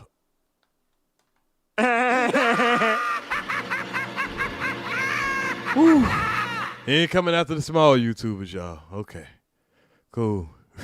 In fact, if they got over 1,000 people listening to them, I want you to send an email to that address. This is where we're collecting them, where I'm going to collect my money. I think we need to have a big 5150 party after they have to start sending checks to me. And I'm talking about, yo, I am so glad I did this research to find out about this stuff. But here's another thing about leading a nigga ass law. Abe, you know what video I'm talking about, right? Listen, I want to say this again. I believe that Kevin Samuels, the late, great Kevin Samuels, was a great... So, mic check, hold on. Mic check. Somebody let me know when we back in the area. Mic check. Okay, there we go. You can hear me? All right. My OBS said that I checked out for a second. I disconnected for a second, so I had to stop the video to make sure. But yeah, he's throwing Kevin Samuels. I mean, I don't think this is a good idea. Philosophizer on the situation that's happening with a lot of the women in society. I believe that, hands down. I think he was really good at what he did. But, you know that but is coming, especially in this case, but I always thought he had a feminine side that made me feel like, I can't prove this, made me feel like he preferred men. He was into relationships with men. That's what I... And for some reason, this is his main priority. And if he want to, take away from you, this is where he goes. Leave. I'm not saying that's what happened, but I saw him interview guys and it made me go, okay, that was awkward right there. Now, I said that to show you a point. Tampon and lead in a nigga ass law, there's another punk ass attorney that I'm gonna bring him up later on. But lead in a nigga ass law was very, very proud of his relationship with Kevin Samuels. He told me that he was A very close friend of Kevin Samuels. I'll just put it like that. I mean, a lot of people have said that. And he act like you can't be cool with people, you know, especially people that help you learn how to make money on YouTube. I want to play this video to show how close they were. Hey, do you have the video? Just watch this. You judge for yourself.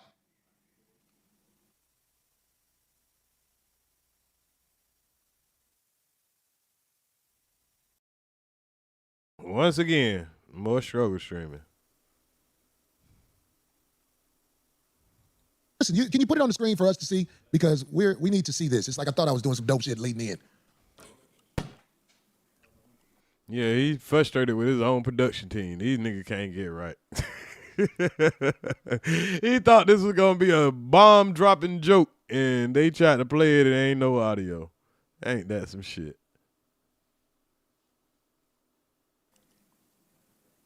Okay, listen, don't play it. Let me know when you're ready to play it, okay? Because I can't make the point if it keeps cutting on and off. Let me know when you're ready to play it and it's ready to be played on the screen right there. I need to see it to make my point.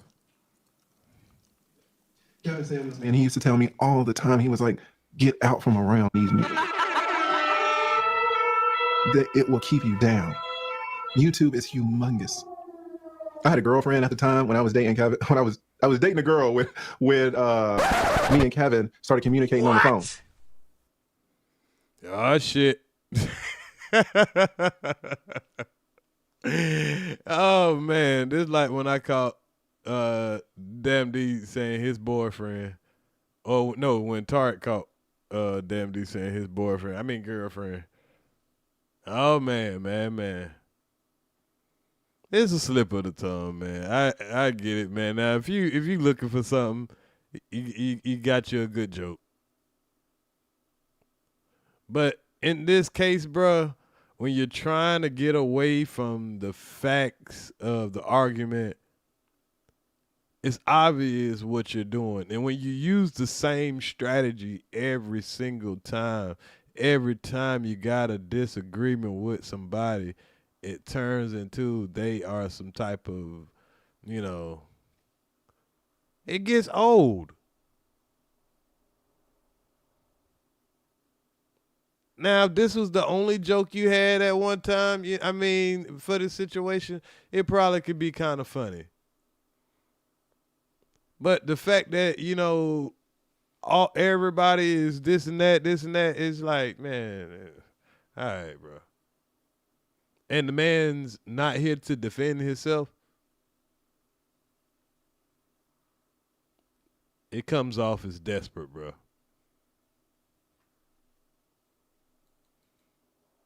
That's it. I'll play it back for the people, you know. It's funny joke. I don't want y'all to miss the joke. I don't want to be the spoiler of the joke. You're ready to play it, okay? Because I can't make the point if it keeps cutting on and off. Let me know when you're ready to play it and it's ready to be played on the screen right there. I need to see it to make my point. Kevin Samuels, man, he used to tell me all the time, he was like, get out from around these niggas. That it will keep you down. YouTube is humongous. I had a girlfriend at the time when I was dating Kevin, when I was dating a girl when me and Kevin started communicating on the phone. That man just said when he was dating Kevin. The truth fall out your mouth sometime. And yeah, that's the problem though. See, because when we say the same thing about you, you mad. When we say the truth fall out your mouth sometime, you mad at us. So you want to try to, you know, move the goalposts of, did you tell your lawyer it was okay to talk to the man? Your lawyer just said no. So, you know, he told the man something that wasn't true. And the man just proved his point that he wasn't lying. He was under the impression that he could have a conversation with him, which the guy never denied. But now you got a video that you want to play about a guy that, you know, came on your show. You took him out to eat and all that shit.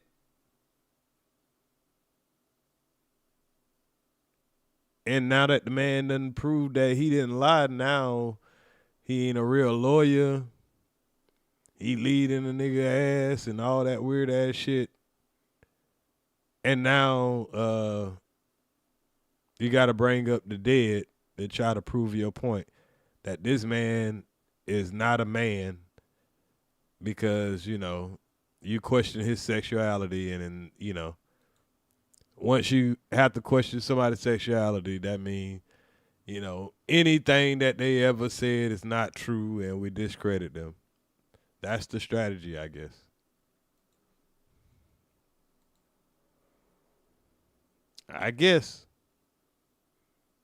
I played like 1 or 2 more minutes of this, and that's about all I think that's interesting in this. Play it one more time. Where it go all the way through it. Kevin Samuels, man, he used to tell me all the time, he was like, get out from around these niggas. Which was some very good advice, might I add, if Kevin Samuels told him that. Because this is what happens. It will keep you down. YouTube is humongous. I had a girlfriend at the time when I was dating Kevin. When I was dating a girl when me and Kevin started communicating on the phone. Man, listen what I'm trying to tell you. This ain't for everybody. This for the real boys and girls. We know what it is, boy. This ain't for everybody. This for the real boys and girls. We know what it is. This is the word that should be spoken out there. Instead of them fake, I called that man lead. This what should be spoken out there instead of the truth. Now, we don't know if that's true or not. I mean, it sound like a slip of a tongue. It can happen to anybody when they're trying to, you know, speak of something. And yeah, that's, you know, hey, it's if you roasting with somebody and you looking for something on them, yeah, that'll pop out. But if we just trying to stick to the topic of discussion, the man saying that he didn't lie, he just protecting his reputation. And now we get all this stuff like that just to avoid that you know, that you're going on this defense. You know, your whole show is about this man. You calling him out his name. The man haven't called you out your name. All the man saying is he didn't lie. He made a statement. He thought that the man was going to come on this channel. You said that he didn't. He lied. He let it slide the first time. Then you came back and doubled down and tried to challenge that. The only reason he didn't say anything is because you was right. And then the man showed the receipts, and then now y'all are on a full-fledged attack.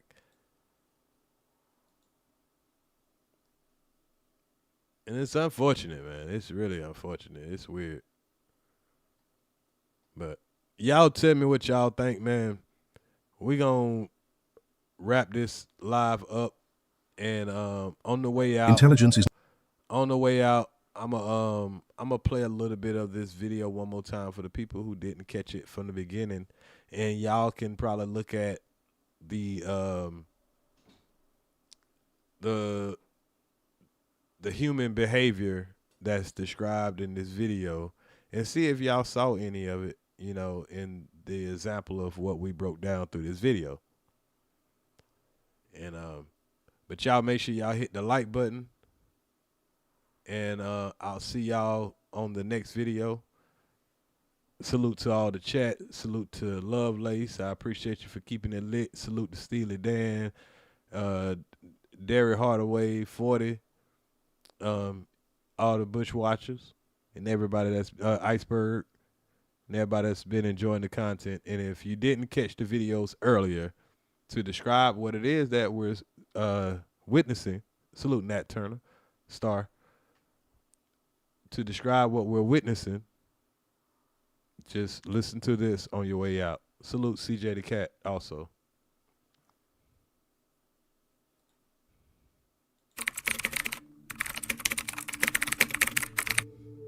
Think for a moment. Imagine waking up every day knowing that a significant part of your frustration, exhaustion, and even self-doubt does not come from your lack of intelligence, but from constantly having to deal with people who do not think, reflect, or reason at the same level you do.